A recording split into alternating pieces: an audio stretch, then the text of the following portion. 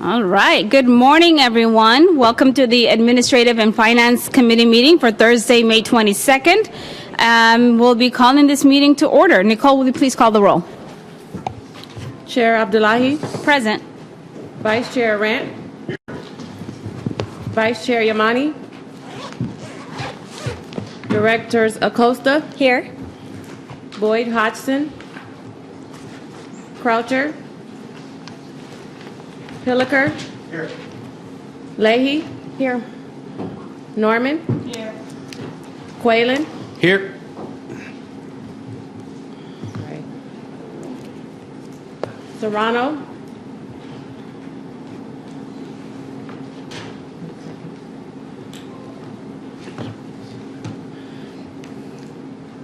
Vespi. Whitburn. Chair, you need one more. We need one more. Okay. We will assign. What do you want to assign?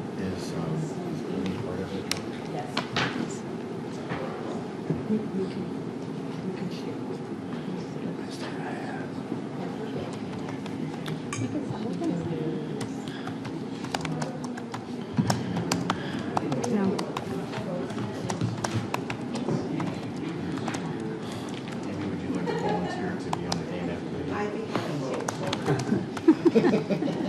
There we go.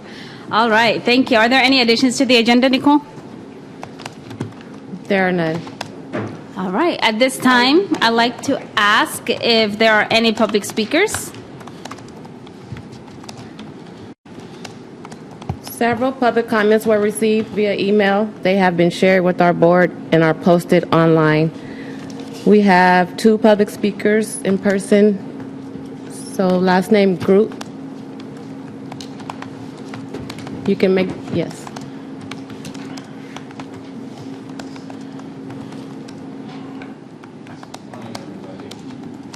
Try again. Good morning, everybody. My name is Dana Groot, and I'm president of the San Diego County Farm Bureau. I was here 2 months ago, introduced myself to you all. And this morning, once again, I'd like to thank County Water Authority and the board for its longtime support of the PSAR Ag Discount Rate. The PSAR discount rate is critical for the financial stability of the county's permanent agriculture, particularly the citrus groves and avocado groves. This discount rate has provided benefits for both County Water Authority and the region. Beyond the $1.7 billion economic activity that's agriculture directly provides the county, and the fresh fruits and vegetables that are produced and locally consumed, County Water Authority sells 12 or 13,000 acre-feet of water under this PSAR program. The rate increase recommended by staff could be as high as 50% by calendar year 2027. There is little assurance that phasing out PSAR program will add revenue to the water sales portion of County Water Authority's budget. And it is unlikely that County Water Authority will find an alternative market for the unsold PSAR water if the groves cannot continue in business. As the board contemplates any changes to this program, we ask that it carefully and thoughtfully consider the negative impacts on the county's commercial agriculture, its several ag-oriented member agencies, UEMA and Valley Center in particular, and the County Water Authority itself. At the same time, San Diego County Farm Bureau understands the dilemma that the County Water Authority is faced with and respectfully asks that as representatives of the county ag industry, we be included in the process of finding a solution to the continuation of the PSAR program. Thank you for your consideration of these points, and we look forward to working with you in the coming weeks. Madam Chair, could I ask the speaker a question? Certainly. Yeah. Answering for the chair. I just wanted to ask Dana, with respect to the PSAR program, I'm over here. There's been quite a reduction over the last number of years in agriculture in San Diego. Do you have an idea as to what that percentage is in terms of, I know water usage from the ag community has dropped. How has that affected production of crops and things from where we've been, say, over the last 20 years? We're losing ag acreage every year, and water rates have play a significant role in that. But the water rates are compounding other elements of cost and input costs that all farmers are faced with. It's not just the groves, and so it's the compounding effect is what's creating problems. And with the CPI at 3% or less right now, a 50% increase in water rates, when that is the significant line item in cost for the fixed agriculture, is going to be a significant problem. And this county is known for its specialty crops, the avocados, the specialty citrus crops, nursery and floriculture. It's the biggest nursery and floriculture county in the state and the country. And to jeopardize what we have here that serves not only the local community but the rest of the state and the country would be very short-sighted. Some of the things that are the commodities that are grown in this county are only grown here. They're not grown elsewhere in the country. So these are deep considerations to be undertaken. Thank you very much, Dana. Thank you. Certainly. So, thank you for your comment. We'll allow one more speaker, Director Arendt. Yeah, just to maybe add some detail to Jim's question. As late as the late 90s and early 2000s, collective ag demand was about 110 to 120,000 acre-feet of water a year. It's now being projected at 13,000. And in Valley Center at one time we calculated we had 24,000 acres of agricultural production, and now we figure we have between 4 and 6. So there has been a dramatic change. And what's interesting is that the farm gate crop value has been pretty steady because the shifting in the crops that are grown. But in terms of avocados and citrus, there's been a dramatic drop in the acreage and production of those fruits. Thank you. All right. Thank you for your comments. Nicole, do we have any other speakers? Yes, last name Stewart.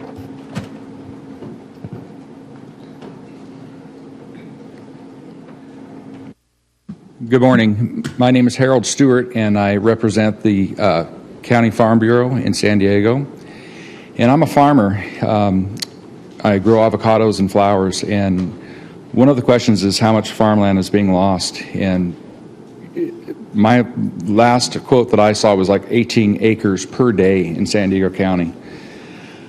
That's a figure that changes. A few years back, I think there was about 10,000 acres in 5 years that was lost in San Diego County. And we want to try to meet on common ground. We know that the Water Board needs to make money, and it's hard to justify the PSAR rates that you're giving farmers for the ag rate. But once the farmers are gone, then you're not going to have those water sales at all, and they're not going to come back. And for someone to plant a new crop of trees and avocados, you're looking at 5 to 8 years to bring that crop up to where it actually uses a sizable amount of water. And I think the average age of a farmer is about 62 years of age. So any new investors, any new farmers that want to come in and start farming are going to be hit with these enormous water rates. And I understand that this is a business, and we're both business people, and we have to stay in business. So hopefully the board can find other methods or avenues of revenue streams to bring in to help everybody out. If we don't have farming, sure, we can get our products elsewhere, but it's going to drive the cost up, and quality is probably also going to go down. And I know everybody here likes to eat, And we probably want to keep, the farmers in business, and we want to keep the water board, water company in business also. So if we can just meet on common ground and come up with some ideas, I think that would be beneficial to everybody. That's all I had to say. Thank you. Thank you for your comments. I have no chair's report. Are there any comments from the directors or vice chairs? I have to check the Zoom. Oh, yes. If there are public speakers in the Zoom waiting room, please raise your hand through the Zoom app or press star 9 if you are listening by phone. I see one. All right. Public speaker, last name Nagata. You can make your comments now. Yes, my name is Neil Nagata. My family's been farming strawberries for over 100 years. The PSAR is one of the only things that is helping us stay alive in business. It is extremely challenging. We have extremely high labor costs. We have all different types of inflation costs, and that includes fuel, that includes fertilizers, and I cannot see that the cost should be pushed on to farmers who are barely making it. The PSAR has been a saving grace, and even at that, the rates continue to escalate. It is due to things that we have no control over. There are other programs that are happening along the way, and we understand that your infrastructure costs are fixed or escalating. Plus, you have things like the Pure Water Project in Oceanside and San Diego that are going to eat into your consumption of water. And so it is a difficult thing, but it really is an important thing to keep agriculture in business. If we want to sustain any local amount of agriculture, you really do have to consider a PSAR or a substantial program such as that. It's my understanding that when the public at large is surveyed, they will support agriculture with increased water rates to themselves. Now, we have other laws that regulate the ability for the differential charges, but the PSAR has been a successful mechanism in that.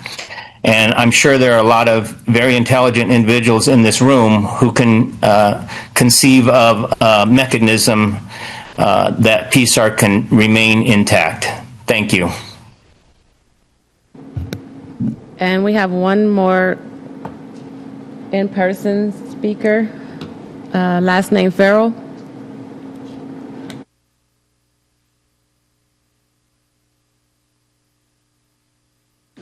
Thank you so much. Hello, everyone. Thank you for the opportunity to speak with you as a local farmer and one of your customers. The last time I was here, it was to say thank you for making the transitional ag water program a permanent one.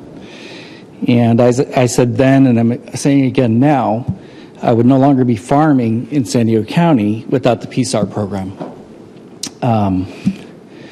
I believe if I asked each of you if you're in favor of having a local food supply, there would be overwhelming support for that sentiment. As one of the many local producers and one of your ag customers, I can emphatically say that I would like to very much to continue growing food in this county. There are many benefits that stem from the PSAR program, and farmers, the Water Authority, the local economy, and consumers are all recipients of those benefits. The PSAR program is a win-win for all interested parties. For the county, it's the best possible land use for our current growing areas, and that's just what those areas are best suited for. It strengthens the economy and provides local jobs. The ag sector also helps keep the operational costs of water management down. It helps move water through the system that was designed to deliver a great amount of water.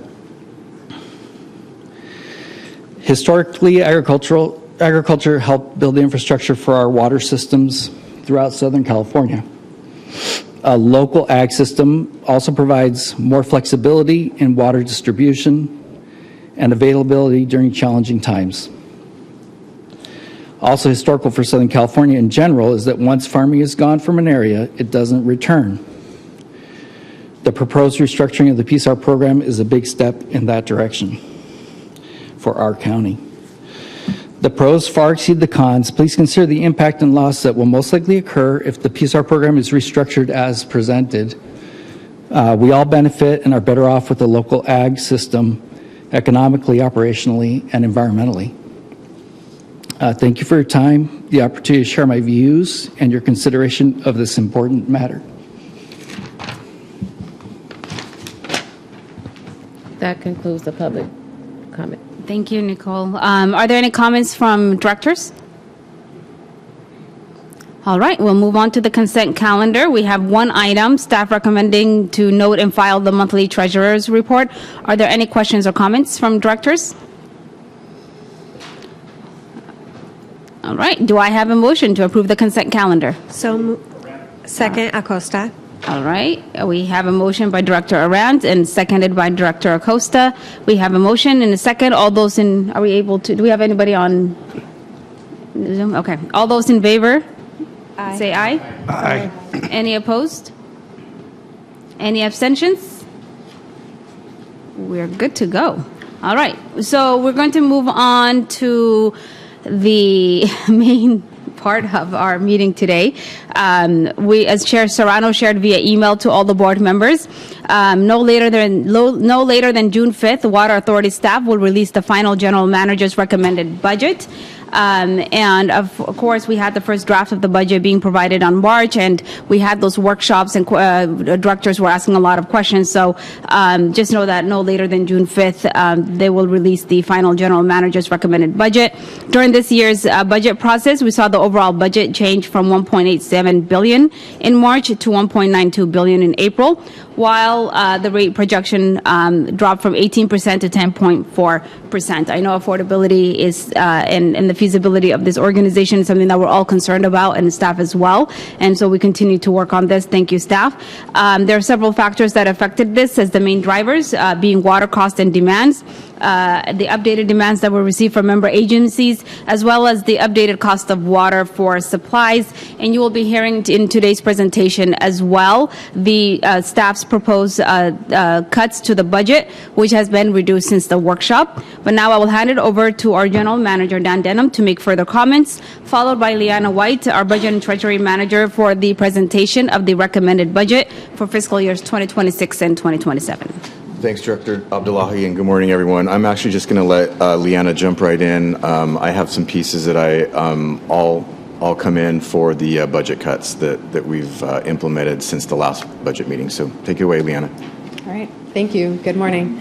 Good morning, members of the committee and the board. This item can be found starting on page 15 of your board packet. In addition, there are supplemental information that's available online that was provided yesterday. So I'd like to start today off by providing a recap of the workshops and a follow-up to some questions that we had received during those workshops. Nina and Jason are then going to present on the CIP prioritization process, followed by Eva with a presentation on the equipment replacement fund for fiscal years 26 and 27.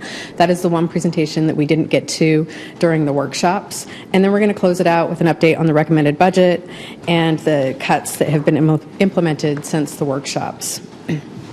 So to recap, on April 29th and 30th, the budget workshops provided an updated overview of the draft budget that was distributed in March. Our external investment manager came in and provided an economic update, and we had a presentation on alternative revenue and grants, in addition to the water demand update, which incorporated the member agency survey results. And then we had a presentation on debt management and the long-range financing plan that's coming up this summer. And then CIP information was provided, followed by day 2 with operating departments and a rates and charges recap. So just a reminder, the April workshops, the budget, as the chair mentioned, was $1.925 billion, with 87% of our revenues being water sales and, being water sales.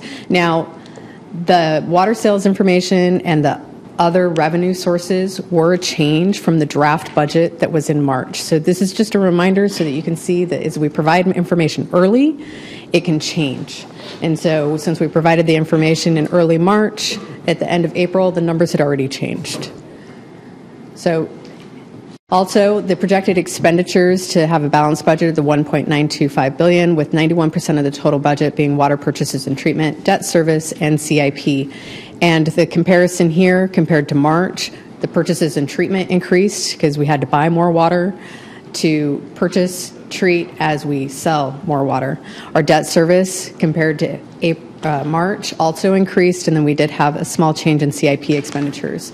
In operating departments, there was a change of about $230,000 from March to April, and that was because as we went through and refined our numbers and kind of clarified everything to make sure that we had everything in there, we did notice that one position was not budgeted in fiscal year 27. So we did want to make sure that we captured those costs correctly.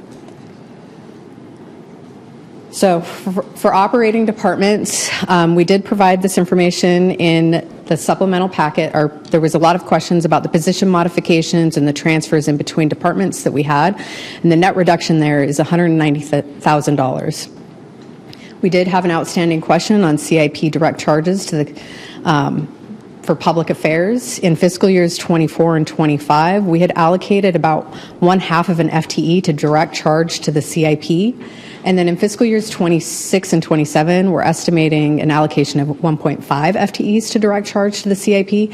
This change allows for the estimate to more closely align with the actuals and what we're seeing. These two allocations for direct charges are over 2 positions within the public affairs department. So that's how the public affairs direct charges have changed. And now I would like to turn it over to Nina to give a presentation on the CIP prioritization process.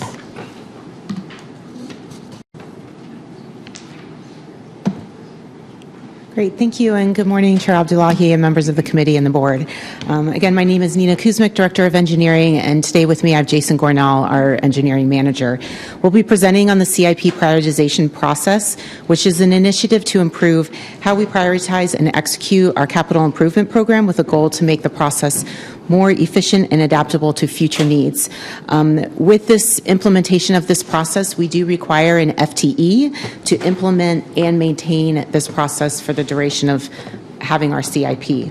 I'd like to note that this FTE would support not only efforts associated with the E&O committee with executing the capital improvement program, but also supporting this committee in terms of supporting the financial inputs, such as the 2-year budget that we're currently in, as well as the 5-year forecast and the future long-range financing plan. So the couple slides we have today will cover 3 main topics: the findings of our independent third-party review that was performed about 2 years ago, as well as an overview of our existing planning and prioritization process and the proposed refinements to improve those processes. And finally, the resource needs to execute this work. So in the FY 22-23 budget cycle, as requested by the board, we engaged with Matrix Consulting Group to assess our CIP planning and prioritization processes. Their detailed report was provided to the board in July of 2023, and it confirmed the robustness of our current framework, but also identified opportunities for improvements. The review found that our process follows industry best practices, leveraging planning documents, as well as prioritizing our asset needs. However, it did lack formal structure and relies on basic tools for implementation, which limits our capabilities. The recommendations from this report included formalizing the process, adopting a point-based ranking system to enhance objectivity, and implementing more advanced CIP tools to automate prioritization and risk analysis. These steps will drive greater efficiency and transparency. Based on recent board direction, we are proceeding with a moderate risk CIP for the foreseeable future. So prioritizing our critical infrastructure's needs is more important than ever, along with considering our financial constraints.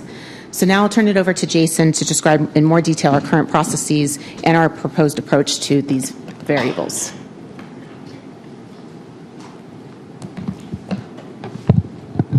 Thank you. Good morning. Over the last 24 months, our team has completed a number of diverse planning and prioritization tasks aimed at sustaining system reliability. While we've navigated these challenges, admittedly, we've also gained valuable insights into how we can do better and strengthen our approach in the future. Many of our existing prioritization efforts focus on the next 2 to 5 years, which has proven effective for short-term planning, but has limited our ability to address long-term needs. This graphic illustrates the planning and prioritization efforts that have occurred in the last 2 years. While the number of opportunities is not lacking, the limited cohesion between them has resulted in higher variability in spending forecasts. To address this gap between long and short-term needs, we propose a more holistic approach. On the infrastructure side, we have the Water Master Plan, which sets the stage for the long-term infrastructure vision, with continuous asset management data, such as wire break monitoring through our acoustic fiber optic network, providing real-time condition insights and predictive analysis. The frequency of this data is somewhat unique and also critical to the reliability of our system. As many of you know, unlike a distribution system, our regional conveyance system lacks isolation and redundancy. This lack of redundancy means a failure could disable water delivery to hundreds of thousands of people, as we have limited ability to reroute flow. From a financial perspective, the long-range financing plan sets the stage for our financial strategy, with more frequent budgeting and rate efforts providing financial scenarios to consider. Keeping in mind the physical size and magnitude of the infrastructure that we're talking about, associated cost, accuracy of spending forecasts, and downstream financial decisions cannot be understated.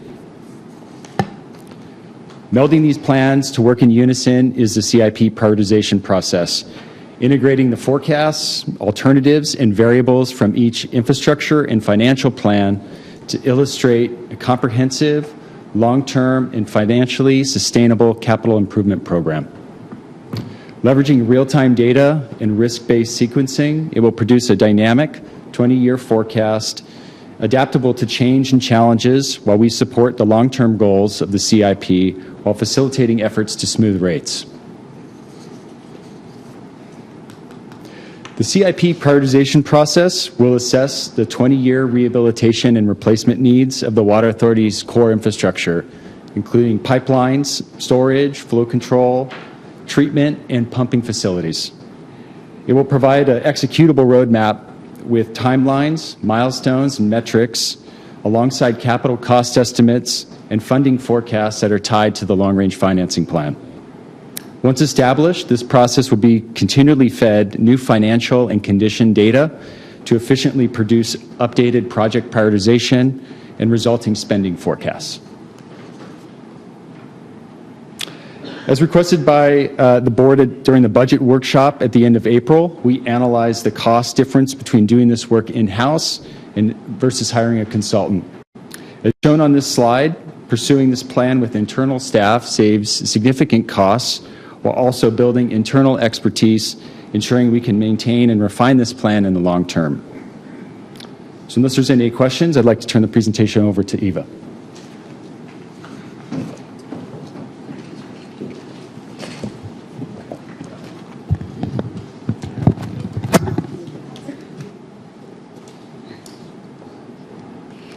Good morning. Thank you, Jason. I'm Eva Pleiser, Director of Operation and Maintenance, and I will review the Equipment Replacement Fund today. So the Equipment Replacement Fund has 5 categories, and we place equipment and assets that we cannot put in the CIP. So any asset that is associated with the facility, it will be taken care of during the CIP process. However, assets such as individual equipment, networks, vehicles, miscellaneous hardware, uninterruptible power sources, those are just individual pieces of equipment that we place into these 5 categories that reside in this Equipment Replacement Fund. So what we do is when we buy a new asset, we put it in the Equipment Replacement Fund, and accumulates an asset value. So currently, the asset value of the assets that are in that fund is about $31 million. So we do not replace all of it on an annual basis, as you've seen in previous budgets. The range of the assets in this fund ranges anywhere between 3 to 50 years, right? So some assets are very disposable. Other assets like Aquaga filters, they're stainless steel, are well maintained. They'll last 50 years and beyond. So when we look at the assets, even though we put an asset life on it, because we are required to give an asset a life, we do not replace assets just based on their life expectancy. We go through a fairly extensive evaluation. There's 9 criteria that you see there that we use, and those evaluations are part of what I call the predictive maintenance model. So we really take pride in the fact that we analyze, we evaluate before we make a decision to replace. And we also assess maintenance in the same manner. We don't maintain just because it says, if you need to, just because it says you need to replace oil, we will test the oil, we'll make sure the oil meets the parameters of the equipment. If it does, we'll continue and we'll check it again in 3 to 6 months. So for us, doing predictive maintenance is a way to increase economic efficiency, get the highest uptime we can of the equipment, extend the life of the equipment, do optimal timing, and also, our team is really moving into analytics and AI to make sure that when we replace and do something to the equipment, it is what needs to be done. So to that effect, the team looked at our needs and developed a 2-year budget of about $6.5 million.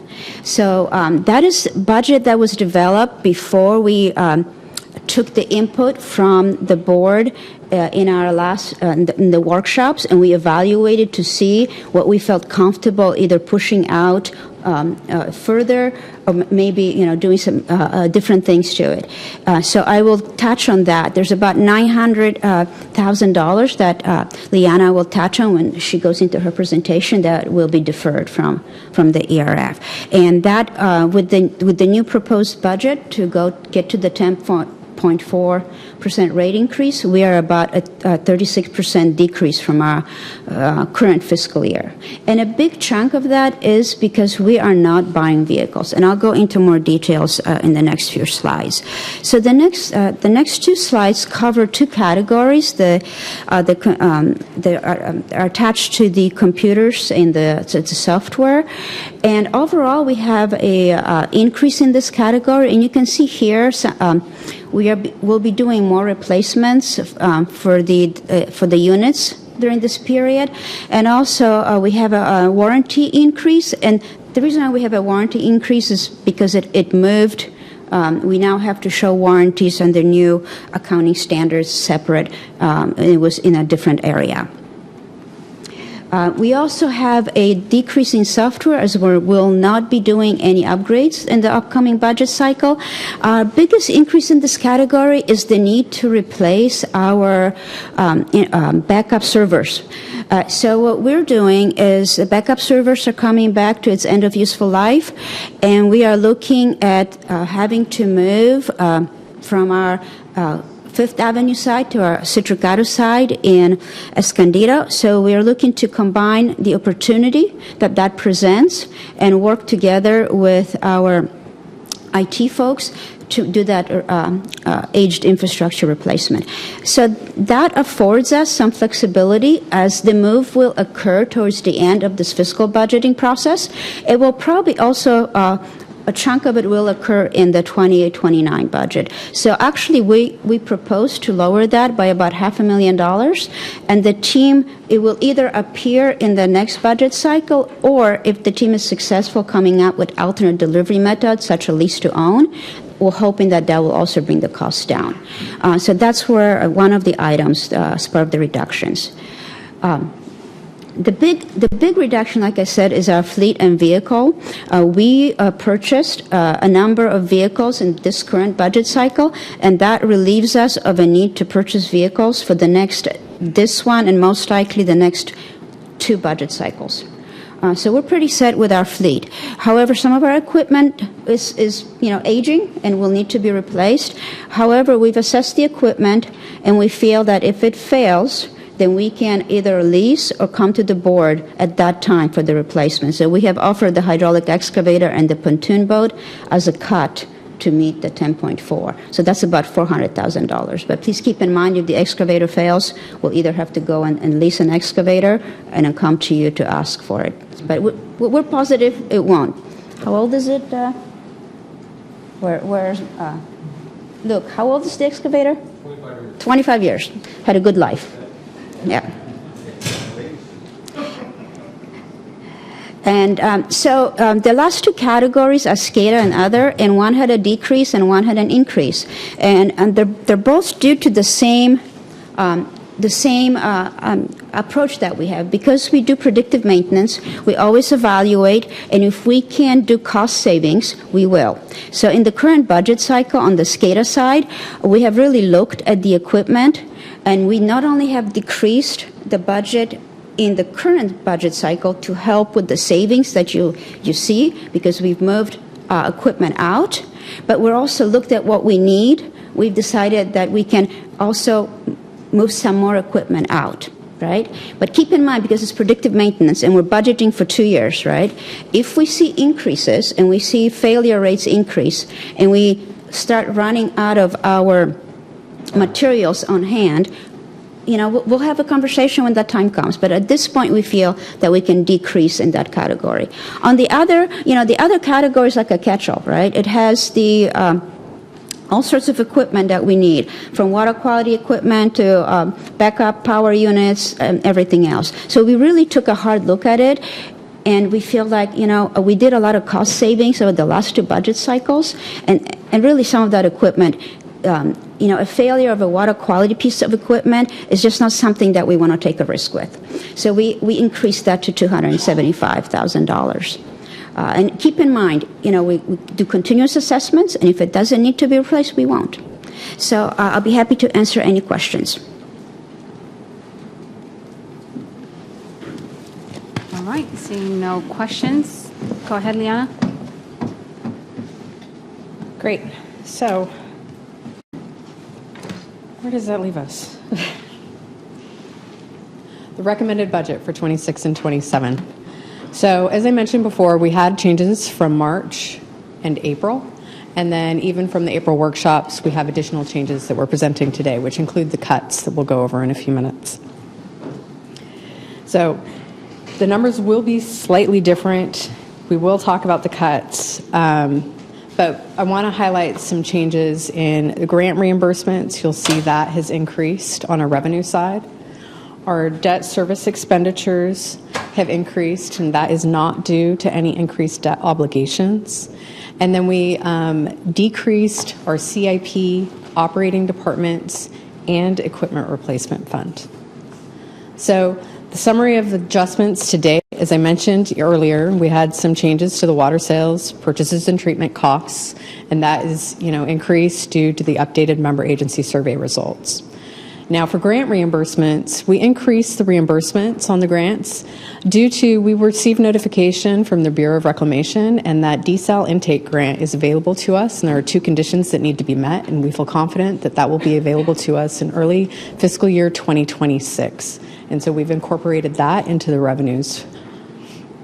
For debt service, we increased due to increased arbitrage liability. Now, it is not an increase to our debt obligations. The IRS has a regulation that if investment income from bond proceeds exceeds the yield of the bond, that investment income needs to be returned to the federal government. And our yield on the 2022A bonds was 1.9%. And so with the market being what it was over the past couple of years, our investment income on those investments was over 4%. So we have to return that money back. But we've already received it, so it's kind of a net offset. For the capital improvement program, We did do some decreases due to feedback from the workshops. The operating departments, we also decreased feedback from the workshops. And then the equipment replacement fund, which you just heard from Eva, we had some decreases there as well. So for your projected revenues and expenditures, as I mentioned, the water sales is still 87% of our total revenues. And then you'll see the changes in the all revenue sources is now 39 million, and that is where the grants lie. So that is where you will see that desal grant on the income.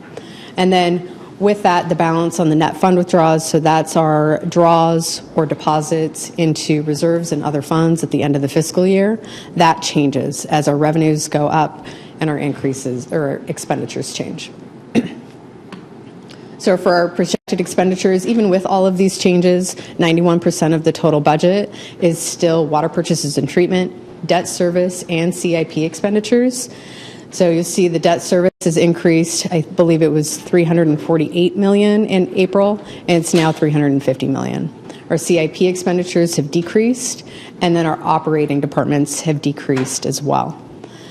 And you can see the small decrease on the ERF. And now I would like to turn it over to Dan to talk about some of the cuts that we've implemented.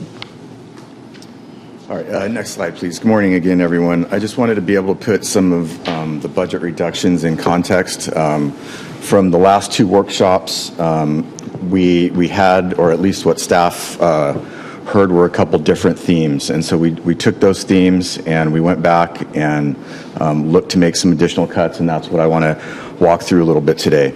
I don't want to lose sight of the base budget cuts. This was $2.5 million right off the bat that staff cut. And that primarily had to do with legal services, a reduction of $2 million. This has to do with the Brownstein contract as well as our Kecker Van Ness contract, both in many ways associated with litigation on the Met rate case. So just to kind of break that down a little bit, give you a sense of what that $2 million looks like for support to the MWD program. The Brownstein firm, the past 2-year budget had a $2.4 million contract that was reduced by $1.5 million. That has to do with Met litigation specifically. That was part of the base budget cut. So we were able to bring it down to just under $1 million. We had been negotiating back and forth with the firm, and what you saw in the previous budget was that just about under $1 million. What you have now before you in the budget is about $480,000, and it's in the general manager's budget. I think I gave a little bit of sense of where that was at last month when I went over the GM's budget. But in any case, what we'll be doing going forward with the Brownstein firm, if this budget is approved, is they will be continuing to provide support to the Met delegates. That will be through the general manager's office as opposed to the imported water department. Some other things just to kind of highlight here, and again, this is more thematically what we heard from all of you over the last 2 days of budget workshops. We've made reductions of between 5 and 7 million that relates to labor and benefits. We heard themes of staffing and vacancy rates. We took a look at our vacancy rate, and on the next slide, we'll have a number there to show you, but to cut to the chase, we're at about 3% vacancy rate, and so that's something that we're going to assume in this next 2-year budget. We have reductions to staff overtime and double time. Almost all of the overtime and double time at the Water Authority, or the overwhelming majority, has to do with shutdowns. So we've sharpened our pencils on that, and if a situation occurs mid-year where we do have an emergency shutdown that's necessary, one of the themes that I heard from the board, again, last 2 workshops, was don't be afraid to come back and make an appropriation adjustment. So if we get into a situation where we know we need staff and shutdowns that last 10 to 12 days, it's all hands on deck with our operations and maintenance group as well as our engineering group. And then there's, of course, touch points all over the organization. I have the authorization to approve emergency repairs with the contractor. I can do that, and I can come back to the board.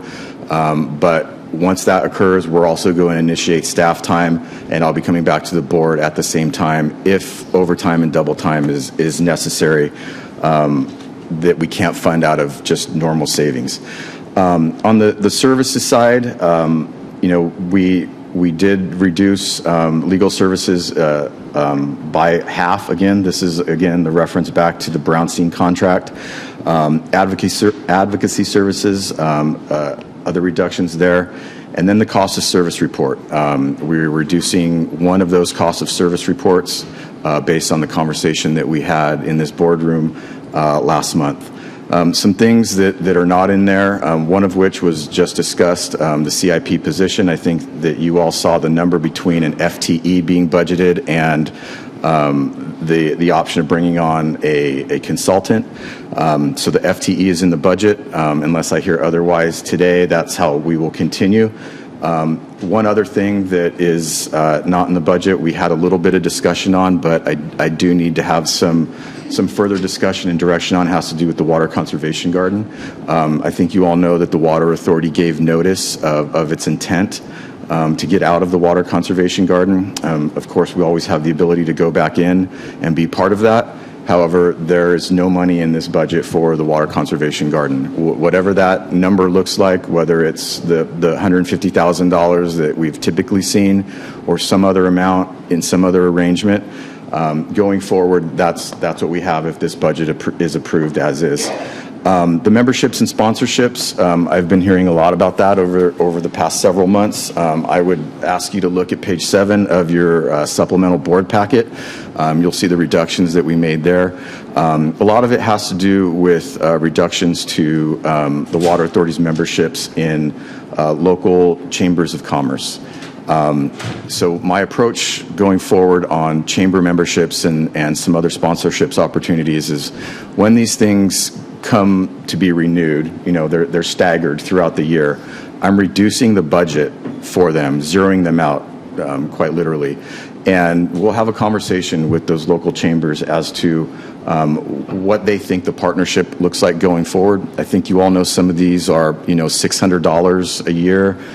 Some are $2,000 a year. It's very minimal, but I think it's time, and I've heard all of you loud and clear, it's time for a conversation with these groups. And on a case-by-case basis, out of savings, perhaps, that we have over the course of 2 years, we will renew some of those memberships and sponsorships, but for now, it's zeroed out in our budget. Eva, I think she addressed the equipment replacement fund, and then, of course, you're going to hear a little bit more about the capital improvement program and the reductions there. One of the things that I took away from the member agency manager work group, we had a good discussion on the Carlsbad desal substation, so you're going to notice an adjustment to that in Nina's presentation and the CIP budget in terms of it being reduced for this current year. 2-year budget. Next slide, please. So this is really just sort of the detail, I guess, if you will, on what some of these cuts look like. The vacancy factor that we're assuming has a savings of $3.4 million. The overtime and double time, $1.7 million. And then the legal services contract. This is the combination of both David's shop and, again, legal services related to Met litigation.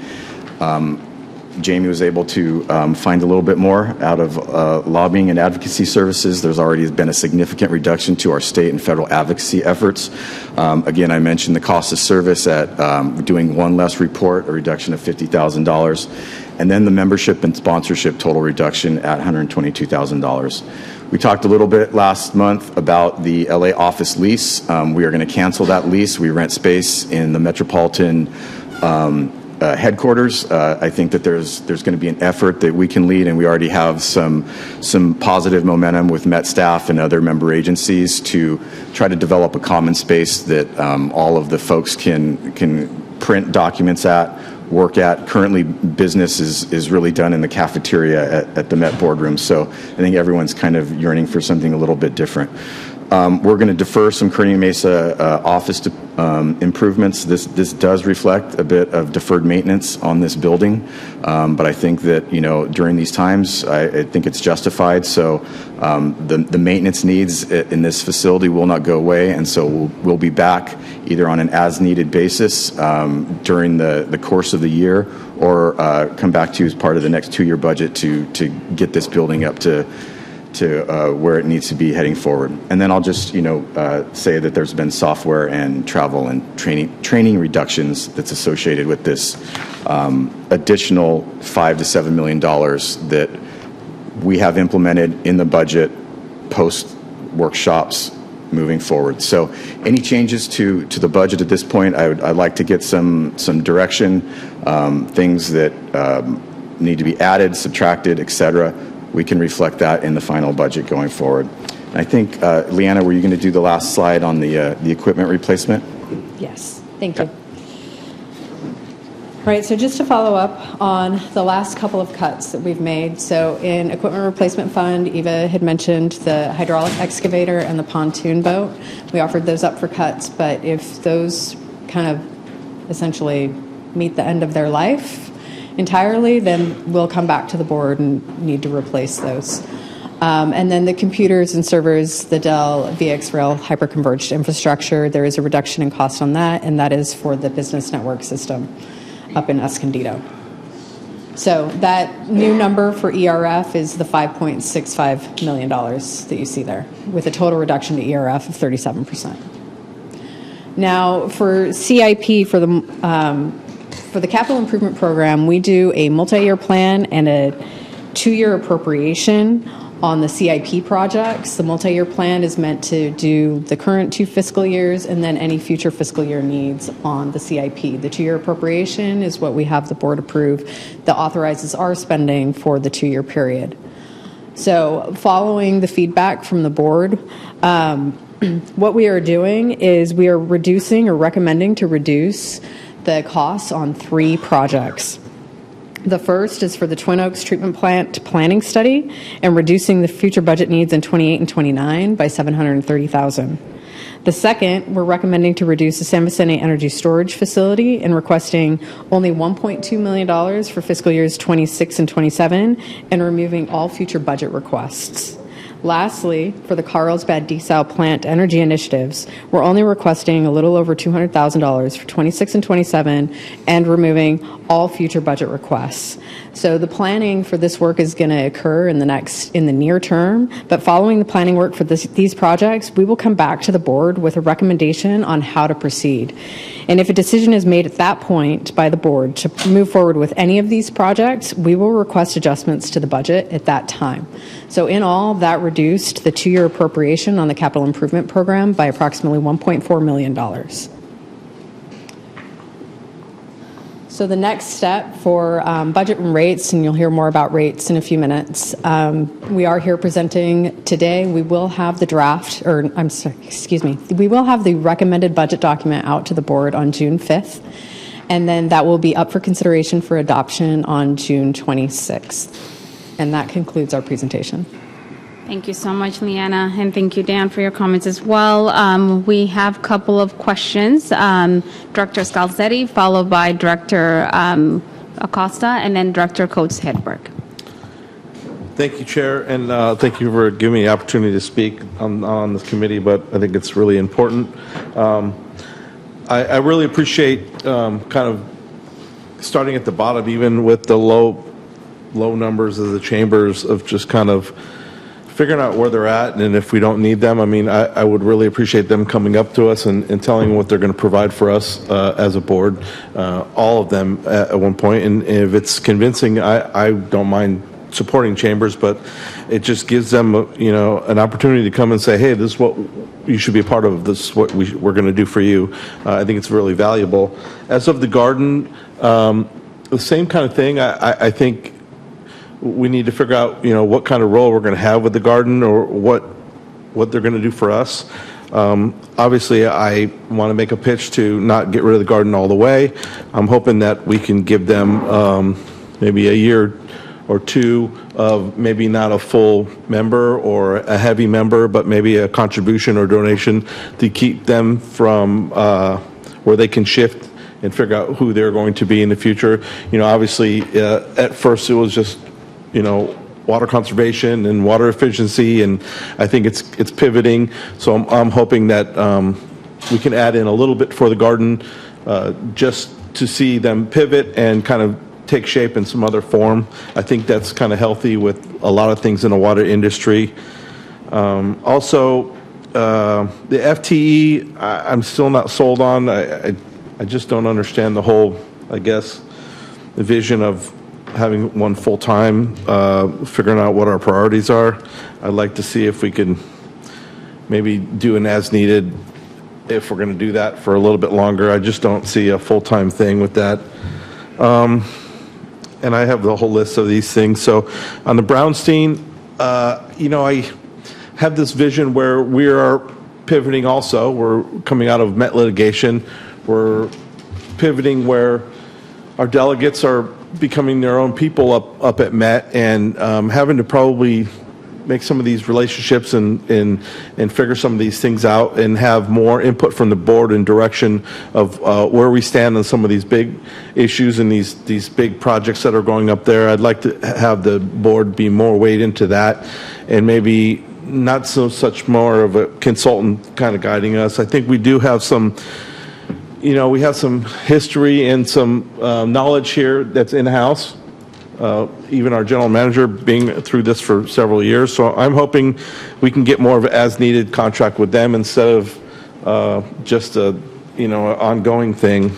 I really think that would be more beneficial, just even to see where our delegates are and how they can kind of adapt to this without all the super heavy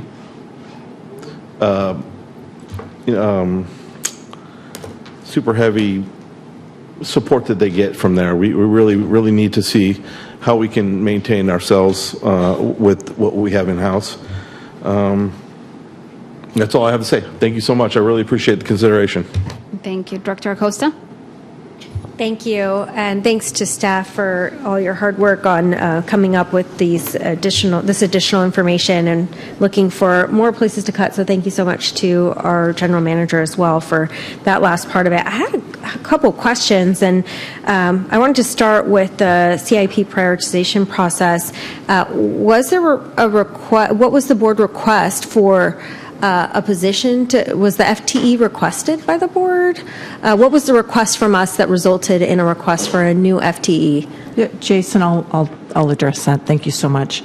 The board directed that we do a third-party review on our CIP process, and it was out of that review that the recommendation was that we do a CIP prioritization. Combined with that, the board directed to change the funding approach that we're taking to CIP and adopt a moderate risk CIP. And so for those two reasons, staff is recommending repurposing an existing position to perform this work as directed and expressed by the board. So there's no increase in the FTE count for the authority as a whole. Okay, great, because I was thinking this is not the time to be asking for new positions. At the same time, it's still converting an existing position to a full-time person who's looking at this. So I just kind of want to share what we did in Carlsbad when we saw dozens of very important projects on our CIP list, and it was non-transparent to our council and to the public what was happening because there were so many things, a new city hall, a new pool, all these different new things that were each going to cost millions, tens of millions. For example, city hall, 70 million, new pool, 22 million, all these things that were just in a list, and they kept shuffling around in the queue. And the public was asking, what are you guys doing? The council didn't know. Staff was the only one who knew. So we said, let's do a public CIP prioritization workshop. And we spent a day. We spent probably 4 hours having our deputy city manager in charge of public works have all her staff come out and say, this is where we are. And we helped shuffle. We said, okay, green, yellow, red. Like, let's make this really clear with the public. We had lots of public comment, people coming in, asking for their favorite things, but really saying we can't do everything with the budget that we have. We have need to have and nice to haves. And we just have to go through this in a very transparent way together without having an independent one person managing everything, but really just saying this is a co-creation process. And we have a set budget and we're not going to be able to do everything, but there are things that are going to fall apart. So let's go through that together and let's have our leadership, which are, in our case, our council, take the fall for it. If we have to all be in this together. And I think that is something that this board has been kind of pushing forward and maybe not saying it outright. And obviously it's different here, much bigger scale. But I think the principle still applies that there's not enough transparency on our CIP projects. There's not enough understanding from the board members and also the public. And I don't think it's having an independent auditor, independent consultant say we need a person to handle this. I think we all just need to understand when we're making budget decisions what is actually happening, what is actually going on. Some of the things that we need to fund have drastic consequences if we don't fund them, and I think those can be easily understood by all of us. But many others, they can be put off and they can be just moved down the timeline a little bit. So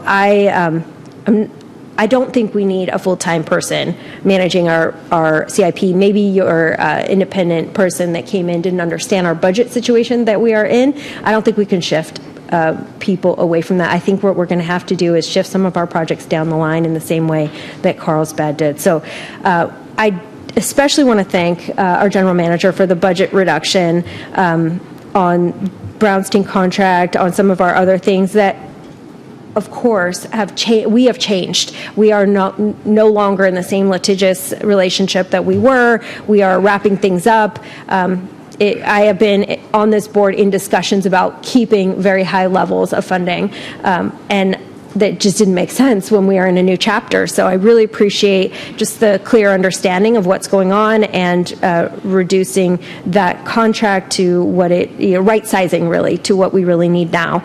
So I want to support that, and I'm glad that the Met delegates still have assistance, but it's through the general manager's office. On the vacancy rate, I appreciate the savings there, and I really love the equipment replacement fund presentation. It's super helpful to understand. So I'm reacting to a lot of the additional things that I'm seeing here, but I still see we need to tighten. Everybody needs to tighten. And even if an independent person comes and tells us that if we spend more money, we can save more money, I want to know that for sure. In Carlsbad, we have an internal auditor that pays for himself. He finds inefficiencies, he finds areas of risk, and he does pay for his own job for sure, and then some, because we have him out there doing that. I don't know if we have anything like that here. Maybe that's a question. Do we have someone internally that's looking at our departments and saying, hey, this is a problem, we need to save money there, or is it just on everyone to do that? We don't have an individual like that. Okay, yeah, that's through our reports directly to the city manager, but is part of our finance department. So in this case, I think that is something that is not here, but then the onus is on everyone. Find your areas of inefficiency, find your areas of risk, and make your case to the board that you have to have these. But we got to keep tightening. It's just too much. It's too much money, and this is not a time for growth. Thank you. Thank you. Director Norman? Yes, thank you, Chair. I guess I have two comments. One is the equipment. It's probably more of a question. I wondered with those two pieces of equipment that we are wanting to move forward on, or we're postponing one or the other, I wondered if some of the availability because of tariffs and all this other stuff may have an impact on getting delivery of those in our as needed when we finally decide to move forward. Then, of course, the other is one of my favorite, I would say, memberships. I would call it a membership. Would be I would ask that you really do reconsider the water conservation garden, but perhaps have a better participation in driving where it needs to go to be able to reflect our mission as well as those of the greater region. As I've said before, I've seen that as more parochial when I see it as a larger regional resource. And I think there's a lot more that can be done to improve the environment and our long-term sustainability, really, which, of course, water is a part of. So I would ask, especially when you look at that membership list, there's still quite a lot in there that I don't know what those organizations are. I know you probably did your due diligence in evaluating those sponsorships. I'm sure they're events or something, but where we get our name out there to let the region know that we're here for them and we're working on behalf of a better world. Thank you. Thank you, Director Chair. Leahy. We did have a response on the ERF. Oh, we have a response. The two Okay. items that are on the ERF, the excavator and the boat, if the excavator fails, we do have a backup plan to go to leasing until one can be procured. And if the boat fails, that will have to be a fairly expedited process to get a new boat, unless we can get a loan from somebody, because we do use that piece of equipment for water quality sampling on Olivine Lake, and it's a required piece. I guess we can also try just see if we can go snorkeling in life vests. But so that, we'll have to move quickly. Fortunately for us, it's an $80,000 piece of equipment that's within the general manager's authority, so we can probably fairly quickly make that and then just come back to the board, letting them know. All right, thank you. Director Leahy? Thank you. And I appreciate Director Acosta's comments. I've worked at a few agencies, including hers. And yeah, we did, all of the existing engineers did the prioritization, and that was the job of the Director of Engineering to prioritize and work with finance to make sure that there was the funding. That was existing staff that did that. I'm not aware of a single member agency in this room, including, I won't speak for them, but the City of San Diego, I don't believe, who probably has a bigger CIP and list than any of us combined, maybe, have a dedicated person to prioritize the project. So I question, and I would not support adding that FTE. I did have a quick question. I was trying to look into the cost of service study to figure it out, and I know I'm jumping a little bit ahead, but really quick, in our cost of service study, what's the revenue requirement that we're looking for to make up the percent increase in rates? What do we have, ballpark, in the billions? Sorry, I don't understand the question. So we're proposing to increase the rates 10 whatever percent, yes, which would make up X billion dollars in revenue need, right? What's that $1 billion number that we're looking for? Ballpark. Yeah, so the way it's defined in the cost of service report is excluding water sales and purchases. So it's $219.29 million. That's on table 2 of the cost of service report. Okay. And so that's just million. Yes, $219 million is the revenue requirement excluding cost of water. Okay. Can we jump to slide 26, please? So, and I want to make sure, because it says those numbers are in thousands. So our operating department budget is $145 million? Thank you. Okay. So I wanted to point out again, and I appreciate the cuts. I will also add that sometimes I don't acknowledge the changes and the positives because my robotic brain doesn't want to waste everyone's time. So I do acknowledge them. I know that they exist. I do appreciate that you are listening. The current operating budget is $132 million. We are currently tracking to be 12% underspent this year, which means we're tracking to be spending $120 million for this 2-year budget. What's being proposed is $145 million. So that's $25 million in excess of what we're currently spending. So what I would be asking our general manager is if this board approved a current spend of $20 million for next fiscal year's budget, I would want to know what would be those services that would be cut to the member agencies that they would experience, so that the board would be able to decide that. If we've, for the last 5 years plus, we've been 10, 12% underspent of our operating budget, and yet we continue to increase it. And I, again, acknowledge that there have been cuts made, but we're still proposing to increase it $25 million above what our current spend is.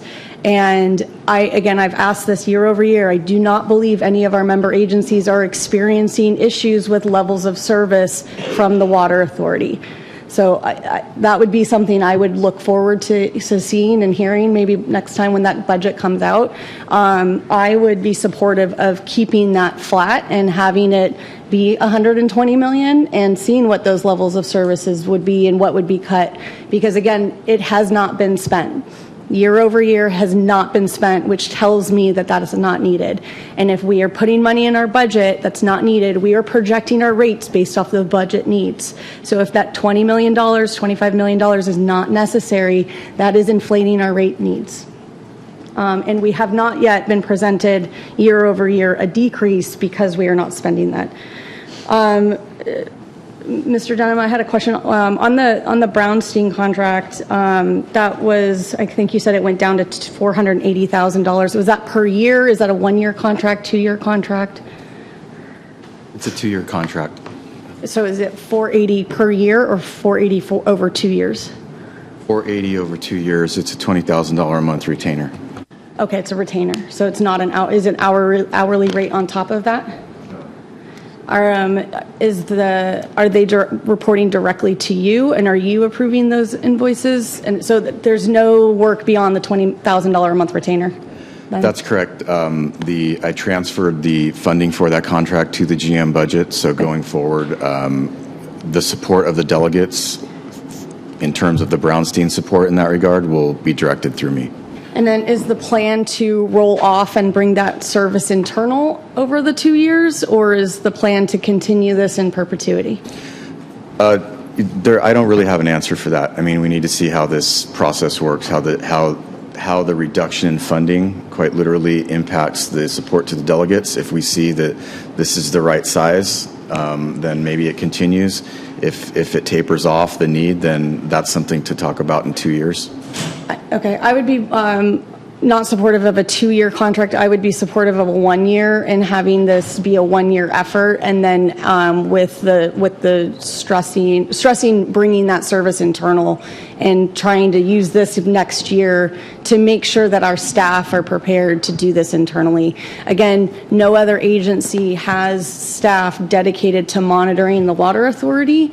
We have, I think, 4 or 5 dedicated staff to monitoring MET efforts in addition to the Brownstein contract. So I would like to have that transition. I know we've said it month over month, time after time, that we do have the expertise of the METS or the imported water program staff to be able to do that, and I have full confidence that they'd be able to do that. Thank you. Chair Abdullahi, can I just make a comment real quick on please, go on the ahead. Water Authority's budget? So if you recall, back in April, we did a transfer from the operating departments into the capital improvement program to fund the urgent repair. And so the numbers that you're seeing in the controller's report for the budget status report, the budget here of $132 million has actually changed. It's decreased down to $129 million. And so this variance that you see on the spending is going to be adjusted, and that will be reflected in the recommended document that we're putting out on June 5th. Okay, but so it decreased to $129 million? Correct. So my comment still stands, instead of $120 million, then $129 million. But I still think there's probably going to be a variance below the 129. So we'll see what that is. But again, I think none of us have experienced, and I have not heard complaints about lack of service from the Water Authority to the member agencies, that there are these budget items year over year and that are not being spent. And I would like to see that held and that line held for the operating budget, and then see where we go from there. Thank you. All right, thank you. We have a lot of speakers on queue, which is great. This is really awesome. But I want to make sure that we remind folks to try to keep the comments succinct and matters that have not already been addressed. So just not that anybody has, but just wanted to make sure we're keeping that in mind. Vice Chair Arand, followed by Director Ray. Yeah, just a couple comments on following on Director Acosta's discussion about oversight and so forth. We have several examples over the last few years where this board has instructed staff to seek third-party review of their activities. And then when they bring these forward, we go, well, this is going to cost us money. I mean, we've been asked to do third-party reviews of the second party that reviews our financial rate-setting process, and now I happen to think that we have outstanding expertise within our engineering department. As a member of the financial strategy or sustainability, whatever it was at that point in time, we had extensive presentations about the prospect of going from a highly reliable to a moderate reliable system and the prioritization. And we'd like to point out that we have built-in systems here that are very sophisticated that really tell us what's going on in our aqueduct system and how it shifts priorities. So we have a lot of in-house expertise. So then the staff brings forward, well, you wanted third-party outside review.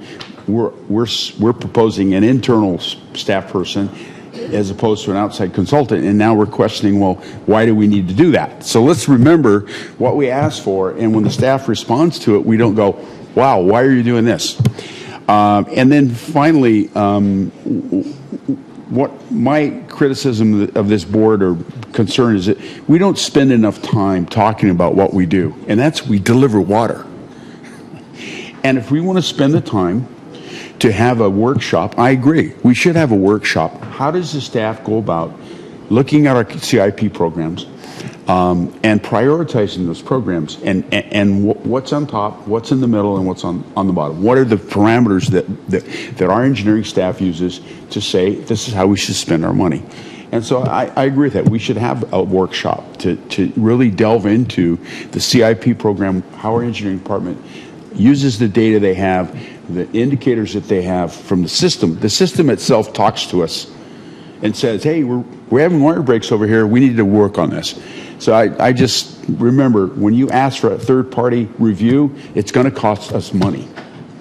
And then when that comes forward in the budget, we go, well, why are we doing this? Well, I just remember what we asked for. Thank you. Thank you. Director Ray? Thank you. I first want to thank staff. I know that this is a hard thing to do every year, and you guys consistently come forward and make cuts and really delve deep into things, and I appreciate the hard work that goes into that. Just jumping off of Director Acosta's, Leahy, and Arandt's comments, they all made really good points. And I know that it's too late to do for this budget cycle, but this board, a lot of the budget is driven by policies that the board makes. And a lot of these policies were made when the situation in this agency was different, when the demands were much higher, when times weren't so lean. And I think that it would be prudent if, as Director Acosta said, we work as a team and we evaluate all of these policies that were made 5, 10, 15, even 20 years ago, and really see, are the expenses that are driven by these policies still necessary today? And just really look at every single policy. And I know it's a heavy lift, but there are things I think that are being done in this agency because of policies that were made when the climate in this agency was different. And I think that those are things that we can look at as cost-saving measures as well. And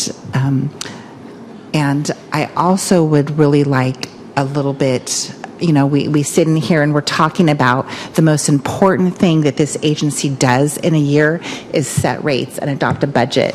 And while this may just be an A&F committee member meeting, I think that the entire board should be present to hear these things in order to make an informed decision. And I'd really like to see more board participation as we move forward in the future years, looking at these policies and trying to find ways to keep water affordable for the entire region. And that's all. Thank you. Thank you. Director Hilliker? Thank you very much, Madam Chair. So one thing I've always tried to wrap my head around has been the conservation garden, and as of late, I was thinking to myself, well, maybe it's time to let it go. But as I look into it further, and I look at all the time that we've had staff here and all the money that we've been spending on this thing throughout the years, on the conservation garden, it's made me kind of think back and think, well, maybe you're being too quick. And I agree with Director Scalzetti, and if we can tone it back a little bit and just make it a donation here or there to help get it through. From what I understand, the garden is doing great things. They're actually turning the corner and talking to some of the people there, some of the directors there. And I'd like to see us give it a chance so all that money that we've contributed hasn't been in vain. Thank you. Director Coates-Hedberg? Well, thank you so much for that opening comment, Vice President Hilliker. Thank you, Chair, and good morning, board members. And I applaud staff, I applaud this board and GM on all their hard work in looking at adjustments and cost savings. I think you guys have done a really good job in putting everything together and on the table. But as speaking for the Water Conservation Garden, I want to just reiterate that, the garden aligns with the San Diego County Water Authority's mission, which is to promote the sale of sustainable water and use. The garden is a vital public education that educates thousands of residents and children on water-wise landscaping and sustainable practices that directly supports our long-term regional water reliability. Continued membership demonstrates the leadership, fosters public trust, and ensures a stronger, more resilient San Diego. Nationally, as you may know, the garden is recognized as a model of innovative, community-based water conservation, enhancing San Diego's reputation as a leader in sustainability. And this is very important, especially as we're dealing with things on the Colorado River. Importantly, by promoting efficient water use, the garden also supports the agricultural community, preserving vital water resources for farms and growers who are essential to our region's economy and food supply. As Director Hilliker mentioned, the garden has engaged in more public this last year to provide free resources, which shows the ability to support all water districts. An email I just sent out to you the other day from the executive director has added another day, a free day that will be reaching out to all water districts under the umbrella of the San Diego County Water Authority to provide resources on rebates and information on water usage. And we can also address under this outreach the challenges we're having with our rates. It's a great way to explain our increases in costs.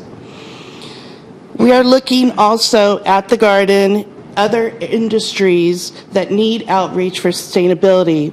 What Director Scalzetti was mentioning, power companies are having issues, as well as waste management industries. And we can have them help out with the cost of the garden going forward. So we do ask that you help us out for these next few years, continue being membership, because we are stronger together. And San Diego County Water Authority is the whole county. And under that whole umbrella is all our water agencies.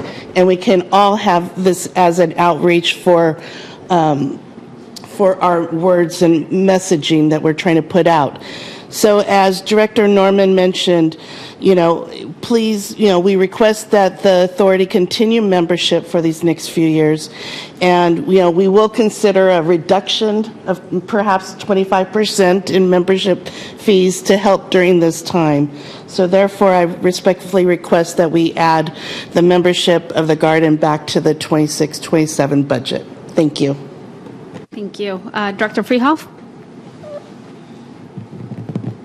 Great. Thank you for the opportunity to comment. I'm not on the committee. First, I again want to thank Dan and General Manager Denham and his staff for coming up with these budget cuts.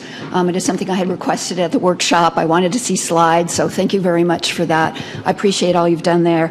I appreciate the comment from Director Ray on looking at the Water Authority's policies and the services provided to the member agencies, and I'd hope that that is something that could be discussed in the member agency business model work group, I believe it's called. I think that would be a perfect task for them to look at. Ask them, what are the services you need from the Water Authority? I think that'd be a great venue, a great starting point, and you can bring proposals to the board.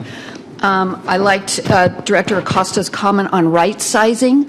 I think that's important under our current situation where we have our sales out into the future below our contracted supplies, and until we can look at exchanging, transferring those supplies, I think we really have to look at right sizing.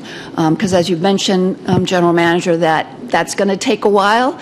It's not going to happen overnight in regards to potential for the desal water and other things. So I appreciate the right sizing. I do have one question.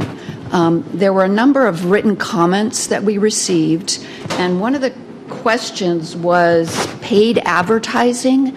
I'm curious if we have paid advertising in this budget, and if so, how much, and the justification as to why we need it, again, under this current right sizing of everything, and looking at actually what our core mission is. Thanks. Yeah, it looks like Mike Lee may have an answer to that. For the question, Director Freehoff, Mike Lee, Director of Public Affairs. The question is about advertising. We have had advertising in the Public Affairs budget, I believe since the beginning of Public Affairs decades ago, but certainly over the past 10 to 15 years where I've been intimately involved with that. The advertising budget allows us to reach audiences that we would not otherwise reach with our message about in this particular moment, about the reliability of our water supply, the value of water. May is Water Awareness Month, and we have, particularly this month, a significant amount of advertising rolling out. During LPO committee meeting in November, there was a lot of interest expressed in making sure that this agency and public affairs in particular was expanding our reach, and that is the way that we go beyond sort of what you might call the organic reach of person-to-person or small group interactions to share our story. So advertising is the tool. I will look to Leanna to help me if I'm wrong here, but I believe that the 2-year number in the public affairs budget for advertising is $400,000, and that's a reduction proposed, and there is a reduction from the current spending in light of the situation that we are in. All right, thank you. Director Vespi? Thanks, Chair, and good morning, everyone. I wanted to ask a couple questions about the vacancy factor. If I remember correctly, that's new, right? Previously, you had not assumed a vacancy factor? That is correct. That's new. Okay. And I heard, I think in your comments that it's a 3% vacancy factor? Correct. Got it. So I would ask, as you prepare your budget document, the June 5th rollout, would it be possible to include a little bit of information about what the historical vacancy rate has been and how that 3% compares. Kind of to Director Leahy's comments about the historical trend about being under budget. Personnel is a large part of your expenses. If there's been a higher vacancy rate, I think that would be helpful to understand. The other comment I had for you or question is on slide 29, the list of operating department reductions. I think it would be helpful for me to understand which of these you staff views as ongoing versus one-time reductions, because I think really the position we're in as an agency is we need ongoing reductions to really try to rectify the financial position we find ourselves in, as opposed to one-time reductions.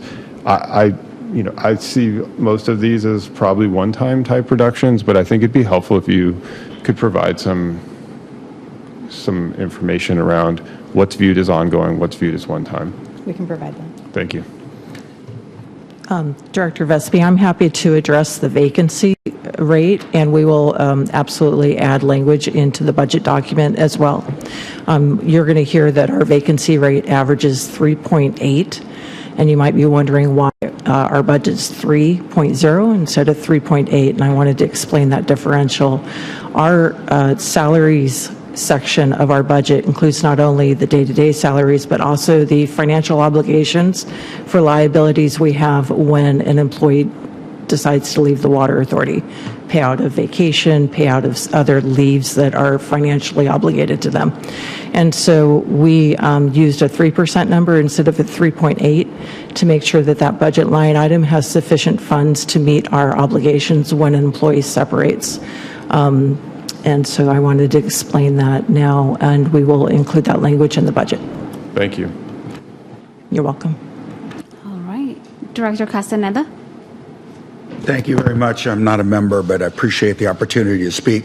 A lot of things that have been said here today about, right sizing and removing costs that are not necessary. And I appreciate the general manager and his staff's attempt to basically continue to cut this budget. I think that a lot of good work has been done, but we talked a lot, there's been a lot, and I want to go over it again. I agree, a lot of the outside consulting work that we can basically do without. We have very talented inside staff, I think, that can cover a lot of that. I would not be supportive of moving deck chairs with FTEs. If we have a vacancy and that has been shown not to be necessary, then we need to eliminate that from staffing. And I think that internally CIP is something that could be handled with our staff. With respect to the water garden, I just want to say, the $150,000, I don't know if that's the right number. I think that I'm kind of reminded of this discussion, and when I look at the news, all agencies are going through belt tightening because things are getting thinner. And reminded of when I was on the city council in 2010, the phrase, "we have to do more with less," was something that we were talking about. I think we have to sort of assume that mantra here.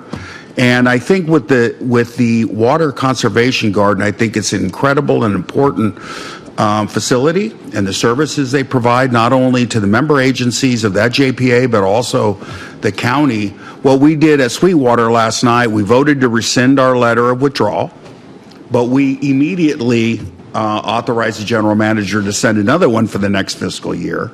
We reduced our contribution to what it was 2 years ago, and I have been directed by our board to revise the agreement with the JPA to remove the requirement that everyone picks up slack if one member leaves. In other words, I think the city of San Diego has made a decision to leave the water authority. Under the current rules of the JPA, all of the remaining members would have to pick up those costs. We cannot support that. We cannot support unilateral decisions by the JPA to raise contribution levels without authorization from the home agencies. And those are two things that we will be insisting upon, or we will, in fact, pull the lever on that withdrawal come next year. So I would just ask the committee here, because I'm not a member, to consider those changes so that we have some certainty and some reliability that the cost is going to be the cost and it won't continue to go up. So thank you very much, Madam Chair. Thank you. And for the record, the city is not leaving the water authority. Just wanted to say that real quick. All right, Director Paul. The Water Conservation Guard. I'm sorry. I understand. I got the articles mixed up. Nowadays, that's a very needed distinction. Was that a motion? City of San Diego is not leaving the water authority. It had to be said. But it was understood. It was understood. We just have the wrong reps from the city here, because I think I'd probably get a second on that. Those are fighting words. All right. We'll let it go. We're gracious. I'm kidding. All right, Director Paul. Thank you for the opportunity to speak. I'm going to try not to repeat what other people have said too much, but I do appreciate Director Acosta's comments. I agree with her 110%. And I also do appreciate staff's efforts for cost reductions. I mean, I've been saying that as soon as I took this chair, that I think we spend too much money. But I do have a question on, there was a list of service contracts, and then there's one line that says total other services, $6 million. And so I was going to ask if we could get more detail on what makes up that $6 million. And then, right, I appreciate the cost savings so far, and I think that all we have to do now is double that number, and I can support it. And I would offer up that there's another 1.1 million in memberships that we can easily get rid of there, and that goes a long way. Thank you very much. Thank you. Director Lyons? We can answer the question about the other, if that would be the chair's preference. Leanna, could you address what the other covers with regard to the $6 million? Yes. So the other category that's kind of rolled up into that list that we provided is a bunch of other miscellaneous services that don't fall into the big categories. So the way we classify our services in the budget encompasses stuff like professional services, engineering services, financial services, legal services, but we also have janitorial services, software services, and those smaller items are what make up that $6 million. But if you would like a list, we do have one. All right. Thank you, Leanna. Director Lyons? Thank you, Chair. I appreciate being given the opportunity to speak. I'm not on this committee. I was wondering if we could go to slide 8 of the presentation. I have 2 points, and my first point is associated with this slide. And this is a counterpoint to what I'm hearing others say, but when I'm looking at this slide and I'm looking at the findings from a third-party review, what I see is that a third-party review is stating that we need a formalized process for evaluating our CIP and overarching priority ranking system. I don't feel like I have to look too hard between the lines to interpret that as that's something we haven't had. That's something we've been operating without. And so when I think about that, I think about our very skilled staff, and I appreciate them and all their expertise, but I'm reading between the lines and seeing that so far we have not done that. So far we have not seen that as our own internal priority to do. It's taking a third party, an external reviewer, to say, yeah, these are the things you need. So where I go with that is I think instead of asking our staff to think differently about this, we should continue to hold a mirror up and say, well, our staff hasn't done this. Let's get that expertise from an outside party so that we can be better informed about what is needed with a formalized process. You know, if we, and I feel it when I saw this slide, I'm like, boy, that just nailed what I've been feeling, and that's that. I would love to see some structure and some formalization and a metric around how we make decisions about our CIP spending, and if we haven't done that. If it's our culture not to do that in the past, we may struggle actually doing that ourselves. We may actually need help to do that well. and I've heard some thoughts about a workshop, and that's external input too, but I wonder if we're going to be able to do that with our own internal people. Now, I know we've got the one full-time equivalent identified, and I just want to challenge us to think about that a little bit differently. This is a one-time activity, or it's at least an activity that can be done in a succinct time frame. It's a formalized process and a priority ranking system. Once that's done, then we operate within that structure, and maybe we fine-tune it, or we learn the skills of how to manage that and implement that ourselves. But I would really support having that outside consultant still come in and hold a mirror up to us so that, we get an honest reading on how we look at our spending on the capital program in the future. My second point has to do with the water conservation garden, and I want to go on the record to say that it's still our environmental mission to focus on sustainability and resilience. And I'm happy that that's still our mission. I think we support it. I think we embrace it. So in doing that, I think that the water conservation garden we could be a little more modest right now while we help to rebuild our relationship and recraft how we move forward. I think we're recrafting how we move forward with our messaging on efficiency. Nobody wants to waste water. We're all on the same page there. So how can we work together with the Water Conservation Garden and continue to invest maybe in a more modest way and continue to support our relationship there? I'd be in favor of that. Thank you.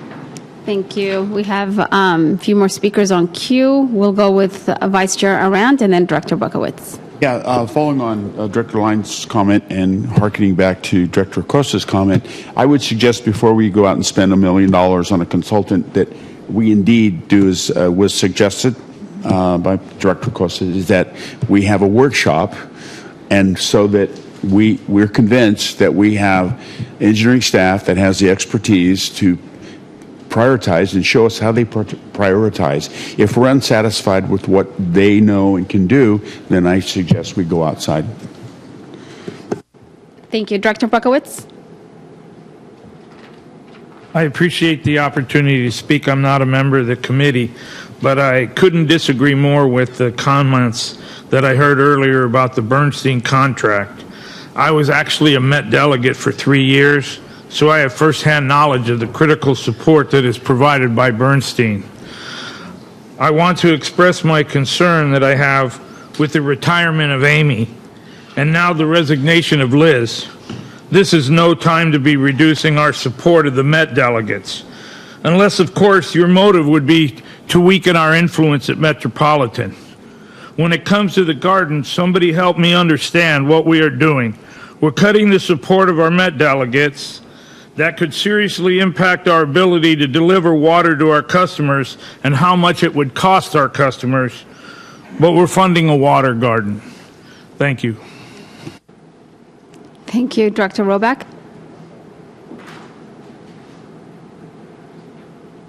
So I was thinking about the where we're making cuts, in terms of memberships, the Chambers of Commerce, they're talking about the Water Conservation Garden. We're talking about deferring capital expenditures where it's going to catch up later, so what we were really achieving here. So years ago, when I was on the Padre Dam board, we did an analysis of the best management practices of the public sector versus the private sector. And there's obviously, we all know, there's, I'm not sure exactly how this applies to a wholesale agency, but on a retail agency basis, private companies are on average about 25% more efficient than the public sector, and that's keeping in mind that they have to earn a profit for their shareholders and pay taxes, right? So I was thinking about how you're talking about hiring a consultant to look at the CIP, but I've also been very interested over the years in the financial sustainability that Director Arant referenced that's been going on for a lot of years and that's been transferred over to the general managers to look at. So it seems to me we have something in terms of just how this whole, entity is crafted in terms of its sustainability, its, where we can save money. Because when we talk about, the garden, the $150,000, we talk about the Chambers of Commerce, which is maybe something roughly similar to that. And that's like nothing in the bigger picture of, what's the money we spend. We're talking about a 2-year budget of $1.6 billion. I mean, we need to be looking at, the whole, holistically, the whole enchilada here, if you will. So I think if we're going to hire a consultant, we need to, I don't know if this has been done in the past or not, but, look at the whole agency in terms of efficiency and apply those best management practices of, where we can go with this whole agency. So I know that's not being contemplated, but I think it's something that needs to be contemplated. Thank you. All right. Thank you for your comments. Director Falesi? Thank you for the opportunity to speak. I'm not on the committee, so thank you. But I just had a few comments, especially when it comes to slide 12 in conjunction with slide 8. I do agree with Director Acosta and Leahy on how sometimes these CIP prioritization processes go.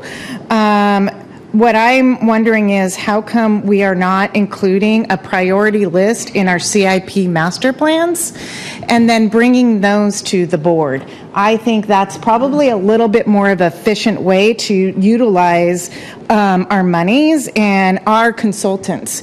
And really, I believe slide 12, the estimated total fee, is a misnomer because we can really put those in the CIP master plans as a task and then take those and as a board do the priorities, because my priority is not going to be the same as Director Ray or Leahy or Arantz. And so if we are going to be a board as one, we need to come together and set our priorities as a board as it relates to what the priorities are developed in our master plans.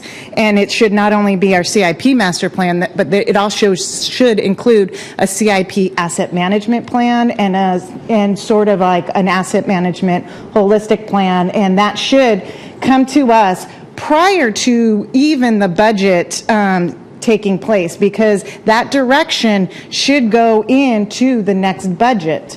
And then so we know exactly what our 5-year plan is.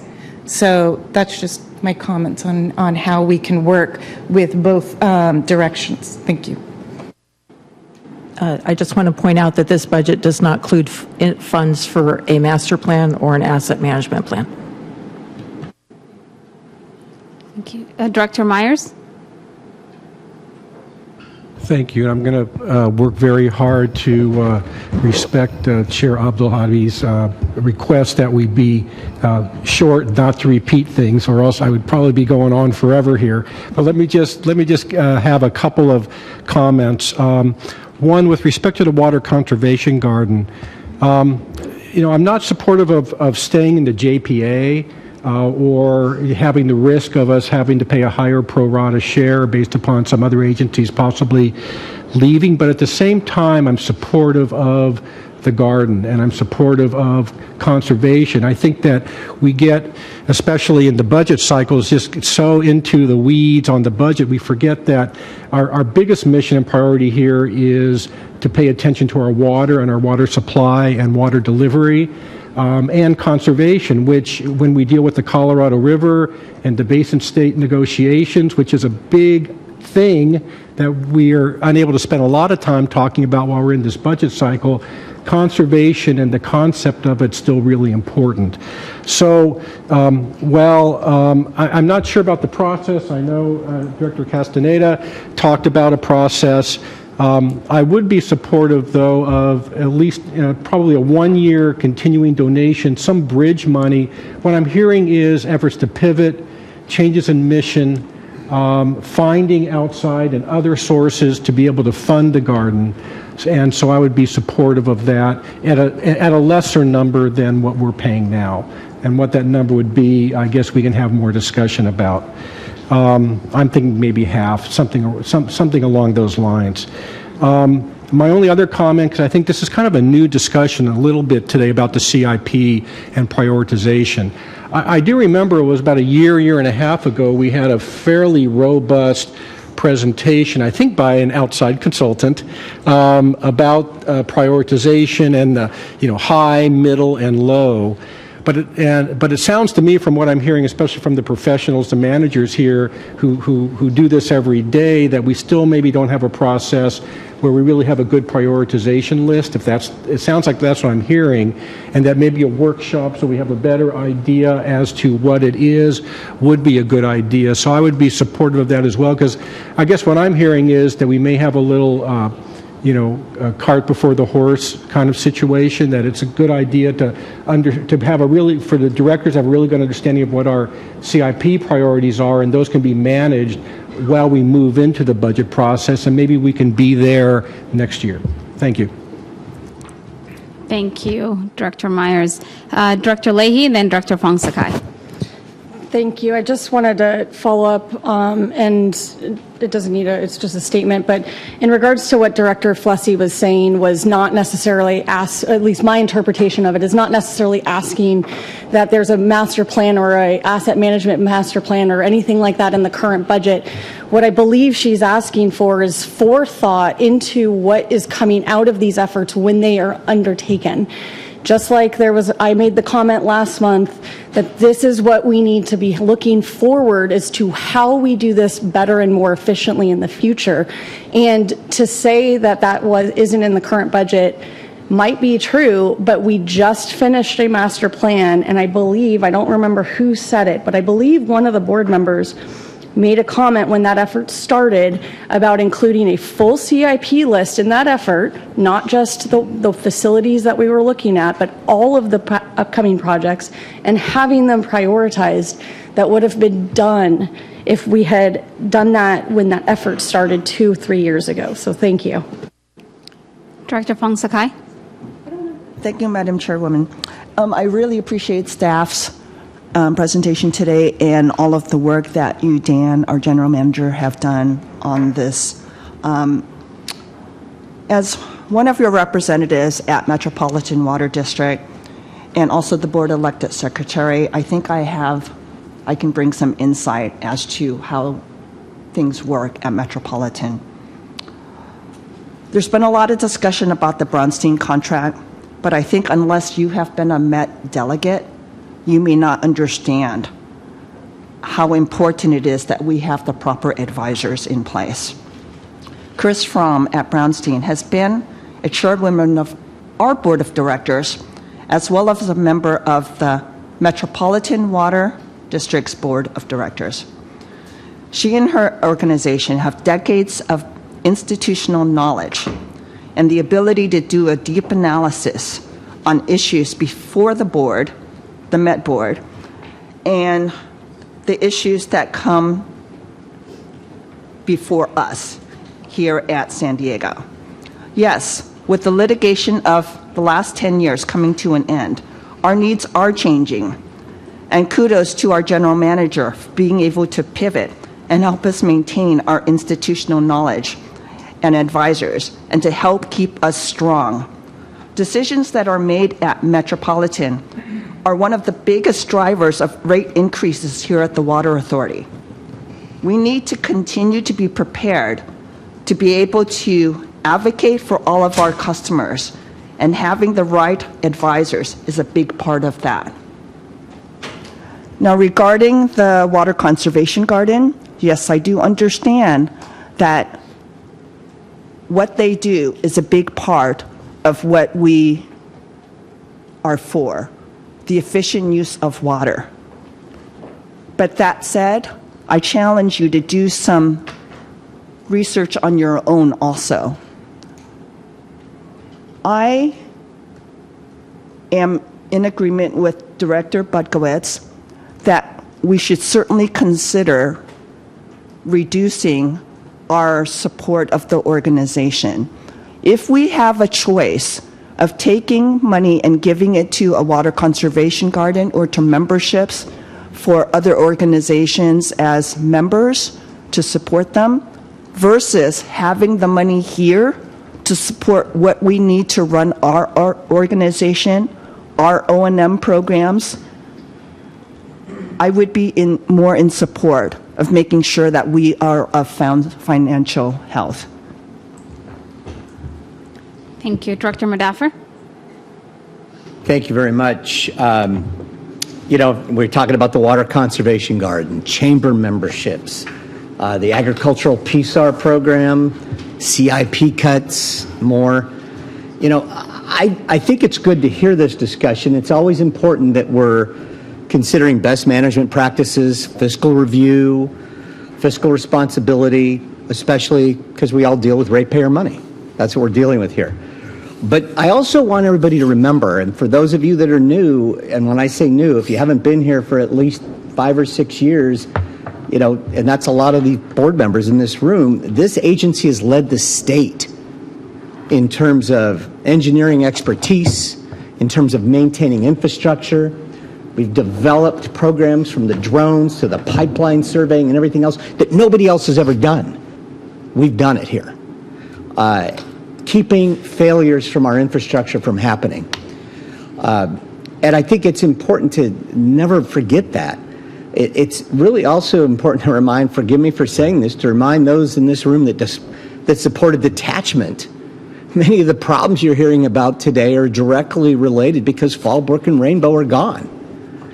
That's cash flow, folks, that came in. You don't have it today.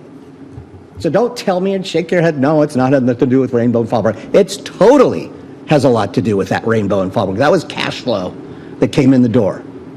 Regarding Brownstein, come on. I think the general manager has done an amazing job taking the Brownstein contract from what, 2.4 million to 420,000 or 440, whatever the number is. That's pretty freaking big. That's huge. I guess until you've been chair of the Water Authority, until you've been a Met delegate, until you've been part of maintaining our rights to the Colorado River, until you've been in the room where it happens, it'd be really ludicrous to cut things any further than where we are today. But I do love the idea of a workshop. I think it's overdue. We haven't had one for some time. I think it's important to do. And lastly, just keep in mind this fundamental important point. You hear me say this all the time. And I'll just reiterate, this discussion, all this today, forgive me, it's budget dust compared to the big picture. 6% is pretty much discretionary of the Water Authority's budget. You take out everything else from labor contracts, water cost, energy cost, that's not even on the table here. Now, it doesn't mean that Denham and company's not working on it in terms of exchange, but you know what? We're dealing with a 1922 compact that gives us tight restrictions on how we can play in that world, and we're getting there. But just remember, you're part of a 25, 50, and 75-year planning process. And who in this room, remembers the last time there was a drought in the region? Very few. It's been a few years. But folks, it will happen again. And you're the only region, the only agency in the state that's better prepared than anybody else. That does cost money. Thank you, Director Madaffer. There are no other speakers on queue except for Chair Serrano. Thank you, Madam Chair.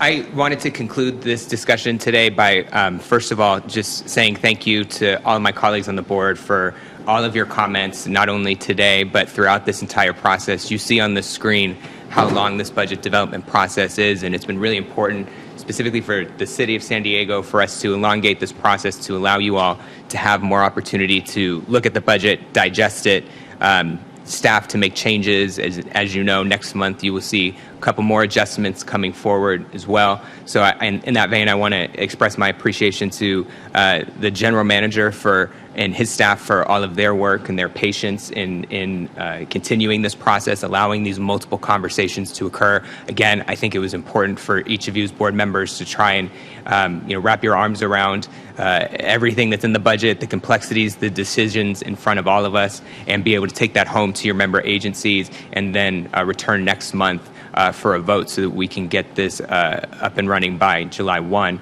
I would also want to express my deep appreciation to the chair of this committee, Chair Abdullahi, who I think has led this committee with conviction and certainly grace. And I think we are just grateful for all of the work that I know that happens in this room, but then also behind the scenes in order to bring these items forward and to take all of your thoughts and consideration back to staff and hopefully see that reflected in the final budget.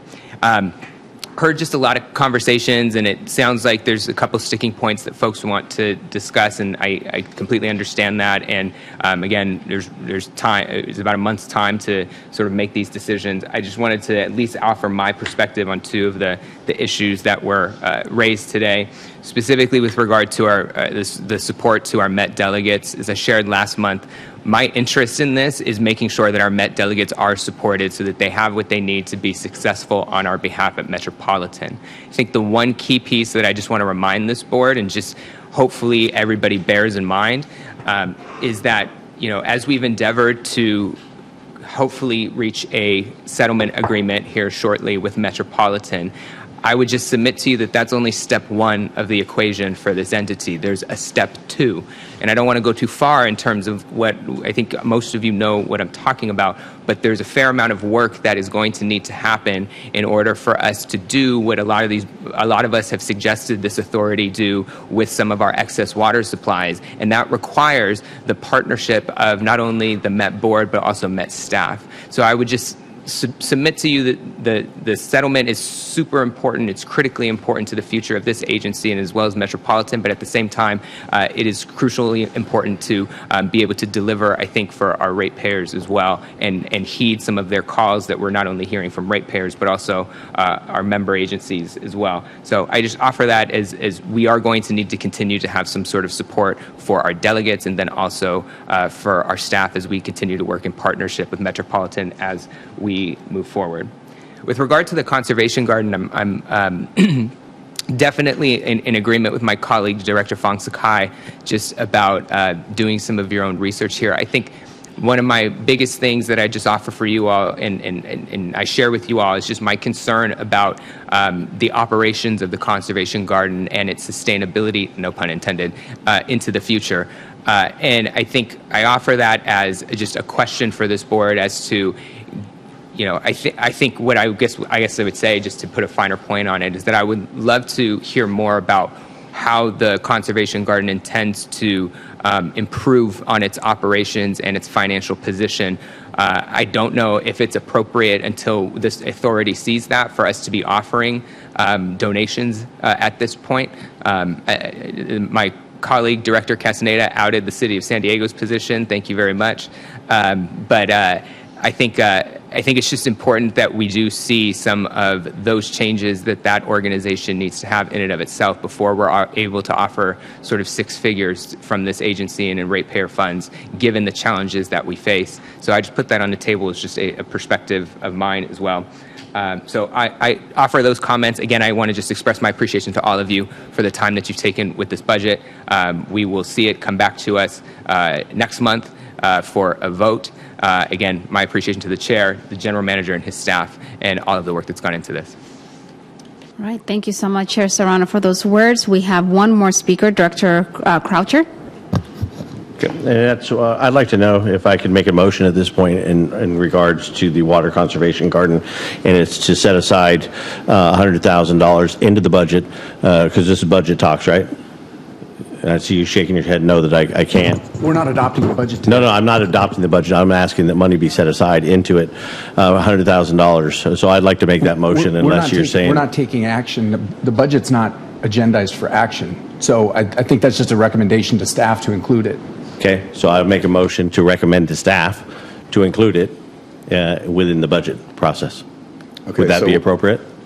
Yeah, so what we'll do is between today and when the final budget comes out, we'll have a conversation with all the current parties that are part of the Water Conservation Garden.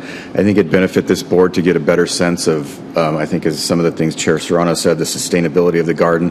I've heard some comments from Director Scalzetti about new ideas. Why don't we bring that back and have some options for this board to look at and choose from? Okay, because we cannot make a motion to ask staff to include it at this point? Is that, because I would like to make that motion, but it's, I There's think nothing if I can. agendized for a motion. So you've made a recommendation to staff. Staff's taken the A recommendation. motion is to recommend to staff. We aren't agendized for any action, so there's no vote required to make a recommendation. Staff's just said they'll take your recommendation, incorporate it into the budget documents that come back next month. So in order to get staff to understand if this is one director or the board as a whole making that recommendation,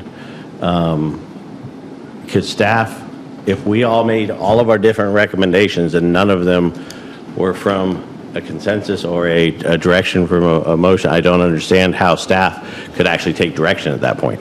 This is agendized as a discussion item. Okay.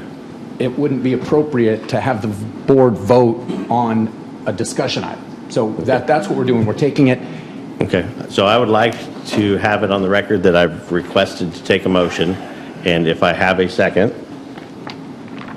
if I do not have a second, then Director obviously Croucher. it dies at that point. Just real quick, Director Croucher, just so that we are all on the same page. So how I'm understanding this is that since this item is not an action item, and there was a recommendation that were given, and I believe General Manager Denham is taking that recommendation. But your concern is instead of it being seen as a recommendation from one director, to be seen as a recommendation from all and for folks to take a vote. But what I'm understanding from legal counsel here, from David, is that we can't take a vote on the recommendation. Can I add something? Is that correct? That's correct. We're agendized for Okay. presentation and discussion. And I'll follow legal advice, but duly noted. In regards to the water conservation, I think we've invested, and this is a small item when we look at our entire budget, but the connection that it has to the communities, the investments that we've already made, and to abandonment at this point, I think would be not a smart thing to do. If you've gone to the garden and you've visited with not only the new director, but the volunteers and the community involvement there is just absolutely incredible. I'll leave it at that at this point, and then move forward with an agenda where it is on the agenda so we can make a vote. But as long as it's going to be brought back up for further discussion, I'm good with it. All right. A few comments from Dan? Yeah, so I just want to be very clear what I plan on doing, what we plan on bringing back next month. So the starting point today is there's zero budget. The Water Authority has opted out of the garden. We will come back with a range of options. I candidly view them as three options. There's the status quo, zero budget associated with the garden. With that, the Water Authority's out. The Water Authority potentially has the ability to rescind, similar to other agencies, to get back in as part of the garden. I view that as one bookend. Perhaps that's $100,000. Perhaps it's $150,000. There might be an opportunity in the middle based on the conversations I think that we can have with the current garden participants, that maybe the Water Authority is not part of the garden per se, but has the ability to make a contribution to the garden over some period of time. So that's the universe of things that I'm going to look into and bring back to the board. I'm comfortable with that. Thank you. Awesome. Thank you so much. Madam Chair? Yes. Just a point Real of quick, information. Director If I- Castaneda, real quick. We have Director Acosta in front of you, and then we'll come to you. Okay, go ahead. Quickly, I wanted to support I didn't want Director Croucher to think he was the only one who was asking for this from staff. So I'm also very interested in seeing what our options are. So thank you to the General Manager for letting us know what you were thinking, and I look forward to seeing what you bring back. Thank you. Director Castaneda. Thank you very much. I appreciate it. Just a point of information. Next Tuesday, the JPA at the Water Garden will be having a meeting, and we'll be talking about these very issues. So if there is an interest to at least understand whether or not the JPA is supportive of limiting the the County Water Authority's participation, either financially or as a full, sort of blown member of the JPA, some direction to the representative, I think, would be helpful. Because the bottom line is the letter has been tendered. Come June 30th, there will be, we'll pull out. So a decision has to be made pretty soon. Thanks. All right, thank you. And that is it for our speakers. I really, really appreciate everyone's engagement in this discussion. We have few Abdullahi. comments from staff. I'll come to you in a second. So I just wanted to make sure that, one, folks, I really do appreciate the comments and the engagement in these discussions, as Chair Serrano was saying. And so we are going to take a well-deserved break in a few seconds, right after staff makes a couple of comments. We wanted to provide additional information on the historical actuals. Yes, thank you. Just quickly, we just want to report on the comparison of our budget versus actual in our operating departments. We've been talking about that. While we don't have the current budget figures for us to show, we can speak to that in a little bit later. But we do have a slide. It didn't make it into this presentation, but we can look to incorporate that going forward. But just taking a look back at the last 3 budgets that we've adopted, in terms of our actual expenditures and our budgeted on our operating departments, this is how we closed out. For the fiscal year 22-23, we were 9.6% under budget. Fiscal year 2021, we were 5.5% under budget. And fiscal year 18-19, we were 6.7% under budget. So we do budget tightly on our operating departments, but we just thought that'd be helpful information to share. Thank you so much. And just real quickly, in terms of the current forecast, we're currently forecasting to be 4.4%. And I know the controller's report is what you all have access to, but it is a 2-month delay, and it doesn't show actuals. And the actuals really won't even occur until August sometime. Correct. We don't include forecast information in the controller's report in the actuals column.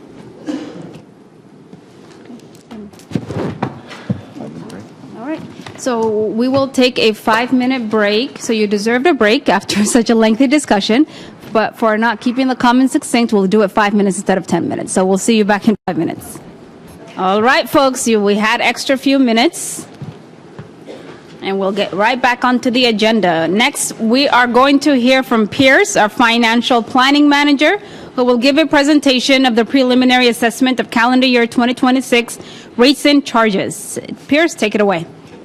Thank you, and good morning. And now that the easy lift is out of the way, talking about recommended rates for calendar 26, the presentation today is going to go over the cost of service overview. What does the study do? What does the study not do? We're going to jump into the permanent special ag water rate, which I'll refer to as the PSAR program, then the recommended rates, and the next steps. As we set rates and charges every year, the math behind setting rates is very simple. It's a simple formula, revenues divided by sales, and you get your rates. You just heard during that lengthy budget discussion all the other challenges that we have in terms of how do you define financial objectives? How do you define rate frameworks, whether it's PSAR or operational goals in terms of ERF or conservation programs. All of that is done within the board policy, the board providing direction, and then we have the cost of service review, the cost of service paradigm at which all of that is encompassed. And the biggest thing for that is really just the rate development process. We've got the revenue requirements. This is a similar process to what retail agencies do when they set rates. You start with the revenues. How much do we need to bring in to cover our costs? So that's why the budget conversation is so critical. When we take a look at our costs, we look at it by line item in terms of what function does it serve.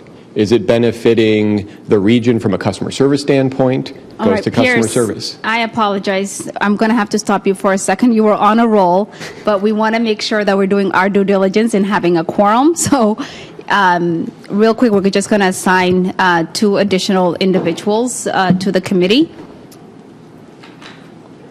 Director Croucher, do you mind? Oh, I believe you're I'm on already the on this committee. committee. Yes, you are. Yes. One more. Thank you. All right. Director Flessy. You'll be on the committee. All right. Awesome. We're good, Nicole, on quorum? All right. Pierce, take it away again. Great, thank you. So in terms of the process, we go line item by line item in terms of what costs incur what function. So supply costs really neatly go into the supply function, the treatment function. That translates almost one for one into the rates that we charge. Most of our charges, most of our revenue is generated on a volumetric basis. So a supply cost goes to the supply rate, and that's a volumetric. Some costs are recovered on a fixed basis, and so that final piece of our rate development process is the allocation to member agencies. That is reflective of a 7-year rolling average based on those agencies' use of the system. We have a third-party review in terms of cost of service. We develop all of this in-house, but then we send the analysis, the model, all of it to our consultant for them to review. They take a look at all of that and independently validate this. This approach used to be once every 5 years in terms of a cost of service review. Then it happened to be in coordination with the 2-year budget.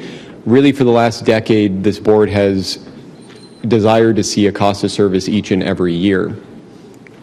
But the results are roughly the same. The cost of service can be found on page 73 of the board packet, so you can see the report there. Running through kind of the key findings are, the Water Authority's revenue adjustments are necessary. That the Water Authority has significant detail and a sound basis for the proposed rates. The existing methodology provides clear, reasonable, and defensive nexus. That's critical. There has to be a rational basis for how these rates are charged. We can't just say customer A gets $5, customer B gets $1.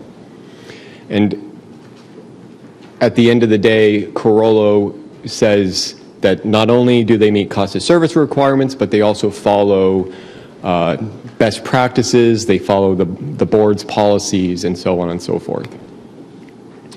When we talk about that equation in setting rates, what are the drivers for the expense side of the equation?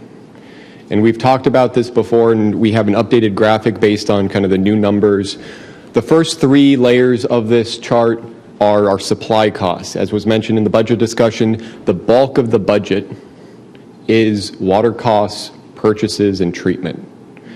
The bottom layer here was reduced from 2% down to 1.5%. That will be reflected in the June budget. That's reflected in the cost of service report. That's because our QSA is tied to GDP.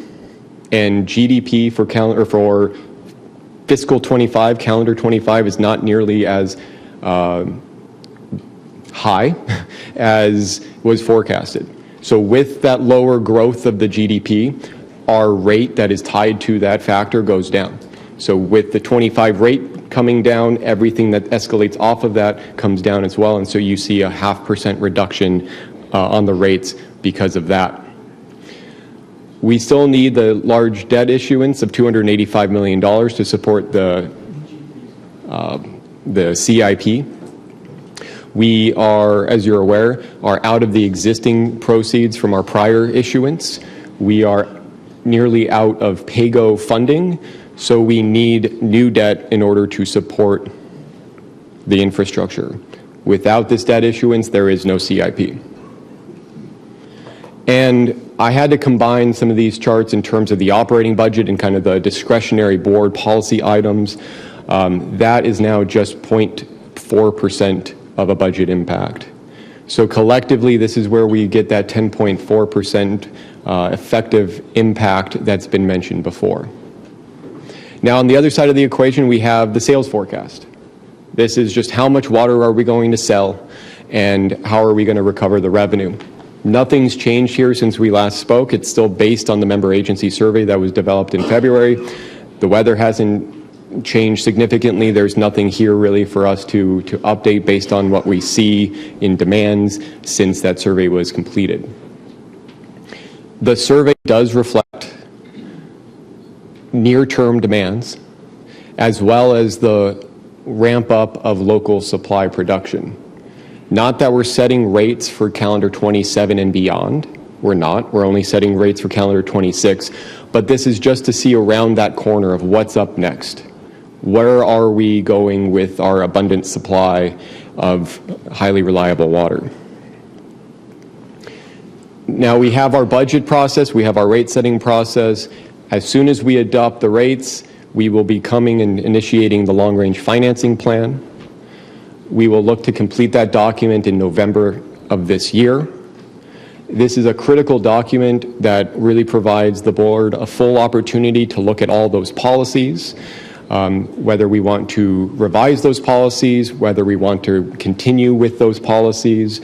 And then importantly, this is also the springboard for the debt issuance that we're looking for in 26, that the rating agencies will use that information and heavily rely on it in terms of our ratings. So the policies that this board implements, the forecasts that we're implementing will go a long way in terms of preserving or adjusting those ratings from the rating agencies. That's a quick overview of the cost of service. The next item here is the PSAR rate update, but before that, I'm going to throw it over to Tish. Thanks so much, Pierce. I just want to jump in before Pierce gets into the PSAR rate and point out that this is a one-year rate that's going to be in front of the board next month. Today's action is to set a public hearing and only the public hearing. And with that in mind, information that was provided as part of the board packet did show multi-year possible projections. However, the board is only considering calendar year 26 next month. So with that in mind, I just want to share that staff plans to bring a comprehensive PSAR multi-year funding approach for board consideration in fall of this year, so fall of 2025, and that would have an effective date no earlier than January 1st, 2027. So just want to assure the board that any action taken next month with regard to the PSAR rate is only calendar year 26, and staff is committing to bring that multi-year 2027 and beyond funding approach for consideration to this board in fall. Wanted to tee that up before Pierce gets into the details. I appreciate that. And there's been a lot of conversation on PSAR. We heard some public comment earlier. For those that are not really aware of what the PSAR program is, this originated as a metropolitan program, but that was unwound in the mid-2000s. In 2008, this board created the transitional PSAR program, or transitional program, and that continued to be extended multiple times. So from 2008 to 2020, we had a transitional program. The board made that permanent following a recommendation from the Financial Strategy Work Group and a lot of work that went in with that group. The PSAR program is implemented at the board's discretion and is reevaluated or modified at any point in time based on board discretion. The PSAR program is a cost-benefit analysis in terms of the cost of service review, so it's reviewed annually as part of that, and so we've been validating that as part of the annual cost of service review. It's a voluntary program for providing eligible ag customers a lower rate for a lower level of service. There is a direct nexus between the ability for these customers to be interrupted, therefore they don't get as high reliability, they don't pay for that reliability, and therefore are afforded a lower rate. There is a direct nexus in terms of providing that. It is not a subsidy or a discount, it is simply a reflection of a lower level of service. The PSAR program is implemented at the retail level. So we have a PSAR rate, but you as member agencies are the ones who implement it. 11 member agencies, as shown on the map on the right, are participating in that program, and we have about over 1,000 ag customers that are enrolled. So that's just a quick overview of the program itself. But as I mentioned, that program was really designed around, all the way back to 2008, this idea of, as metropolitan water is our least reliable supply, as that supplemental water can be cut back, we will have the PSAR program customers take the brunt of any cutback. So that's that reliability nexus there. However, what we see now as part of this 5-year review that we were required to do, when we take a look at our forecasted demands based on that member agency survey, PSAR demands are north of 10,000 acre feet, and we have MWD supply purchases of 2,500 acre feet. Therefore, our ability to provide PSAR water at the metropolitan rate is broken. That nexus no longer applies. So we have some updates in terms of the recommended rate to maintain that legal cost of service nexus. There's discussion in the cost of service report, but there's also a more robust write-up of this in the board memo, and that can be found on page 67. Really, we're only looking to adjust 2 elements of the existing approach. Right now, the existing approach for supply is directly tied to the MWD full service rate, and there is no assessment for any benefit of storage. The other changes, or the other rate categories, treatment, transportation, customer service, supply reliability, infrastructure access, there's no changes, and you can see whether it applies or not to the PSAR program. The recommendation here for the update is to create a melded supply for the PSAR customers, and this would be a melding of our MWD and our QSA. And what I mean by melded is it's a weighted cost average of how much water we're buying from Metropolitan versus how much water we're buying from QSA. There is no desal that would be attributable to the ag customers. Just says right now they don't benefit from the highest reliability of the water we have. They would not be benefiting from desal under this updated approach. And then the other part is the operational storage component. As we've looked at demands, seasonality, those types of things, there is a proportional assessment, a benefit that these customers are using from our operational storage. Now, our storage program, as you may remember from some past updates the board recently did, we have 3 different categories of storage. We have operational storage, carryover storage, and emergency storage. The ESP and the CSP, or carryover storage, view those more as savings accounts, retirement funds, right? Those are only there for emergency purposes. The operational storage is more our checking account, inflows, outflows on a constant basis, and those ag customers benefit from that. Now, with this recommendation, we are looking to do a phase-in approach. And so what General Manager, or what Tish mentioned, was in calendar 26, there is only part 1 of the phase-in. In calendar 27, again, no action, no decision this year on this item, but just again so you can see kind of around the corner, around the bend, what potentially we may need to do. Phase 1 would be this operational storage component. It recognizes the benefit that's being received today as well as what's forecasted in the future, and allows those customers to take water out of storage and gain access to that. In phase 2, it would be the creation of that melded supply rate. There's still more analysis to be done. We'll see what the updated urban water management plan forecast does, and updated forecast there, so more work to be done. But it would create a melded supply rate for PSAR, again, no desal, and this would be phased in calendar 27. The ability for us to phase in is the fact that we have stored water in storage right now. And so we have metropolitan water that those PSAR customers now will gain access to by paying into the operational storage. Again, kind of looking ahead, what's around the bend, Metropolitan has large increases, significant increases on their full service rate that are forecasted in 27 and 28.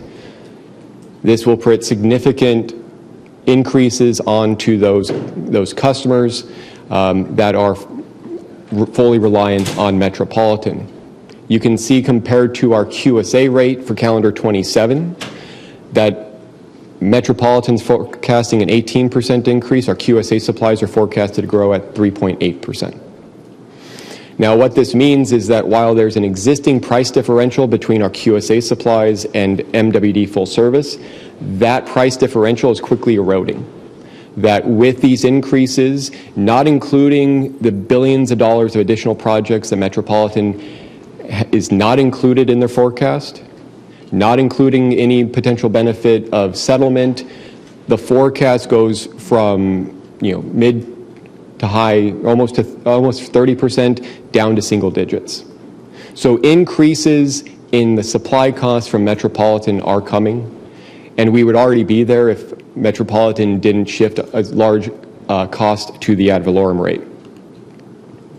As part of the PSAR program, each year a handbook is developed that walks through eligibility, guidelines, procedures. This handbook would be updated to reflect the new restrictions, the cutbacks, those types of triggers, and so development of that with the passing of the rates would be begin in July with adoption later the year.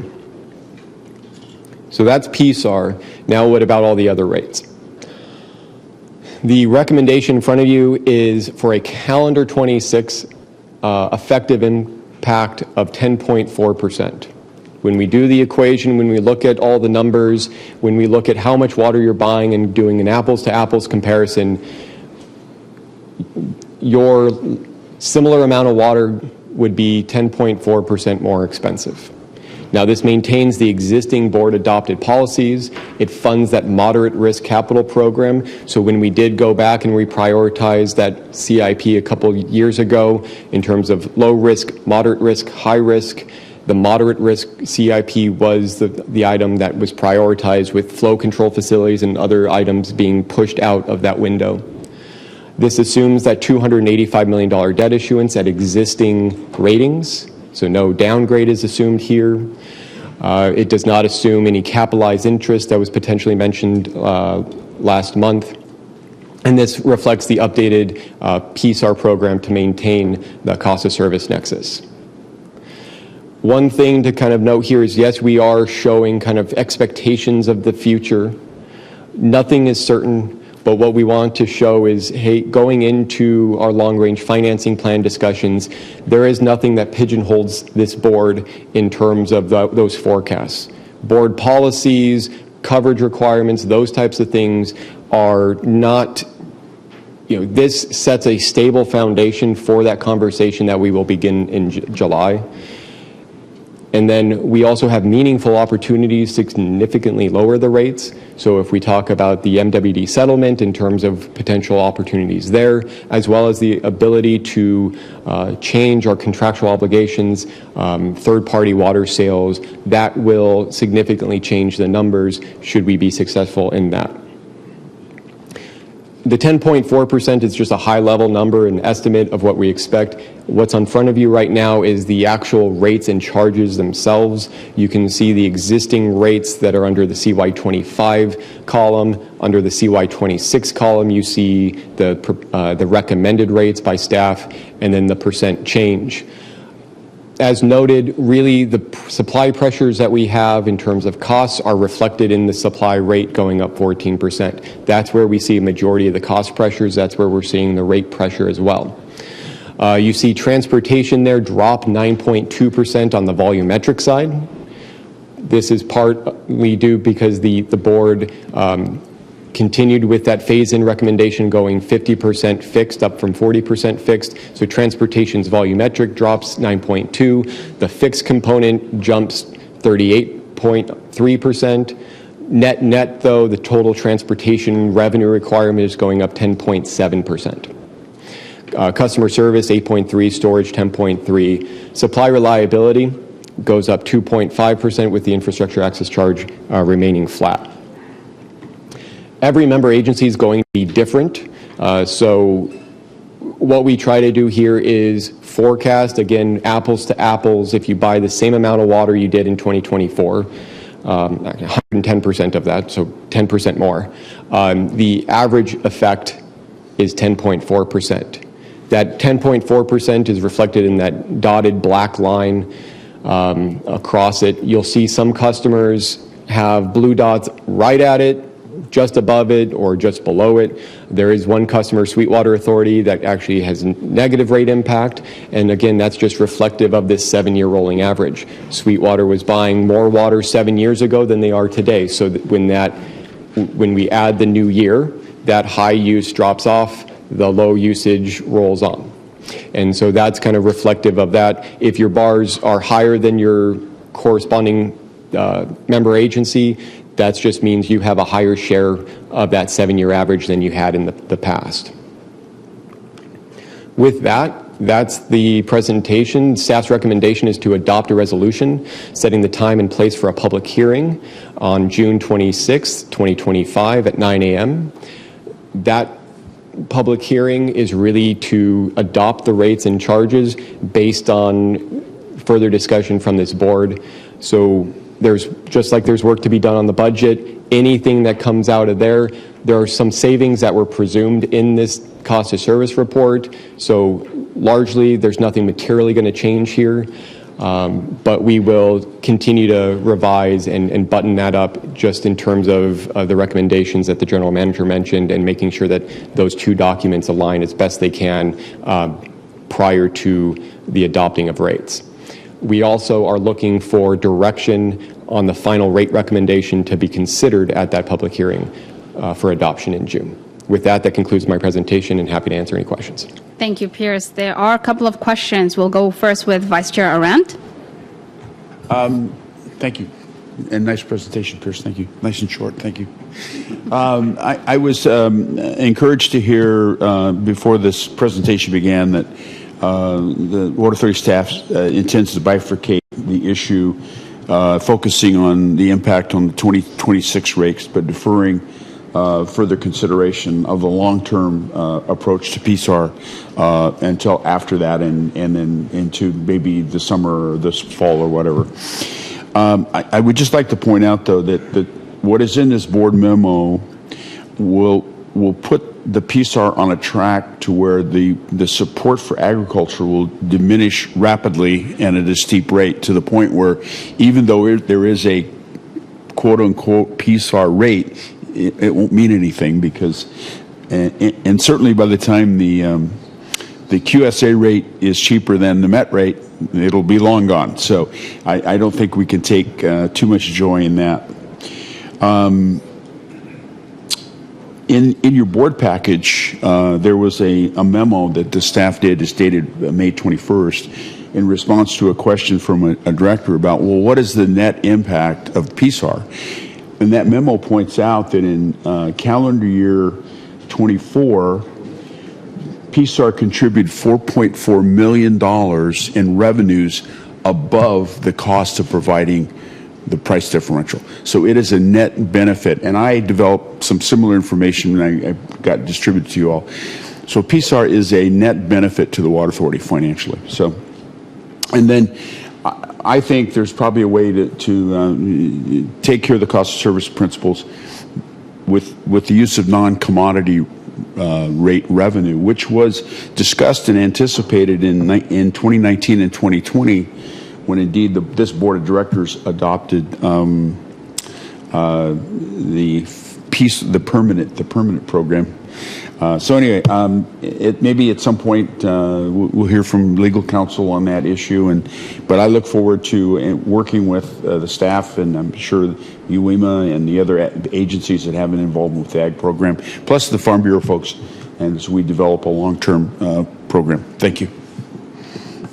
Thank you, Gary. Director Leahy.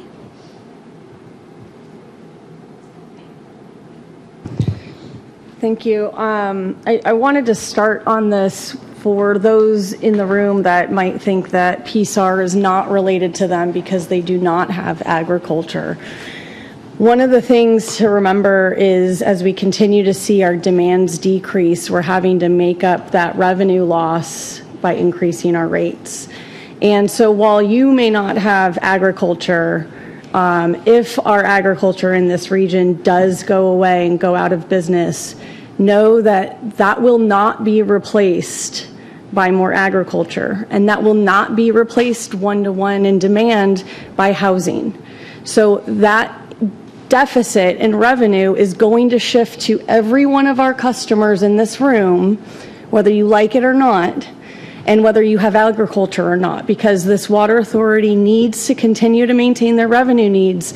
And if that demand goes away, which we saw was 12,000 acre feet, that is not coming back. And when I say that, I mean, for example, Oceanside, we have a restricted covenant in our agricultural region that that land cannot be smaller than 2.5 acre property lots. So even if those farmers decide to stop growing, that the smallest those lots can be is 2.5 acres, and you can put one house on a 2.5 acre lot. That is not going to replace the demand that goes away from these farms. So that is why it is important to all of us to continue to focus on this effort and find a solution to be able to maintain agriculture in San Diego County, in addition to all of the great comments that we heard from our speakers today and my neighbor here, Director Rant. I would ask for the record that when this does come back, that this actually goes to the general manager group for evaluation and to establish a recommendation to the board prior to coming back. And continued for the record, I would like to make sure that when this comes back to this board for evaluation, that we have a model showing what our rate impact would be if the PSAR demand went to zero, so that this board has a full understanding of what that financial impact is on both sides to continue to maintain the program and whatever those options might be, and if this program were to go away, so we can make an educated decision. The other concerns I have about transitioning to the storage and to the QSA supply, I know, Pierce, you mentioned that they would be able to utilize that storage in the time of need. My question, and this goes back to the development of the program as a whole, that I think needs to be presented, and why we need to also have it go to the GM group is, the whole point of the program was knowing that they were taking a lower level of service, and that was part of the savings that they were receiving, and figuring out, maybe it's not even a question, but I'd like for us to figure out a way that we can still offer some sort of lower level of service and a potentially interruptible supply, if that's the way the program was intended, with a discounted rate. And we've always touted that QSA is uninterruptible or a more highly reliable supply. So, putting that rate onto this program with the intention that it was always supposed to be when there's a drought and there's cutbacks, you're cut back first, that just changes the whole direction of the program. So this is why I think it needs a bigger conversation, a bigger look at why or what the intention of the program was. I would also ask our general manager's office, including our chief operating officer, that when things like this come up, that our agencies are notified prior to being posted in the board packet. We had 2 rate and budget workshops, and we got 4 paragraphs in a staff report to be notified of this change. And I think the understanding of the impact and the questions to our communities is not being understood of what those 4 paragraphs without any context does to our regions and to our customers, and the uncertainty that we're providing. To just hear a detailed explanation in this room after the fact is not up to my level of expectation. So I would expect in the future, and I hope that we can hear about these things ahead of time, so that we can help as member agencies prevent the panic within our region and within our customer base, and help be that communicating partner with you, so that we know that what's going on and not being surprised when a packet's released. Thank you. So Director Leahy, I appreciate those comments. Let me give a little bit of context in terms of what the community has known. I've presented to Farm Bureau twice, and in those 2 presentations that I gave to Farm Bureau, it was very clear that there was a disconnect, a cost of service disconnect that we had discussed publicly. I had private meetings with the president of Farm Bureau, with members of this board as part of those meetings. We discussed this in the general manager work group that we have. I understand and appreciate more information being needed, but to put it in context, in the vein of the community not knowing, we had those conversations with the appropriate stakeholders. Thank you. All right, Director Vespi. Thank you, Chair. Pierce, a couple questions. Could we refer to a couple slides? Could we go back to 42 for a second? So this slide, what caught my attention here is the dotted contracted supplies line. I don't recall a presentation where that line has been lower in kind of looking backwards. Could you walk us through why it's presented that way here? Yeah, so this was updated in the budget workshop meetings that were held last month to reflect that because the general manager was able to offload that 50,000 acre feet of water in that three-party water deal, that our actual commitments that year were not at the 320,000 acre foot, but rather at the 270,000 acre feet. So it's just reflected the water deals that were accomplished. Got it. And it's not inclusive of the desal of lowering.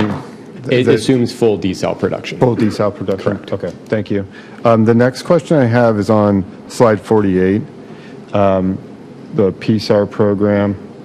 I didn't really fully follow the operational storage component for for calendar 26. Could you speak to that a little more? So using the water in storage, how that's playing into the methodology change, or kind of the bridge to a methodology change?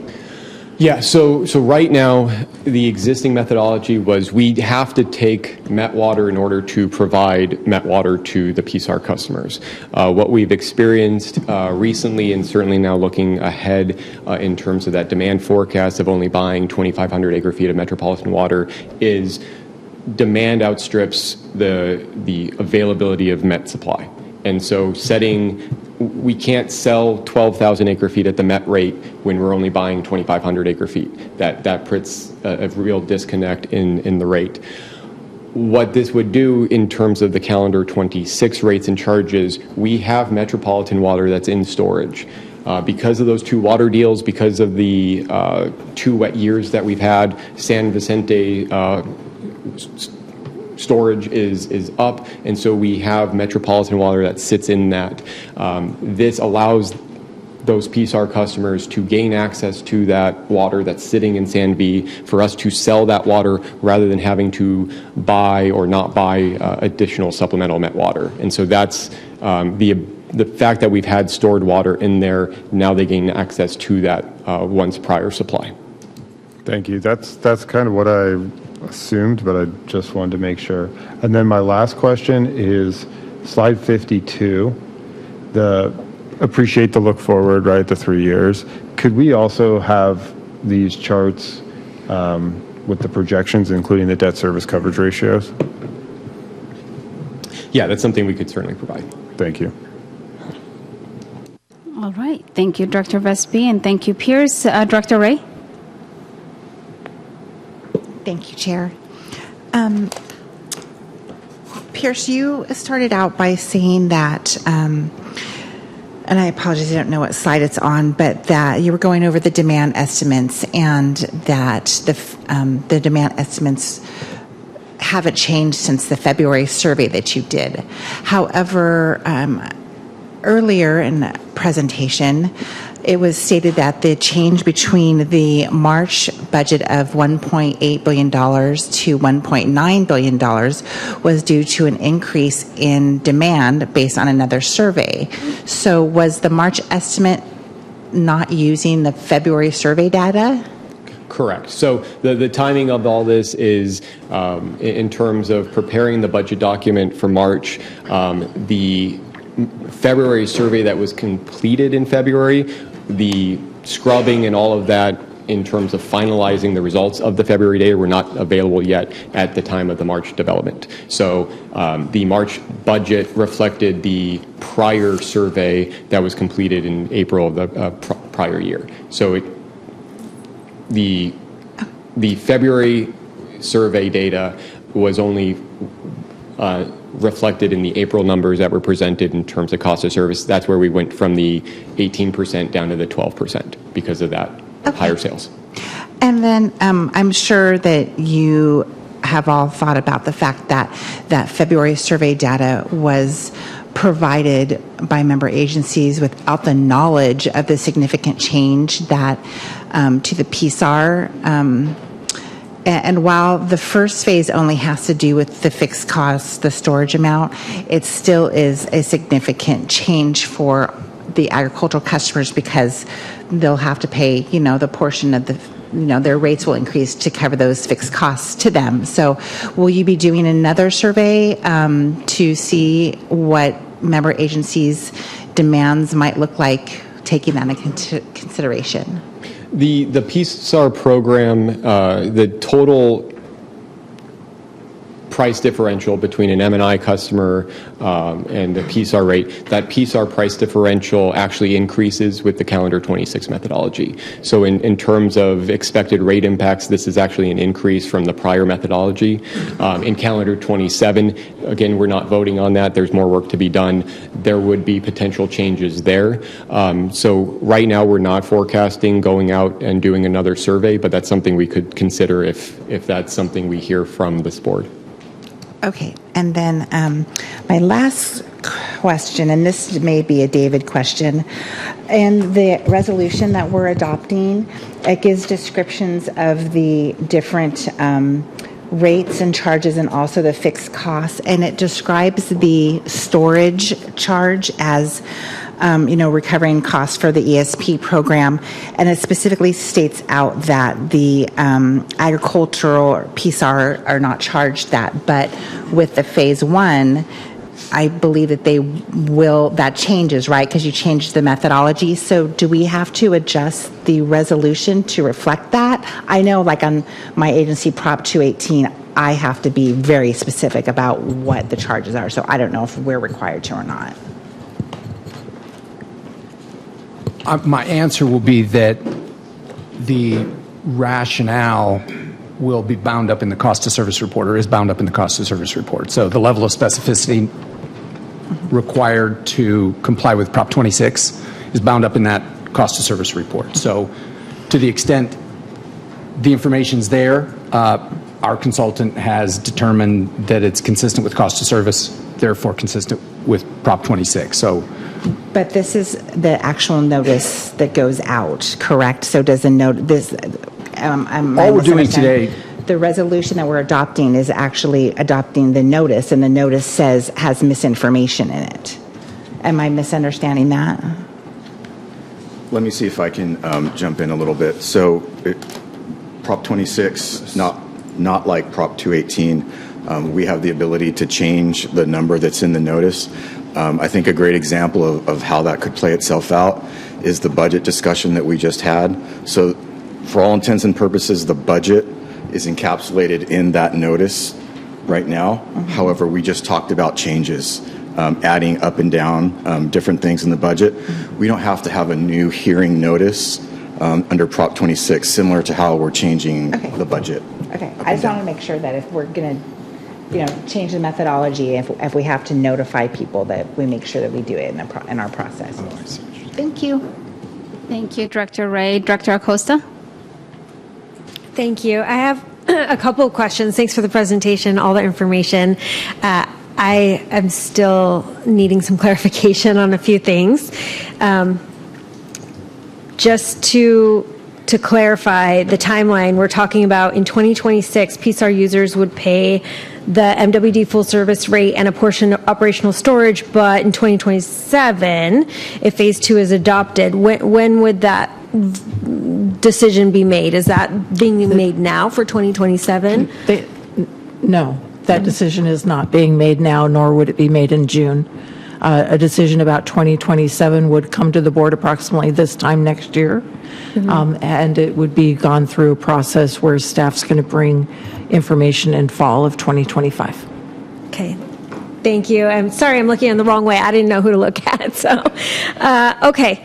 And to go over again the engagement of stakeholders that the general manager mentioned, because I was also under the impression that this was kind of shocking, especially from the public comment that we heard today from the farmers.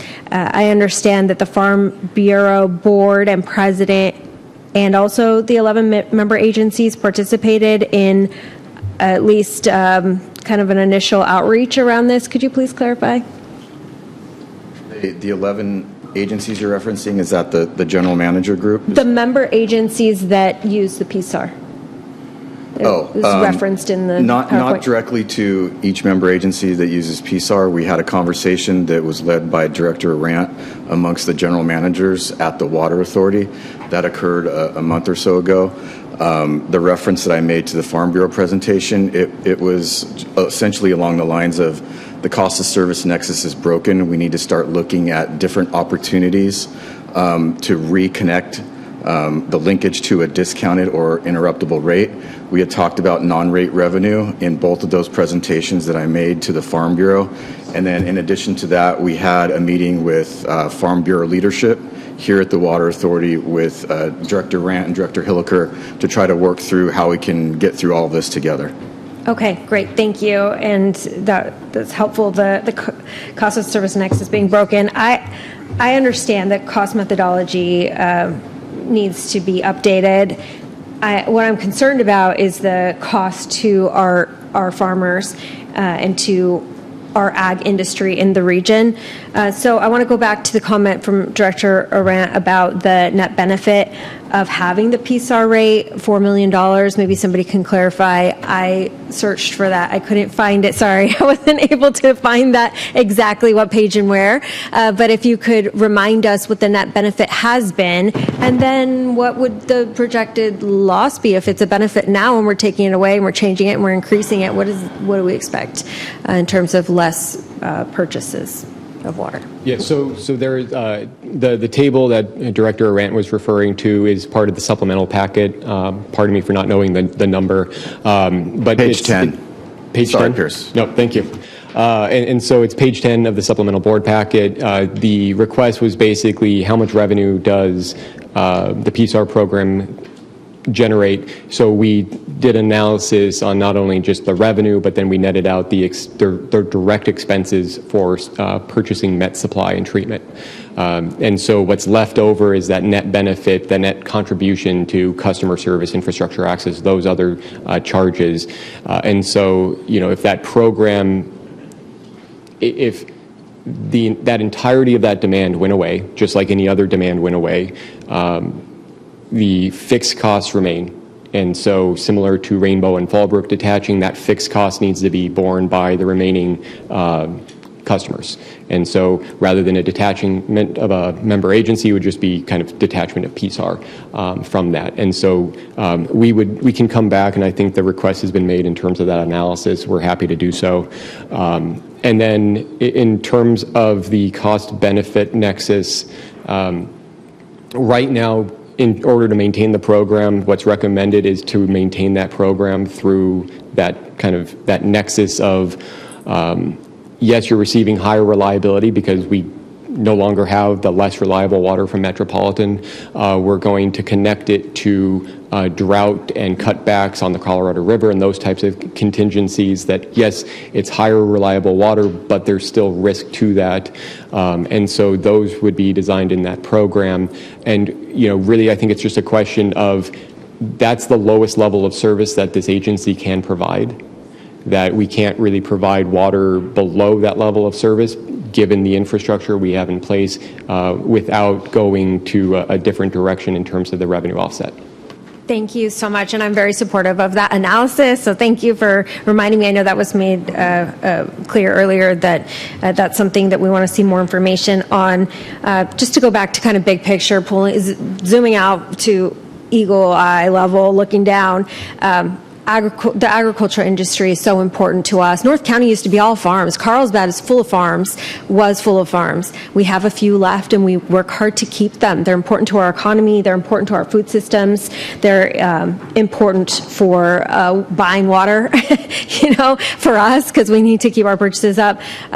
And I am really concerned about the public comments that we heard today from Farm Bureau and what it might mean if farms continue disappearing because they can't afford water and their costs keep going up and up. So I'm happy to revise our cost methodology, but I don't want to put people out of business. So I think we need to find a happy solution in somewhere in the middle. Thank you. Thank you. Vice Chair Hilliker. Thank you very much, Chairwoman. As far as PSAR goes, for example, on my farm, I don't use it because I have livestock. They got to get water every day, so nothing, and I don't want anything interrupted there. But I understand that with my brothers in the citrus and avocado industry, they do need it, and this is another tool to just help them. I think Director Arant has laid it out pretty well. And, the agriculture industry here in San Diego, basically the way I look at it, is helping the water authority by putting more water through those pipes. More water that goes through those pipes, the less we've got to pay. Once that goes away, as it's been said, we're all going to have to pay more. And then as far as Farm Bureau goes and notification, they're very, very well notified, but if Farm Bureau members don't choose to show up to Farm Bureau meetings or open their emails or read their mail, we can't do anything about that. And I'm on the executive board at Farm Bureau, so I'm very well versed. Director Croucher. Thanks, and I appreciate I know we've done studies, I think 2017 and before, that we partnered with some of the member agencies and the Farm Bureau and stuff that brought some information back. But as of recently, I know LAFCO and San Diego County Planning has received some grants to specifically look at helping ag and helping maintain ag sustainability within the region. I know our general manager is talking about how he's met with the general managers, he's met with the Farm Bureau, stuff like that. Have we also met with the folks from LAFCO and the county planning that are receiving these grants to talk about the impact of whether it be PSAR or other things that could include us to ensure that we are supporting our farmers of the region? And then I have a second question right after that. So personally, myself at the executive level, I have not had those conversations. I'm not privy to any staff conversations that may have happened between the county, LAFCO, and our staff, but I'll follow up with that. Okay. Knowing that they put in for, I believe they received two different grants, both for $500,000 each, so $1 million in grants on how to help the farmers and ag within our region. So I would hope that we are working with them to ensure that we're part of the solution as opposed to being kept to the side and not being part of that. And then additionally, MWD used to have the ag rate as well, but that went away, I believe, 2009, 2010, somewhere right around there, Gary. With our new relationship with Met, have we approached Met on, is this something that they could come back and help with a little bit for our region? Because as our relationship improves, I think Met acknowledges the value of farmers and ag and everything else within the process. So if there's something that Met can do with us to help that's why I would encourage our conversations with them, at least to see if there's an opportunity there as well. And then finally, have we done anything at the state or federal level to start to highlight what a big issue it is, specifically for our region, but it's beyond our region. It's all of California and beyond when it comes to our farmers. And lots of alarms are going off in different areas, whether it be FAA and whether it be other infrastructure investments, and who's stepping up to assist. And I think this is a great opportunity in one of those areas that the Water Authority could raise its hand and bring our political clout or input and discussion items at the level to be able to help the farmers at that point. So that's my 2 cents. Thank you. Director Flessy.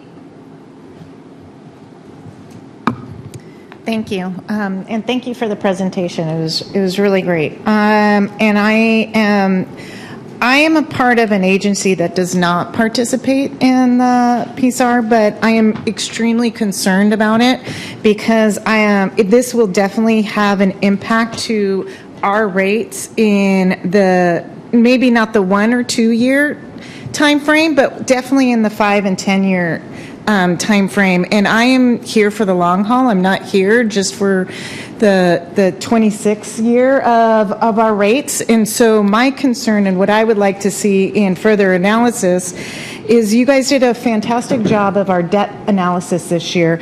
I would like the same kind of in detailed analysis for our demands. If we raise rates to a certain point, just like any kind of business, if they raise rates, they're going to lose customers. So there is a point where the rate and the customer loss need to even out, and we need to see that. In addition to not only the PSAR, but also to Director Vespy's point from last meeting, he brought up that San Diego is going to be coming online with their pure water project, reducing their demand as well. So with two major components of demand going down within 5 years, what is that going to do to our rates? So that's the kind of analysis that I would like to see as part of this as we move forward. And so what are we doing to ourselves? How can we smooth that along? And then how can we incorporate that as we move forward as an agency? Thank you. Thank you. Vice Chair Arendt? Real quick, I just want to confirm that, yeah, the ag community, ag agencies have known that this issue was coming. It was, as I said earlier, it was discussed in 2019, 2020, the prospect of the dropping ag and water demand. So, yeah, staff, we have had general conversations about this coming. The specifics was we didn't have the level of specifics that we have before us today. So, but there was efforts on the part of Dan and members of the staff to have the conversations with agriculture about what was coming. Thank you. All right, Director Scalzetti. Thank you for letting me speak. I'm not going to get into the ag stuff as it's already been, my stuff's already been kind of discussed, and I agree with a lot of Director Leahy's points on the importance of ag. We are Helix Irrigation in the reality of it, even though we're called Helix Water. But we are supporters of the ag community, and I hope we figure some of that stuff out. One of my questions was on the MWD purchase of water. We're purchasing about 2,500 acre feet a year, and in the future you don't see that going up at all. I mean, obviously she talked about other local supplies here in the region.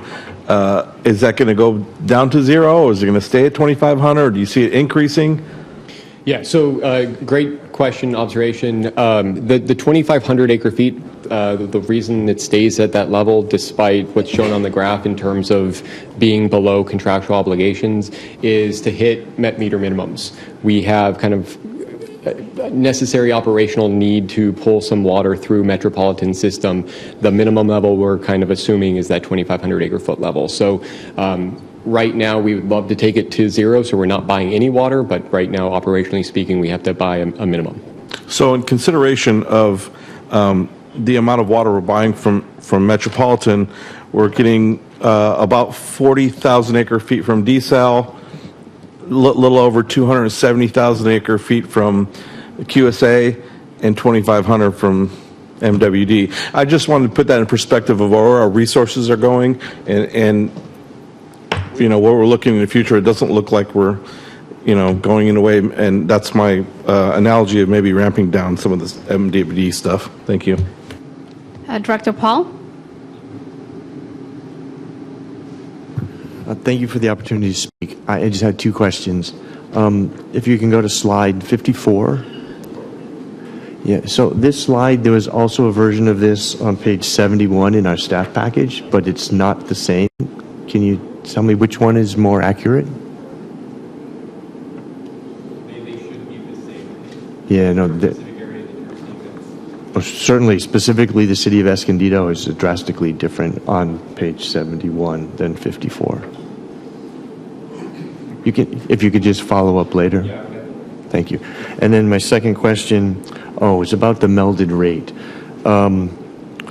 So we have a melded rate now that includes the desal plant, but you were talking about using a melded rate for the ag rate. That's just going to be melded, this 2,000 or 2,500 acre feet of MET is going to be melded with QSA water? Is it going to be melded with all 270 or only with 10 to make 1,200? So the way that it's shown... Microphone, Pierce, please. I shut it off. Thank you. What is assumed in phase 2 would just be the melding of that 2,500 with the full amount of QSA, the 200,000 acre feet or 277,000 acre feet of QSA. So IID and the canal lining water. Right. So the rate would be a lot lower if it was only melded with the missing 10 acre feet, right? That's something we could certainly consider, yes. Right. And we could even maybe meld it with the $30 water, right? Thank you. Yeah. All right, Director Freehoff. All right, thank you. I'll make it quick. I appreciate an opportunity to talk. I'm not on the committee. I do support a PSAR. This is on the PSAR program. I do support a PSAR program that provides adequate benefit to our ag customers. I think they're an important part of our community. But I think what's most important for this program, and historically what we've demonstrated and why the board has always supported it, is that we also show the benefit to the Water Authority, both financially and from a supply management perspective. So I think that, and there's been some discussion on that, but I think that is going to be key to bringing the program back and getting the full board support. So I would hope that whoever the group, and a commitment from the staff that they are going to include all agencies that are interested in this program, and also folks from the Farm Bureau. Historically, that is what we've done, is to really engage the Farm Bureau. I was involved in this program quite heavily when I worked here at the Water Authority, and I know in the past that is how historically we were successful. And again, showing the benefit to the program, to the Water Authority, and then also making sure that we engage all the stakeholders. So thank you very much for the time to comment. Thank you, Director Freehoff. Director Madaffer. Thank you. I'm not on this committee, but I'll offer some comments. First off, I don't support any reduction or change to PSAR. I remember working with Gary Arant when I was chair, and we made PSAR permanent. And that was, in 2019, I believe. I see ag in our region under attack, and I think it's completely unacceptable, especially as we've heard comments from Carlsbad, North County. San Diego is always an agricultural community, and yet now it seems like it's being ignored. And I've got to say this also, it's like we told you so. The PSAR impacts of detachment were clearly laid out. For those, that supported detachment, fundamentally supported reducing the ag base to the Water Authority. It's that simple. And for the record, the city of San Diego opposed detachment for a variety of reasons, not the least of which was reducing ag water purchased to the Water Authority meant ultimate rate impacts to all member agencies. And that's what's happening. If I'm not mistaken, detachment caused something like a 4 to 5% hit on the Water Authority's water sales. So, again, I'll say it again. If you supported detachment, or your agency did, you supported where we are today. Rainbow and Fallbrook were predominantly ag, and they're gone. In fact, I remember holding a press event where we showed a $200 million impact to the region, to the Water Authority. Well, guess what? It's happening, folks. The chickens have come home to roost. Here they are. Getting back to the idea of a workshop that Director Acosta raised earlier, perhaps, and maybe Mr. Denham, we could get an in-depth review of the cost of service when it comes to PSAR. I think that's something that might be missing. It's really something that we need to know more about. It would be good to see that we were warned. This board was warned about detachment and the impacts to ag and PSAR. So again, I would really, when this comes to this budget issue, we've got to be very careful on what we do, because you're basically killing an industry by making these changes. Thank you. Thank you, Director Murdaffer. Director Myers? Thank you. I'm not a member of the committee. Thanks for the opportunity to speak. My agency, Olivenhain, has significant PSAR users, and we definitely support working through this and maintaining the PSAR program. And that's just a general comment. I do have one specific question. It's probably just me not understanding a certain. If we can go to slide 52, which is the staff recommendation on the increase, and there's a graph on the right, the upper right-hand corner, on the I think the quote is on the nothing is certain future rate expectation for CY 27 and 28. I was looking at that because I had some questions, from some of my people about, well, what are they kind of projecting out a little bit? And I looked at this and I saw the 8% on CY 27 with I think is intended to be a range of 6 to 10%, and I thought, okay, that 8% is the midpoint. Then I looked over at 28 and it said 6% with the same range of 6 to 10%. So what is I understand the range. What are the 8% and the 6% represent? Yeah, so the 8% and the 6% just simply represent what is being modeled and so shown in those graphics below. So you know that it's, where within that range it falls. That range kind of reflects what we previously showed in the high-low in April. So it's just kind of a reflection of this is what is actually being modeled in those first couple of years. Okay, so your modeling was the 8 and the 6? Yes. Okay, thank you. All right, thank you. I don't see any other speakers. Chair Serrano. Sorry, I'll do it again. Thank you, Madam Chair. Just before we take action today, like I always do, I want to be clear, especially for members of the public and members of the media who may be watching, all 24 of them. This vote is to not adopt a water rate increase today, so I don't want to see any reporting that suggests that. Today's item is simply to, as the screen says, set the time and place for a public hearing on June 26th, at which time we will receive public input on the staff recommended rates and charges for fiscal year 26. And as has been presented, that recommendation does currently reflect a 10.4% increase, but I want to emphasize that this board is not adopting or endorsing that number today. As I always do, I continue to have deep concerns about affordability and the real impact these rates have on our ratepayers, and it's why I've made a priority to work with staff to identify meaningful reductions in partnership with many of you on the board, and I do believe that we've made progress. We've taken steps to rein in costs, including significant reductions in consultant and lobbying contracts, which we have talked about significantly today, scaling back things like discretionary travel, and executing early water transfers to bring in additional revenue. And so I do want the public to know that there is more work underway. I'll never be comfortable raising rates on our residents, but I'm committed to ensuring that if increases happen, as I've been consistent about since I've served on this authority, that we've considered, examined, and turned over every stone possible. I acknowledge that this is a hard balance, fiscal responsibility over water security, and I do believe both are achievable. But I also want to emphasize again that we are doing the work. I've already asked our general manager to consider additional reductions, as I know that many of you have as well. And I do want to share with the board that I do believe that that includes the board's own allocated budget and further limitations on agency travel, which I intend to bring forward as part of the final recommendation next month. So again, to be clear, the number today is not final. This vote is not the final decision. It is the next step in our process that will include further discussion, further reductions in public input, which we will receive next month. In partnership with all of you, my commitment remains to deliver safe, reliable water and to do everything in our power to bring rate relief as fast, as soon, and as responsibly as we can. Thank you, Madam Chair. Thank you so much, Chair Serrano. And on that note, do I have a motion to approve the staff recommendation to set the time and place for public hearing on June 26, 2025 at 9 a.m.?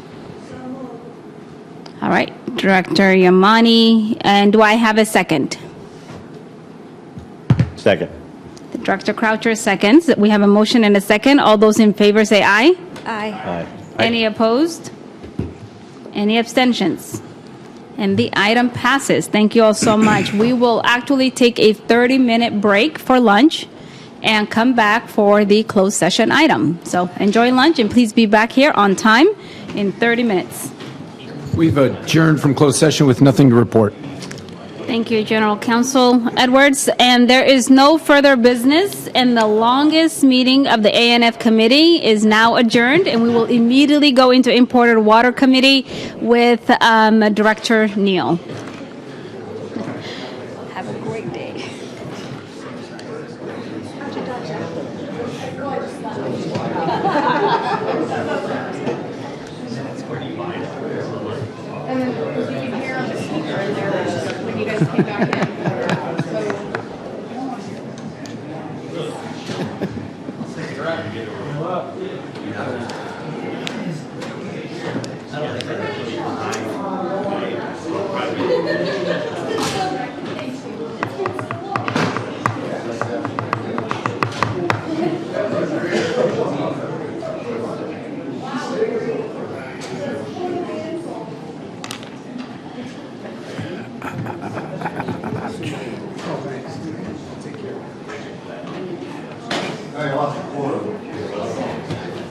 You think? All right, everybody. Immediately, I think meant immediately, especially in light of the length of ANF. Welcome to the Big and Beautiful Imported Water Committee. And let's have roll call.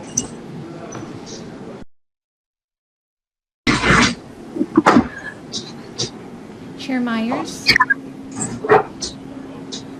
Present.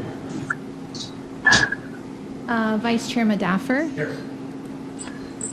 Directors Boyd Hodgson. Castaneda. Here. Croucher. Here. Flessy. Here. Fong Sakai. Present. Heidemann. Katz. Hall. Yes, present. Scalzitti. Here. Serrano. Here. Chair Myers, you have a quorum of the committee. Okay, and we note Director Miller checked in.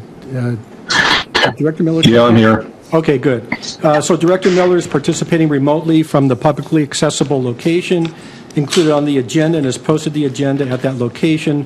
Votes today will be by roll call vote.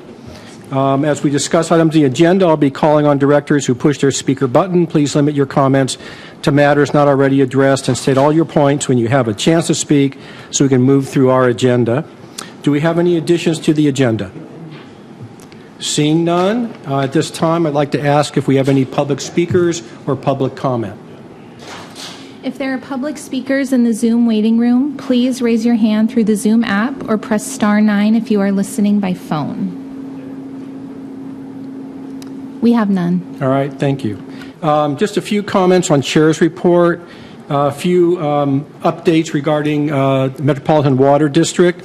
MWD has begun its recruitment process for the next general manager with their goal of a new general manager in place by January of 2026, so at the end of the year. Director Miller will provide a bit more information about that as part of his delegates report. And then continuing to look up north on our water, Met released the draft environmental impact report for their Pure Water Southern California project. That's kind of one of the big three that we had some discussion this morning about some of the potential costs coming down the pike from Met, and that's one of them. The comment period is open through mid-July, and Met anticipates evaluating the project through the Climate Adaptation Master Plan for Water, or what we call the Camp for Water process, probably projected right now in December. We're going to have more discussion about the Camp for Water process anticipated next month, where we're going to have some presentations and discussion on the process and then further discussion about these projects down the pike. On the Bay Delta Tunnel Project, another one of the big three, you've probably all seen that Governor Newsom is seeking a trailer bill to fast-track judicial review of legal challenges against the project and to streamline the project's pending water rights permit. This is something the governor attempted to do in 2023. It got a lot of pushback then and failed for lack of political support. There again seems to be some significant pushback from both sides of the aisle, at least certain legislators on both sides of the aisle. So it'll be interesting to see whether or not this gets fast-tracked or not. So there's still uncertainty as to when this project is going to be at a point that is going to be get to Met and other agencies for actual decision making. Finally, on the tunnel, the Department of Water Resources has said the governor is focused on finishing the permitting before his term's end in 2027. He's really targeted this for him wanting to see this as a key element of his time in Sacramento. So that's where the fast tracking is taking place, and there's going to be a big push to try to get the permitting by then. I think that covers Met. We're going to have, looking east, we're going to be having some comment about Colorado River on this, which is our second major source of water and maybe more important than Met, as we've talked about this morning. Finally, just locally, we want to congratulate Vallecito's Water District. If Director Boyd Hodgkins were here at the moment, I'd be congratulating her. They were one of 4 honorees for Met's 2025 One Water Award, presented at a ceremony held yesterday. Vallecitos received the award for its Homeowners Association Turf Replacement Program, recognized for environmental impact and stewardship. And now, before we get into some other informational items, I want to move on to comments from the board. Do we have any comments from Vice Chair Madaffer before we move on? Yep, we're good. All right. And then I want to turn it over to Imported Water Director Westford for some updates and announcements. Thank you, Chair Myers. I just wanted to have a quick report to let you know that yesterday was a kickoff meeting for intra-California parties to start negotiations about how to share the California portion of the 440,000 acre-feet of Colorado River as part of our lower basin proposal for post-2026 guidelines. We were invited to sit at the table, although we're not a direct Section 5 contractor, but we obviously have a great stake in the river, and we were very pleased to be invited into those discussions. We will keep the board informed as we get further along.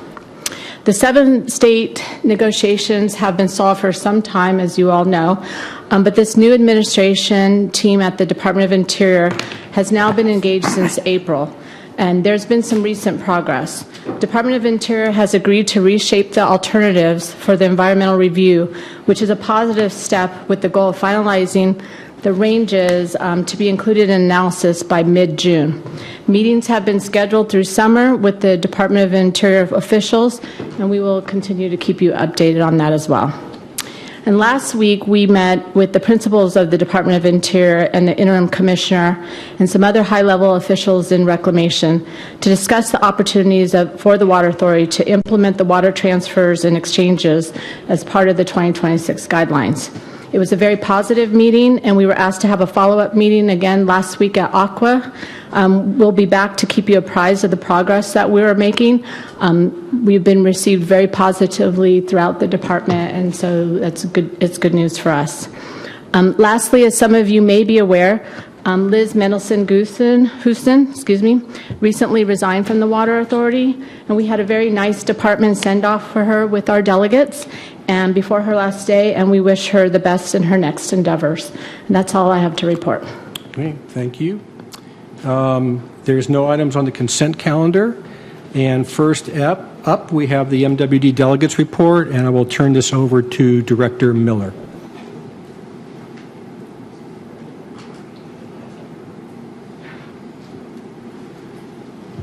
Do we have Director Miller?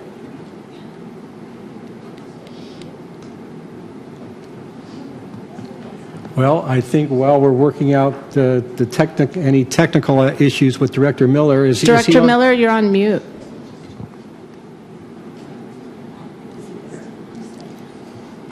Well, why don't we move on to the Colorado River Representative Report and turn it over to Vice Chair Madaffer, and then we'll circle back to Director Miller. Well, there's really nothing. Okay, good, because there's nothing for me to report, Mr. Chair, other than what was in the supplementals. Okay, great. Thank you. Yeah, Chair Myers, I'm here. There's some glitch on my computer, wouldn't let me unmute, but I'm unmuted now. I don't know how many of you know this, but Gail Goldberg had back surgery yesterday and is going to have another one tomorrow. So I hope you keep her in your thoughts. Also, Director Katz had emergency surgery on his eye, so that's why they're not there.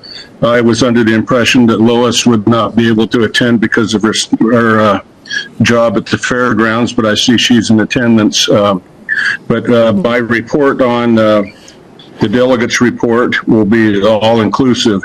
During the MET meetings, we approved the LRP extension for the city of San Diego on pure water and extended the start date from 25 to 28, and that passed. As Director Myers said, Chair Myers said, Ortega presented his process for hiring a new GM. He wants to get somebody on board by the end of the year, which is fairly aggressive.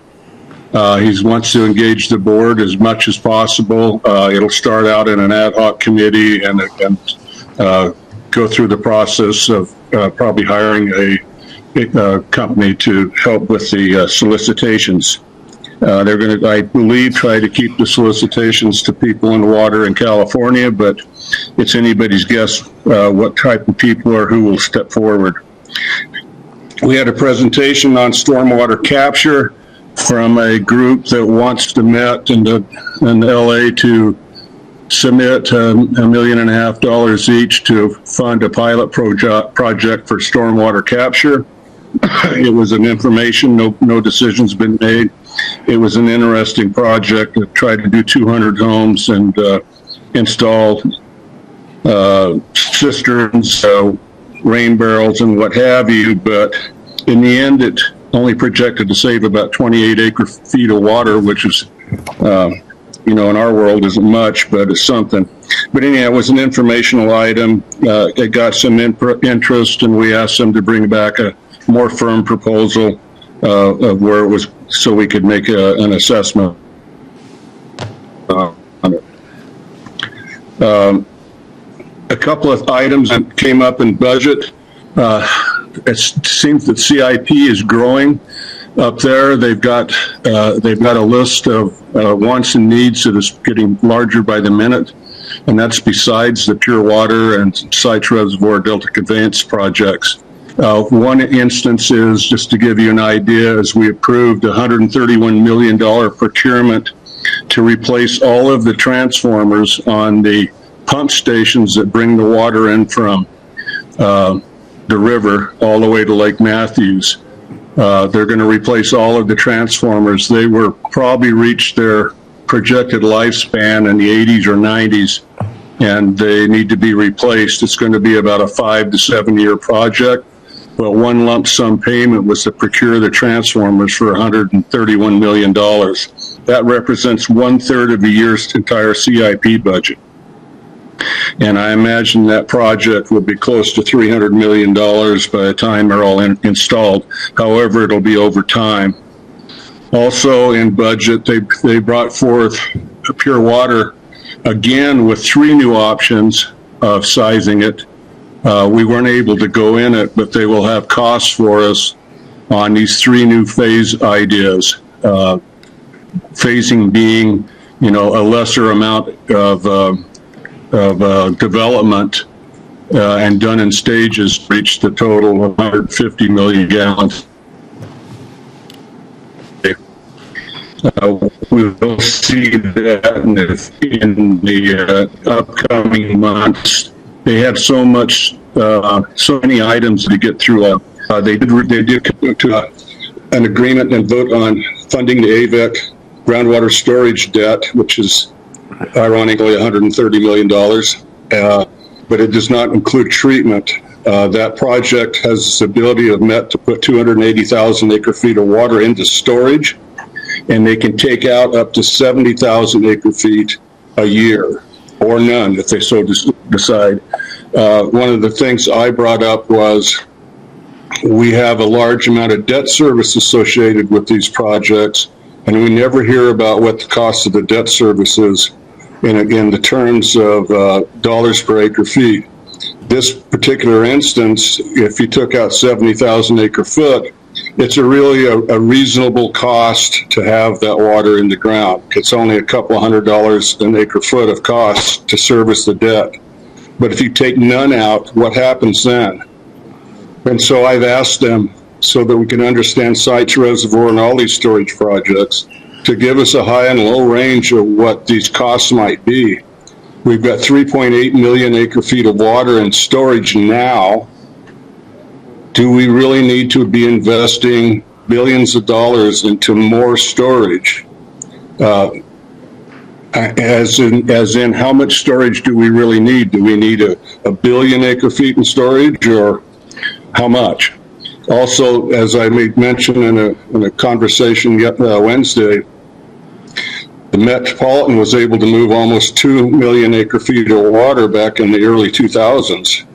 Do we really need more pipelines? Do we need to really invest more money in transportation projects when we already have the ability to move 2 million acre feet, which is twice as much as we're selling? So these are the things that I've been bringing up in the budget committee. It was a real interesting meeting. They'll be bringing all these projects forward through the Camp for Water process. And as Chair Myers said, we're going to have a speaker coming down to talk about this in June from Met. Liz Crossan will be making a presentation to give you an idea of what the Camp for Water project's all about. And I guess that's enough. Thank you. All right. Thank you, Director. Director Fong Sakai, since do you have anything that you'd like to present or discuss? No, thank you. All right, thank you. All right, moving on. Again, we've got the Colorado River Board report in your materials. Are there any questions or comments regarding either MWD or what was looked at on the Colorado River report? Seeing none, there's no information items on the agenda. I believe we have one closed session, two closed session items. We're going to cover both? All right. We have. Okay. We have two closed session items. We'll move into closed session. Thank you. We'll now adjourn into closed session pursuant to the notice on the agenda. Good afternoon, everyone. Welcome to the Engineering and Operations Committee meeting. We're going to go ahead and call the meeting to order, and I am Amy Ray. Sorry, I have my list I'm supposed to read. Roxana, can you please call roll? Chair Ray. Present. Vice Chair Fong Sakai. Present. Vice Chair Heidemann. Director Abdullahi. Present. Director Arant. Director Buckowitz. Here. Director Coates Hedberg. Here. Supervisor Desmond. Director Flessy. Here. Director Freehoff. Present. Director Leahy. Present. Director Waugh. Chair Ray, you have a quorum of the committee. Thank you, Roxana. So as we go through the items on the agenda today, I'll be calling on Director first, and please limit your comments to matters not already addressed. And please state all of your points when you have a chance to speak so we can go through the agenda quickly. Are there any additions to the agenda? I see none. Thank you. And are there any public speakers? If there are public speakers in the Zoom waiting room, please raise your hand through the Zoom app or press star 9 if you are listening by phone. I see none. Thank you. I do not have a chair's report. Are there any directors who want to comment? No? Alrighty, so there's one item on the consent calendar, and that is for the approval of the butterfly and plug valve procurement for the Ramona Pipeline buried valves replacement project. And do we have a presentation on that? No. So, I'm sorry? No. Okay, thank you. So, are there any comments or questions from the committee? Nope. Awesome. Oh, thank you. Second. Dr. Lois, sorry, I'm tired. Hi. I'll move the staff recommendation for consent. Thank you. Do I have a second? Second. Thank you. All in favor? Aye. Aye. Thank you. Okay.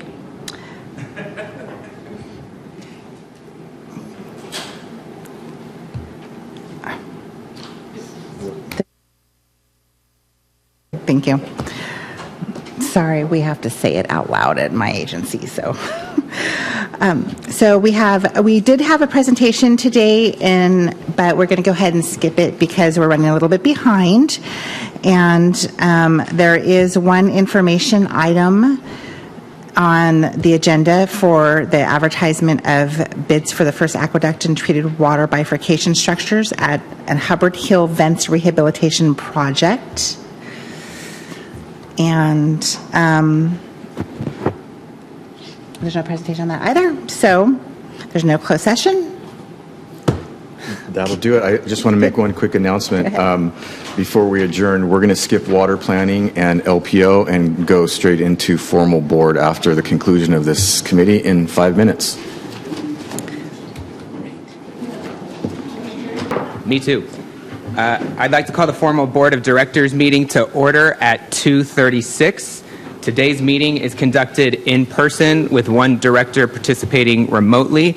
That would be Director Miller of the Vista Irrigation District. With Director Miller remote today, all votes will be cast via roll call. As we move through our agenda, I will be moderating requests to speak. To request to speak, please press the speaker button at your seat or raise your hand on Zoom if participating remotely. And to fasten your seatbelt, insert the metal fitting into the buckle. Director Medaffer, will you please lead us in the Pledge of Allegiance? Please join me in the pledge to our flag. I pledge allegiance to the flag of the United States of America and to the republic for which it stands, one nation, under God, indivisible, with liberty and justice for all. I always want to say Thank you. Madam Clerk, will you please call the roll and announce whether a quorum is present? Director Acosta. Here. Director Flessy. Here. Katz is absent. Paul. Yes, President. Coates Hedberg. Here. Scalzetti. Here. Vice Chair Hilliker. Here. Director Yamani. Here. Leahy. Here. Myers. Croucher. Here. Roback. Present. Quaylen. Here. Director Heidemann is absent. Norman. Here. Director Wall is absent. Abdullahi. Present. Buckowitz. Fong Sakai. Macedo is absent. Medaffer. Here. Molina. Chair Serrano. Here. Director Vespi is absent. Whitburn. Here. Secretary Lyons. Here. Director Freehoff. Present. Castaneda. Here. Boyd Hodgson. Here. Arant. Miller. Here. Ray. Present. And Supervisor Desmond is absent. Chair, we have a quorum. Thank you. Do we have any proxies today? We have one proxy. Director Arant is the proxy for Director Wall. Duly noted. Item 4 is public comment. This is an opportunity for members of the public to address the board on items of interest within the subject matter of the board. Each speaker will be given 3 minutes. Madam Clerk, do we have any public speakers? I have one public speaker who I'll call on first, Mr. McDonough. You have 3 minutes to make your comments, and you may begin now. Thank you. Can you all hear me? Is this on? Yes. All right. Good afternoon. My name is Patrick McDonough. I'm the senior attorney for San Diego Coastkeeper.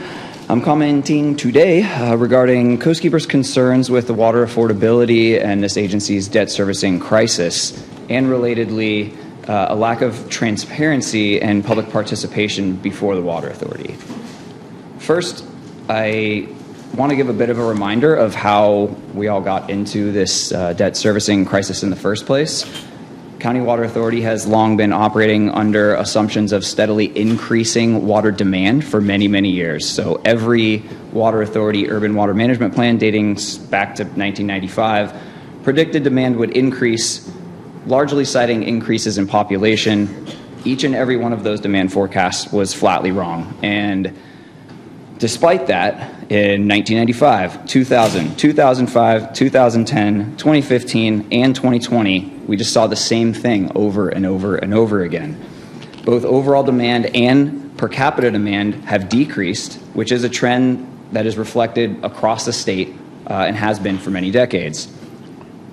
This shouldn't be a surprise either, because for 40 years, this agency and many others have been touting the importance of water conservation. And guess what? Per capita demands have declined, duly so. And this trend will only continue. Right now, our region is at about 120 gallons per capita per day, average use. By comparison, Australia is at about 75. San Francisco is at 45. There's a long way to go, and our climate necessitates that we continue to use less water. And the debt servicing crisis that we're in is because of the decreasing sales that this agency is seeing year over year.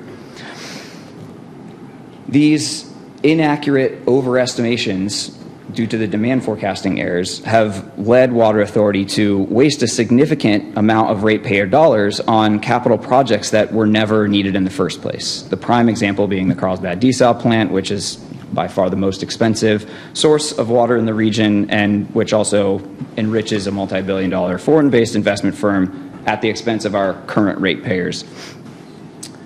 Now, despite having the highest rates in the nation, and You have 30 seconds remaining. Please wrap up your comments. and we're still seeing, despite having these extremely high rates, we're still seeing a lack of urgency and a dire pressing need to grapple with the situation, including trimming as much fat as possible in the operations of this agency and selling water to outside agencies, which I know is being considered now. But we are on the verge of Pure Water Phase 1 coming to fruition.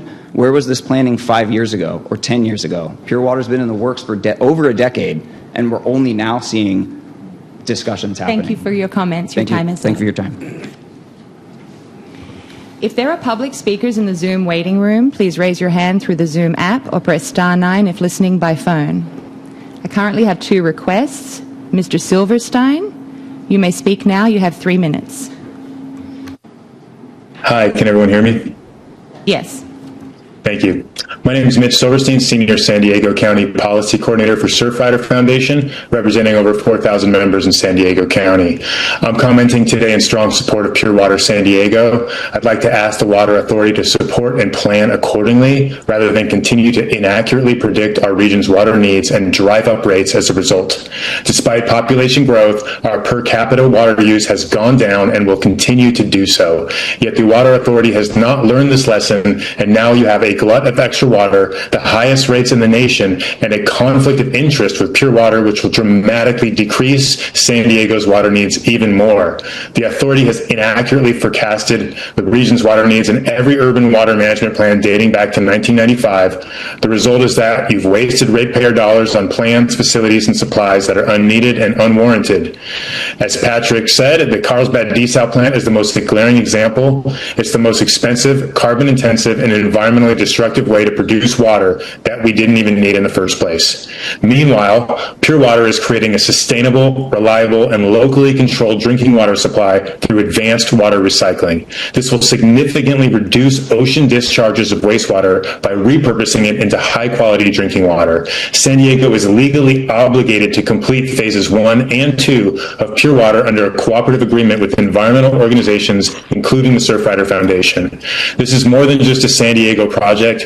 Pure water is a critical part of the region's long-term water and wastewater infrastructure, benefiting ratepayers, the environment, and partner wastewater agencies like Metro JPA, which serves 2/3 of the county. Please start operating in reality. SDCWA must revise its long-term sales projections to align more closely with current and future demand trends and adjust budget and rates accordingly. SDCWA must also sell off excess water supply to other agencies. This should have been done years ago. Pure Water is over a decade in the making. And lastly, stop allowing your GM and any other staff from actively trying to undermine, downsize, and/or delay Pure Water Phase 2. We deserve sustainable, locally controlled water sources, not ever-increasing water rates resulting from 30 years of bad forecasting and continued reliance on expensive imported water and desalination. Thank you. Thank you for your comments. Our next speaker is Ms. Northrop. You have 3 minutes and may begin now. Good afternoon. My name is Kristen Northrop, and I'm here as policy advocate for Coastal Environmental Rights Foundation, also known as SURF. For decades, the San Diego County Water Authority has consistently overestimated water demand, forecasting constant growth despite clear evidence to the contrary. Every plan since 1995 got it wrong. Demand hasn't risen, it has declined, both overall and per capita, thanks to the 40 years of conservation efforts statewide. Today, our region still uses about 135 gallons per person per day, much higher than cities like San Francisco or countries like Australia. The trend towards efficiency isn't slowing down, yet SDCWA clung to outdated assumptions, leading to overspending on unneeded infrastructure like the Carlsbad desalination plant, the region's most expensive, most energy-intensive water supply. These forecasting failures have misled investors and burdened ratepayers. It is time for a course correction. SDCWA must immediately revise its demand forecast, aggressively sell water surplus, and adopt financial planning that reflects today's efficiency reality. This effort is long overdue, and its delay, despite years of warning from projects like Pure Water, has contributed to today's affordability crisis. SDCWA must also revisit its sales projections to reflect real demand trends and align budgets and rates accordingly.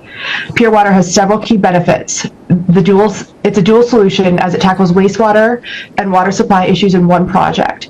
It's cost-effective by investing in water reuse, reduces our environmental impact by reducing ocean discharges, and supports environmental protection through water recycling.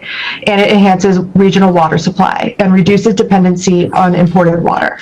San Diegans deserve affordability, transparency, and smarter planning.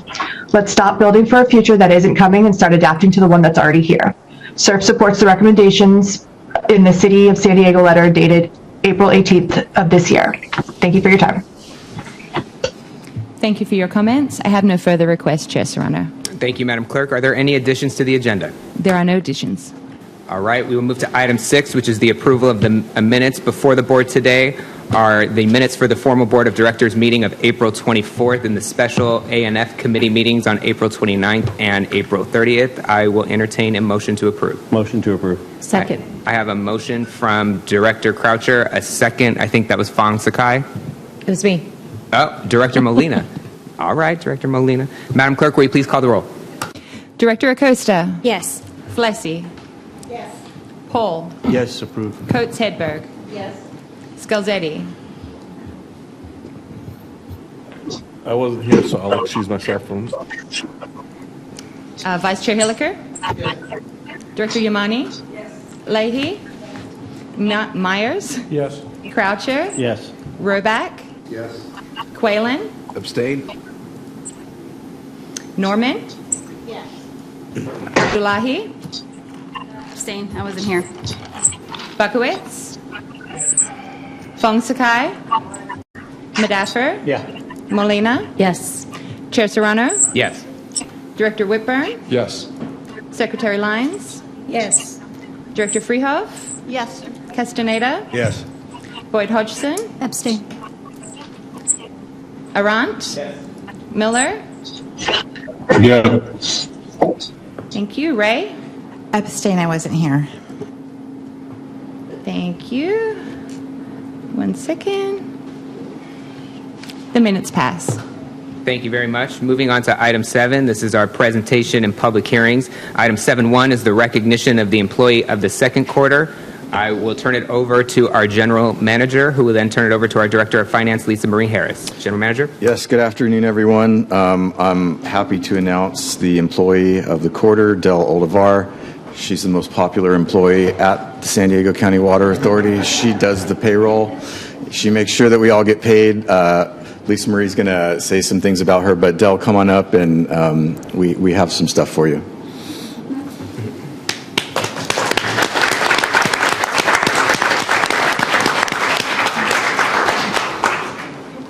Are you going to, did you want to use this? So I have to. Go ahead. Okay. So, good afternoon, everybody. I'm Lisa Marie Harris, the finance director, and Dale Alvarado is our payroll clerk. So, Dale, thank you so much on behalf of this agency for your outstanding contributions to the finance department and to the entire agency. Your dedication, adaptability, and attention to detail has a significant impact on the department's success and the success of this agency. As an accounting technician, Dale plays a vital role behind the scenes, but most importantly, she ensures that we all get paid. Your contributions are invaluable to this agency, and I am and we all are grateful to have you as a part of the finance team as well as the Water Authority.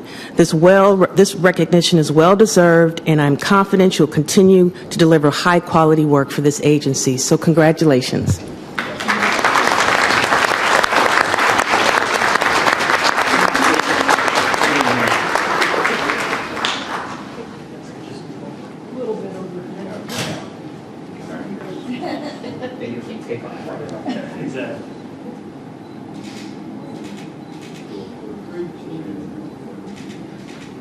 Thanks so much, guys.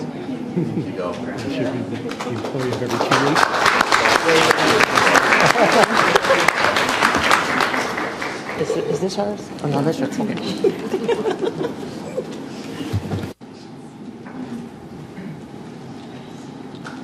I don't know what's in the box, but I hope it's more than water. I want to express thanks to General Manager and Lisa Marie Harris, and congratulations to Del on this recognition. I think I speak for all of us on this board and in this room that we are grateful for your service to the authority and the people of our region. So again, thank you very much and congratulations. Moving on, item 7.2 is a public hearing regarding vacancies, recruitment, and retention efforts pursuant to Government Code Section 3502.3. This is in compliance with new state legislation effective January 1, 2025, which requires public agencies to present the status of vacancies and recruitment and retention efforts during a public hearing before the agency's governing body. There is no action from the board that is required, and so we will open the public hearing and hear a presentation from our Director of Human Resources, followed by public comment, should there be any. I am now officially opening the public hearing at 2:52 p.m., and I'll now turn it over to Catherine Love, Director of Human Resources. Thank you, Chair Serrano, and good afternoon, members of the board. Today's presentation will include a brief background on the new legislation and include a summary of our vacancy rates, our recruitment and retention efforts, and information related to calendar year 24, as well as our current our current data as of April 30th, 2025. Assembly Bill 2561 became effective January 1, 2025, and it actually is an amendment to Government Code 3500. This legislation is intended to address concerns regarding widespread public sector vacancies, which increase burnout, they increase heavy workload on our employees, and ultimately delay or limit the level of service that the public is receiving from our employees. The new legislation requires each public agency to report out to their governing body at least once per fiscal year prior to the adoption of the final budget.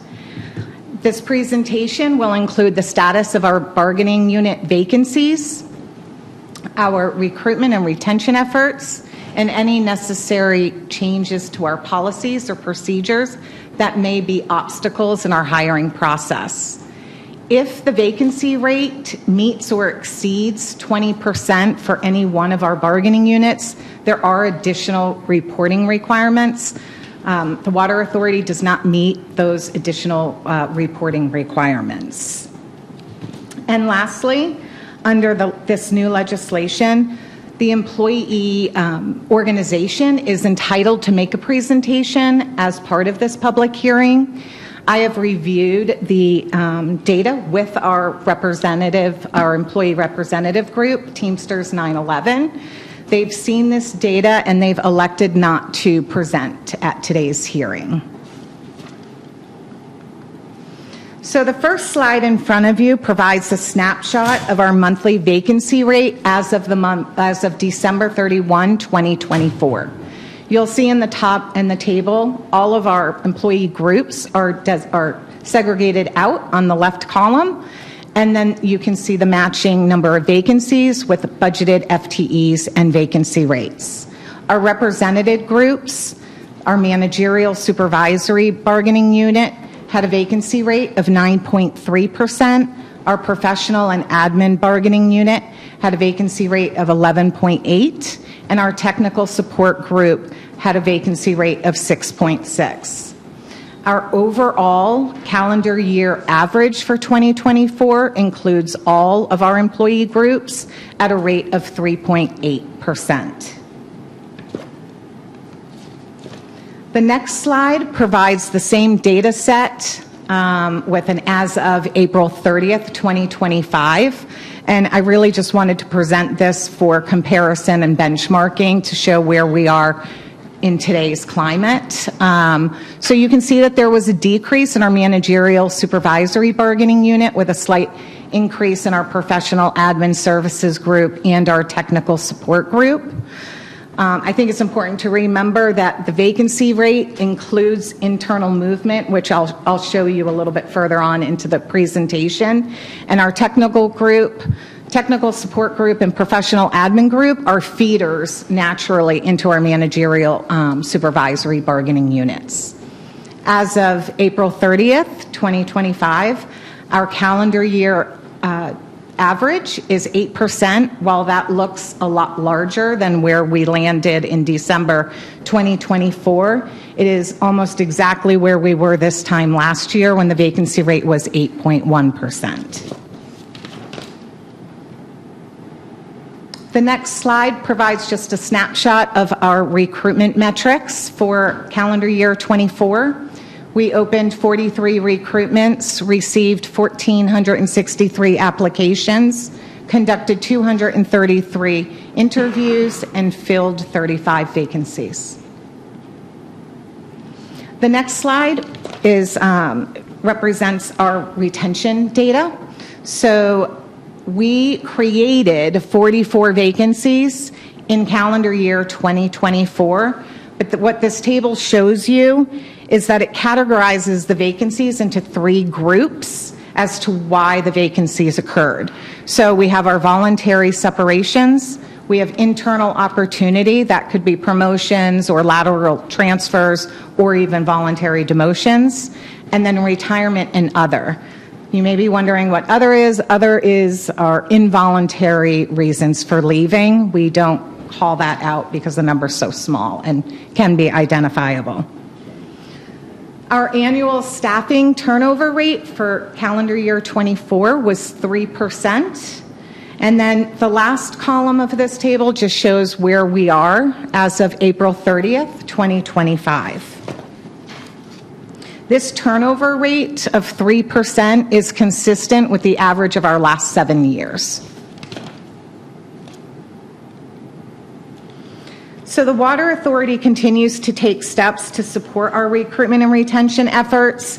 Just a few of the ways we do this is by providing one-on-one training to new hiring supervisors so they're familiar with the recruitment process. We provide ongoing training for employees on a number of different employment matters. We provide ongoing employee engagement and professional development opportunities, and we offer a competitive compensation and benefit program. Retention is a top priority for our agency, as with, I'm sure, several of you, as our retention allows us to keep internal institutional knowledge and experience. As of April 30th, 2025, our average employee tenure is 9 years. 35% of our workforce has at least 10 years of service with the Water Authority, and 10% of our employees have at least 20 years of service. As required under the legislation, Human Resources has reviewed all of our applicable policies, procedures, and recruitment activities to identify any potential obstacles in our hiring process. At this time, we have not identified any necessary changes. With that being said, Human Resources is continuing and will always continue to assess our recruitment process and outreach efforts. A few examples of our efforts include, as in January 2025, we implemented 2 pulse surveys that would be used at the conclusion of a recruitment process. One targets our hiring manager and one targets our applicants and candidates. And we are soliciting feedback on the process and their experience in our process so that we can make changes as needed. Additionally, Human Resources continues to explore opportunities to enhance the region's workforce development and talent pipeline. We are increasing the number of career fairs and job fairs that we attend. We're also trying to enhance our educational outreach programs. We are also working to develop a meaningful connection with the military community so that those folks that are leaving the military community and have an interest in transitioning to the water industry have an avenue to know how to do that.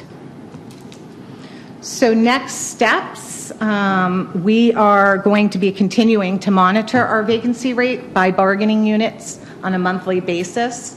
We have already committed to Teamsters 9/11 that we'll be reviewing that data with them on a monthly basis and address any issues that we may see together and collaboratively. We will also be continuing to make annual presentations to this board. But with that, I would just like to thank Patty Duran and Christina Lever Santos, 2 of our HR members that have been instrumental in supporting our recruitment and retention efforts here at the Water Authority. So with that, that concludes the presentation and report out on the Water Authority's vacancy and recruitment and retention efforts. So thank you for your time and attention. Thank you very much, Catherine. We will now open for public comment. Madam Clerk, do we have any members of the public who wish to speak? If we have any members on the line wishing to speak on the public hearing, please raise your hand now or press *9. I have no request to speak. Thank you. Is there any discussion from members of the board? I'll turn it now to Director Boyd Hodgson. Thank you, Chair. Congratulations. It looks like you are affecting a culture where people want to work. That's a low vacancy rate, and I know that it's very difficult to recruit and retrain folks. I have 2 questions. Number 1, what outreach efforts do you employ to recruit from a diverse pool of applicants? And number 2, what do you do to try to promote local hires through like an internship program or partnerships with local institutions? Thank you. Sure. Thank you for the question. So we attend a number of different educational events with our local colleges. We've also started to build a relationship with SDSU Career Center. So that's how we're addressing the local community. We do targeted outreach to, I'm sorry, I've lost my train of thought there, but the first question, if you wouldn't mind repeating it. Sure. What kind of outreach efforts do you employ to ensure you're recruiting a diverse applicant pool? We do a lot of advertising. We try to target different groups within our advertising, so different women in water groups. So we do a lot of advertising. I'm sorry, I don't have a more complete answer for that question at this time. Director Buckowitz. Yeah, I was excited to hear that you work with teams through Local 9/11, but I also think it might not be a bad idea on our construction side of the house to work with the San Diego building trades. Okay. This way we could take advantage. Director Buckowitz, your mic, please. Your mic. Yeah, I think that if we also worked with the San Diego building trades, we could take advantage of some of the education that those workers have had in apprenticeship programs, and then we could benefit from their work. Thank you. Thank you. I appreciate that. Thank you very much. Is there any further discussion from members of the board? Seeing none, I will go ahead and close the public hearing at 3:05 p.m. Again, there is no action required from the board. And again, thank you to Catherine Love. Appreciate it. Thank you. Item 8 is the report by chairs, and item 8A is my chair's report. I want to begin, if the board will indulge me, with a quick point of personal privilege. As many of you know, we had a plane crash in the city of San Diego early this morning around 3:45 a.m. A small private jet went down in the Murphy Canyon area, crashing into a military housing community. We were very fortunate that no one on the ground was seriously injured and no one actually had to be transported to the hospital. But I did just want to take a moment in this public forum to uplift and express my sincere appreciation to our first responders, the San Diego Police Department and the San Diego Fire Rescue Department, who quickly responded to evacuate those individuals and families to safety and secure the area. And I think their efforts undoubtedly saved some lives today. I was out there this morning. That's why I'm dressed like this, and you don't get the full suit and tie situation. But I could just say it was quite the scene. But I'm filled with a lot of gratitude for all of the quick response there. And so I hope you'll join me in keeping all of those impacted in your hearts and minds as we move forward and expressing our gratitude to our first responders for the work that they did today and every day. So thank you all very much for indulging me in that.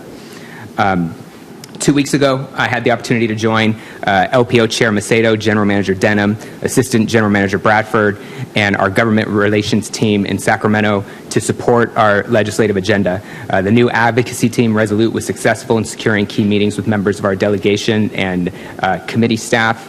And I want to assure this board that at every meeting, whether that was in Sacramento or Washington, D.C., we certainly prioritize bringing back potential funding to San Diego. This trip was, again, no different. We put an emphasis on Proposition 4 opportunities, including the proposed San Vicente Pump Storage Project and build out of back power with remote access to our flow control facilities for use during public safety power shutoffs, during fires or other emergencies. Also, rate assistance and affordability was top of mind for legislators, so we shared our support, if amended, position on Senate Bill 350, as you all voted on last month, and our support for the CMUA-sponsored AB 532. I want to thank our government relations manager, Megan Valencia, for the consistent updates on Senate Bill 350 amendments, which is heading in a good direction. We also shared some general updates on rates, budget, the status of Met settlement, and opportunities for water transfers with our delegation, and I believe the response was very positive. Overall, I again believe that this was a successful trip and an important reminder of why our presence in our state's capital is necessary to help achieve key legislative priorities and funding needs. One last thing that I would just mention with regard to committee assignments, we have made a change today to the representation on the Sandag Borders Committee per the request of Director Macedo, who was our primary representative. Director Castaneda will now be serving as the primary representative to the Sandag Borders Committee, so we just made that flip as well, so I wanted to make sure I shared that change with you. With that concludes my chair's report. We will move to item 8B, which is the report of committee actions. Madam Clerk, will you please provide a report of actions taken today in committee? Thank you. The Administrative and Finance Committee noted and filed the monthly Treasurer's Report and adopted Resolution number 2025-13, setting the time and place for a public hearing on June 26, 2025, to receive comments regarding the recommended rates and charges. Imported water had no reportable action. Engineering and Operations awarded a contract to Cascade Consultants LLC in the amount of $818,276 to purchase 23 butterfly valves, and in the amount of $157,019 to purchase 11 plug valves for the Ramona Pipeline Buried Valves Replacement Project. Water Planning and Environmental and Legislative and Public Outreach Committee were deferred to June 26, 2025. That concludes my report. Thank you very much. That will populate our consent calendar. I will entertain a motion to approve consent calendar items 9.1 through 9.3. Motion to approve consent calendar. I have a motion from Second. Director Croucher, another second from Director Molina. Madam Clerk, will you please call the roll? Director Acosta. Yes. Flessy. Yes. Paul. Paul is a no on 9.2, a yes on the other items. Thank you. Coates Hedberg. Yes. Scalzetti. Yes. Vice Chair Hilliker. Yes. Director Yamani. Yes. Leahy. Yes. Myers. Croucher. Yes. Roback. Yes. Quaylen. Yes. Norman. Abdullahi. Yes. Buckowitz. Fong Sakai. Madaffer. Yes. Molina. Yes. Chair Serrano. Yes. Director Whitburn. Yes. Secretary Lyons. Yes. Director Freehoff. Yes. Castaneda. Yes. Boyd Hodgson. Yes. Arant. Miller. Yes. Ray. Yes. Thank you, Chair. Item passes. Thank you very much. Item 10 is our action, discussion, and information items. Item 10.1 is the adoption. Do I have to do this one?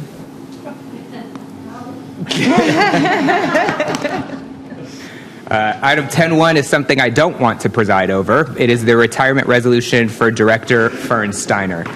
Director Steiner represented the city of San Diego from May 2003 to April 2025.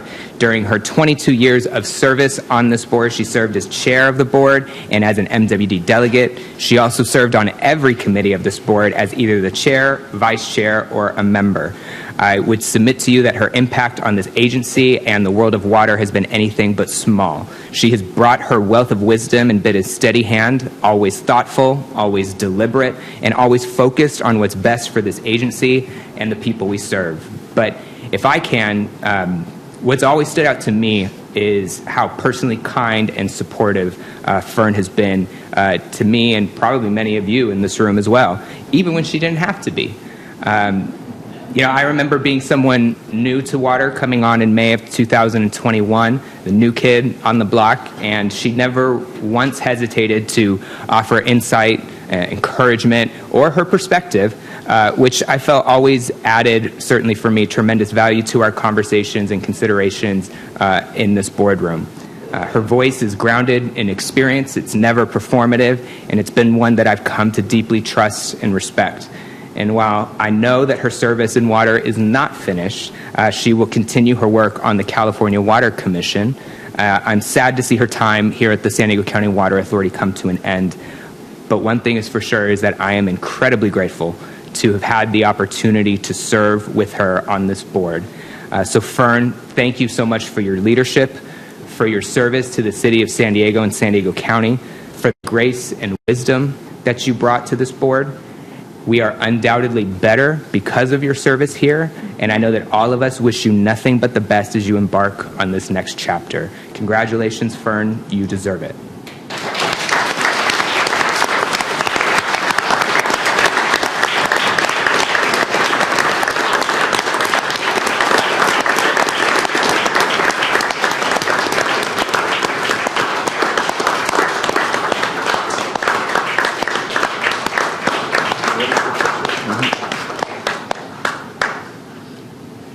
So as Fern makes her way up, I'm going to have Fern kind of come stand over here. I will go ahead and use my chair's discretion to move approval of the retirement resolution 2025-12 for Fern Steiner.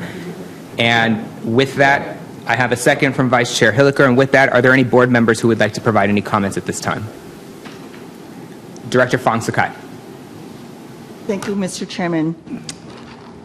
Fern was one of the very first people I met when I joined the Water Authority Board 10 years ago.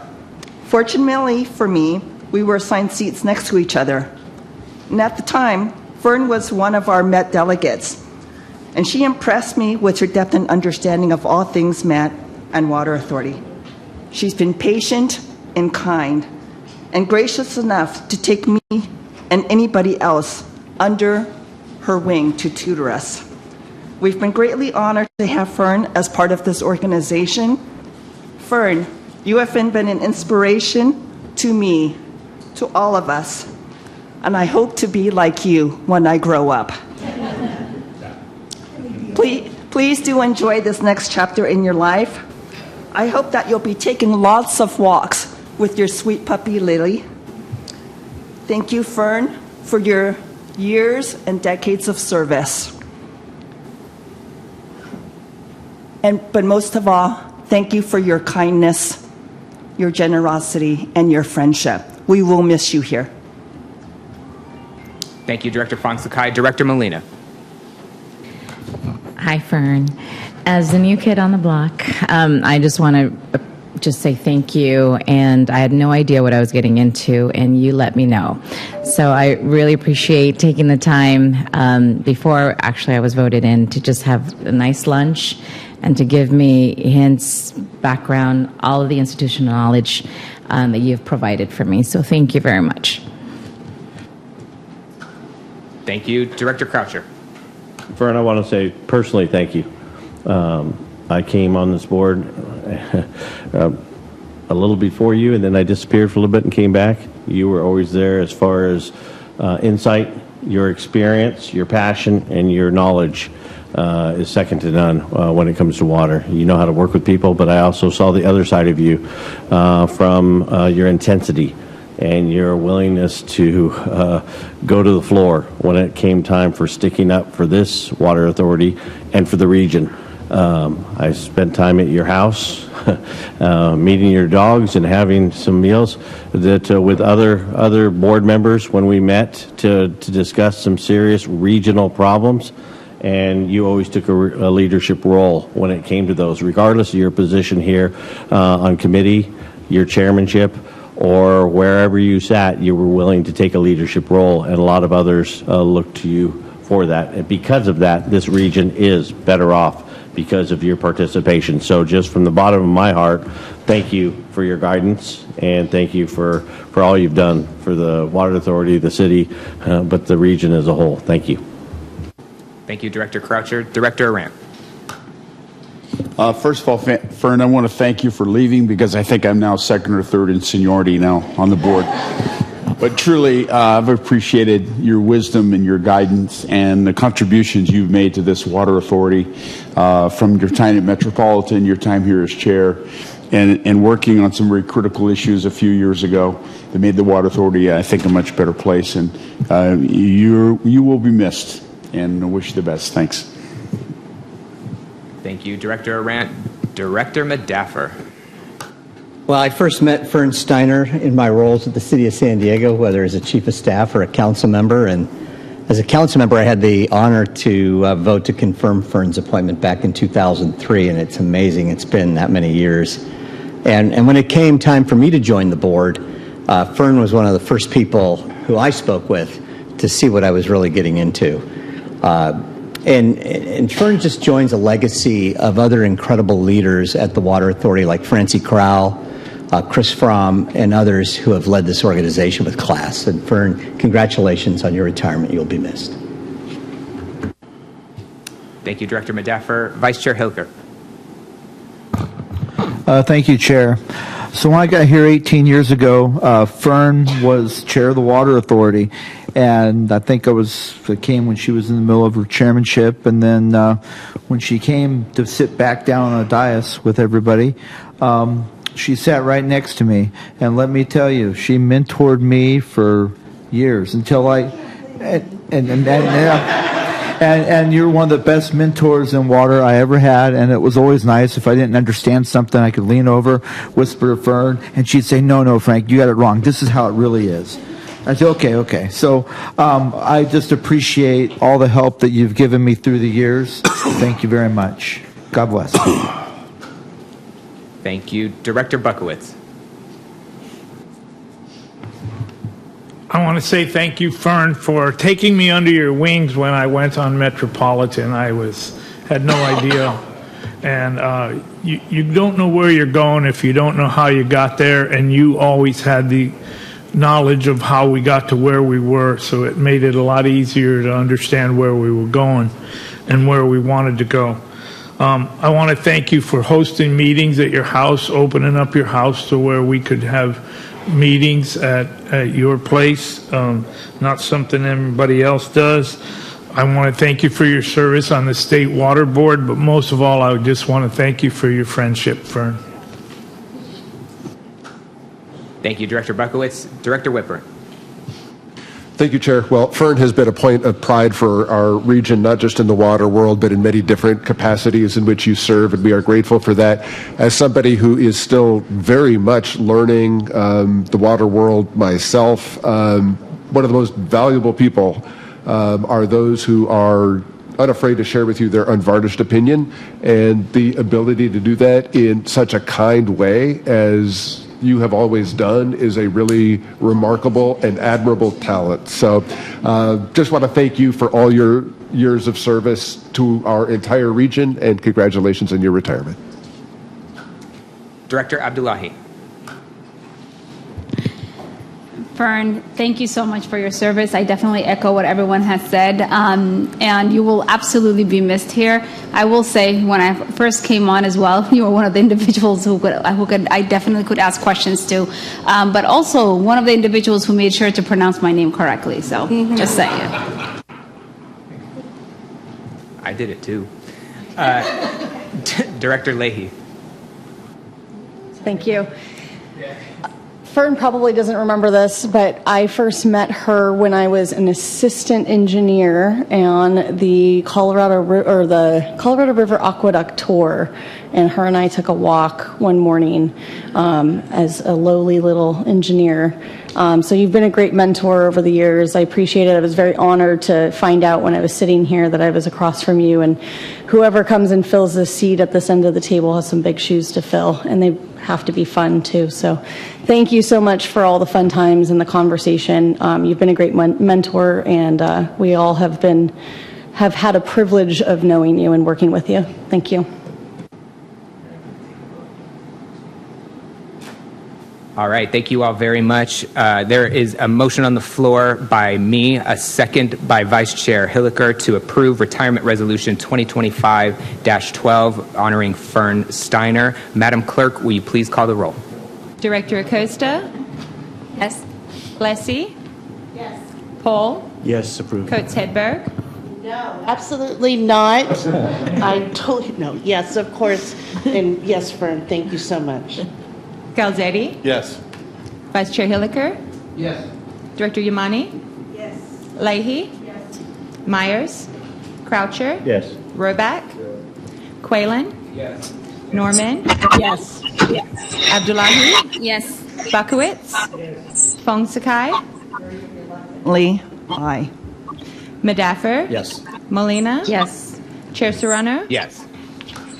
Director Whitburn? Yes. Lines? Yes. Secretary Lines? Yes. Director Freehoff? Yes. Castaneda? Yes. Boyd Hodgson? Yes. Arant?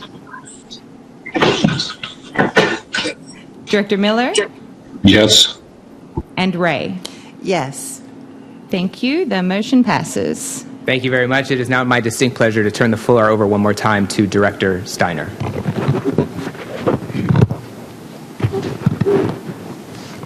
22 years. Like you have children that old, some of you. So it's time to pass everything on to you all. It's a big job, and it's a hard job, and it's a very fulfilling job, and it's an important job, and I feel good in leaving the Water Authority at this time, and knowing that you all are going to do what needs to be done for the ratepayers of this region and for our businesses and for all of the people who count on us to make sure they have a reliable source of water.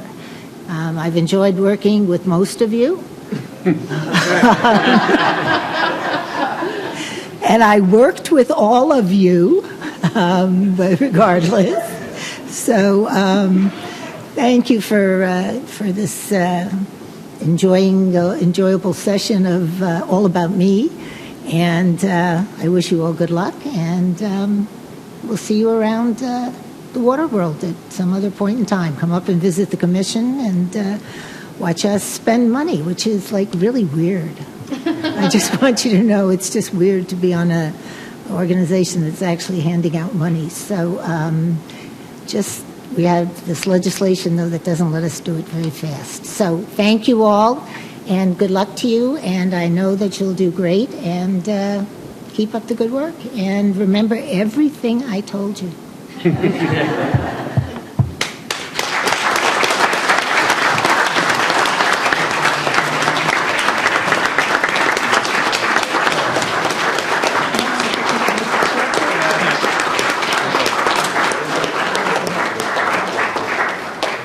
By the way, it took my entire term as chair to get my picture up there, and Mark Watton was so annoyed that I hadn't done it that he took little photos of me and put them around until I finally agreed to go have a picture taken. So I'm not very good at this. Yeah. This is for you. All right. Add it to my collection. Yep. 3, 2, 1, 2, 3. Thank you so much. Thank you. Congratulations. Thank you. You'll manage it. Oh, I have something in my head.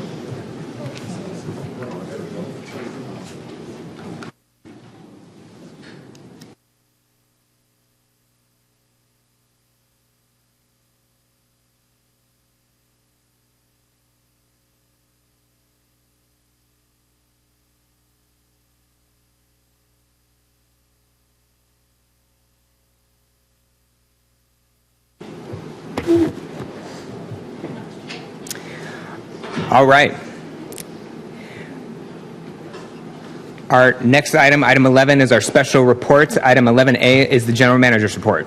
Nothing to report. Fantastic. General counsel's report. Nothing to report. Even better. Sandag report. Secretary Lyons. I apologize. Nothing to report. I have been on leave.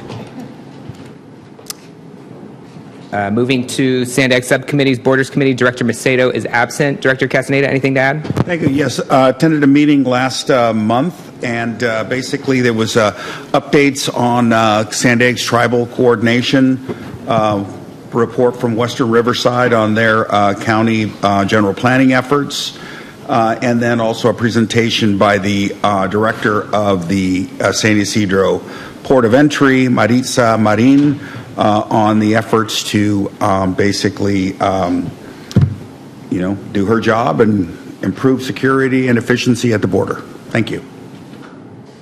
Thank you. Sandag Regional Planning Committee, Director Yamani. Mr. Chair, tomorrow's the meeting, so nothing to report. Gotcha. Assembly Bill 1234 compliance report. Any directors have anything to report? It's better than writing it. No? Okay. All right, we'll move to item 12, which is closed session. General Counsel Edwards will now take us into closed session. General Counsel. We will now adjourn into closed session pursuant to the notice on the agenda.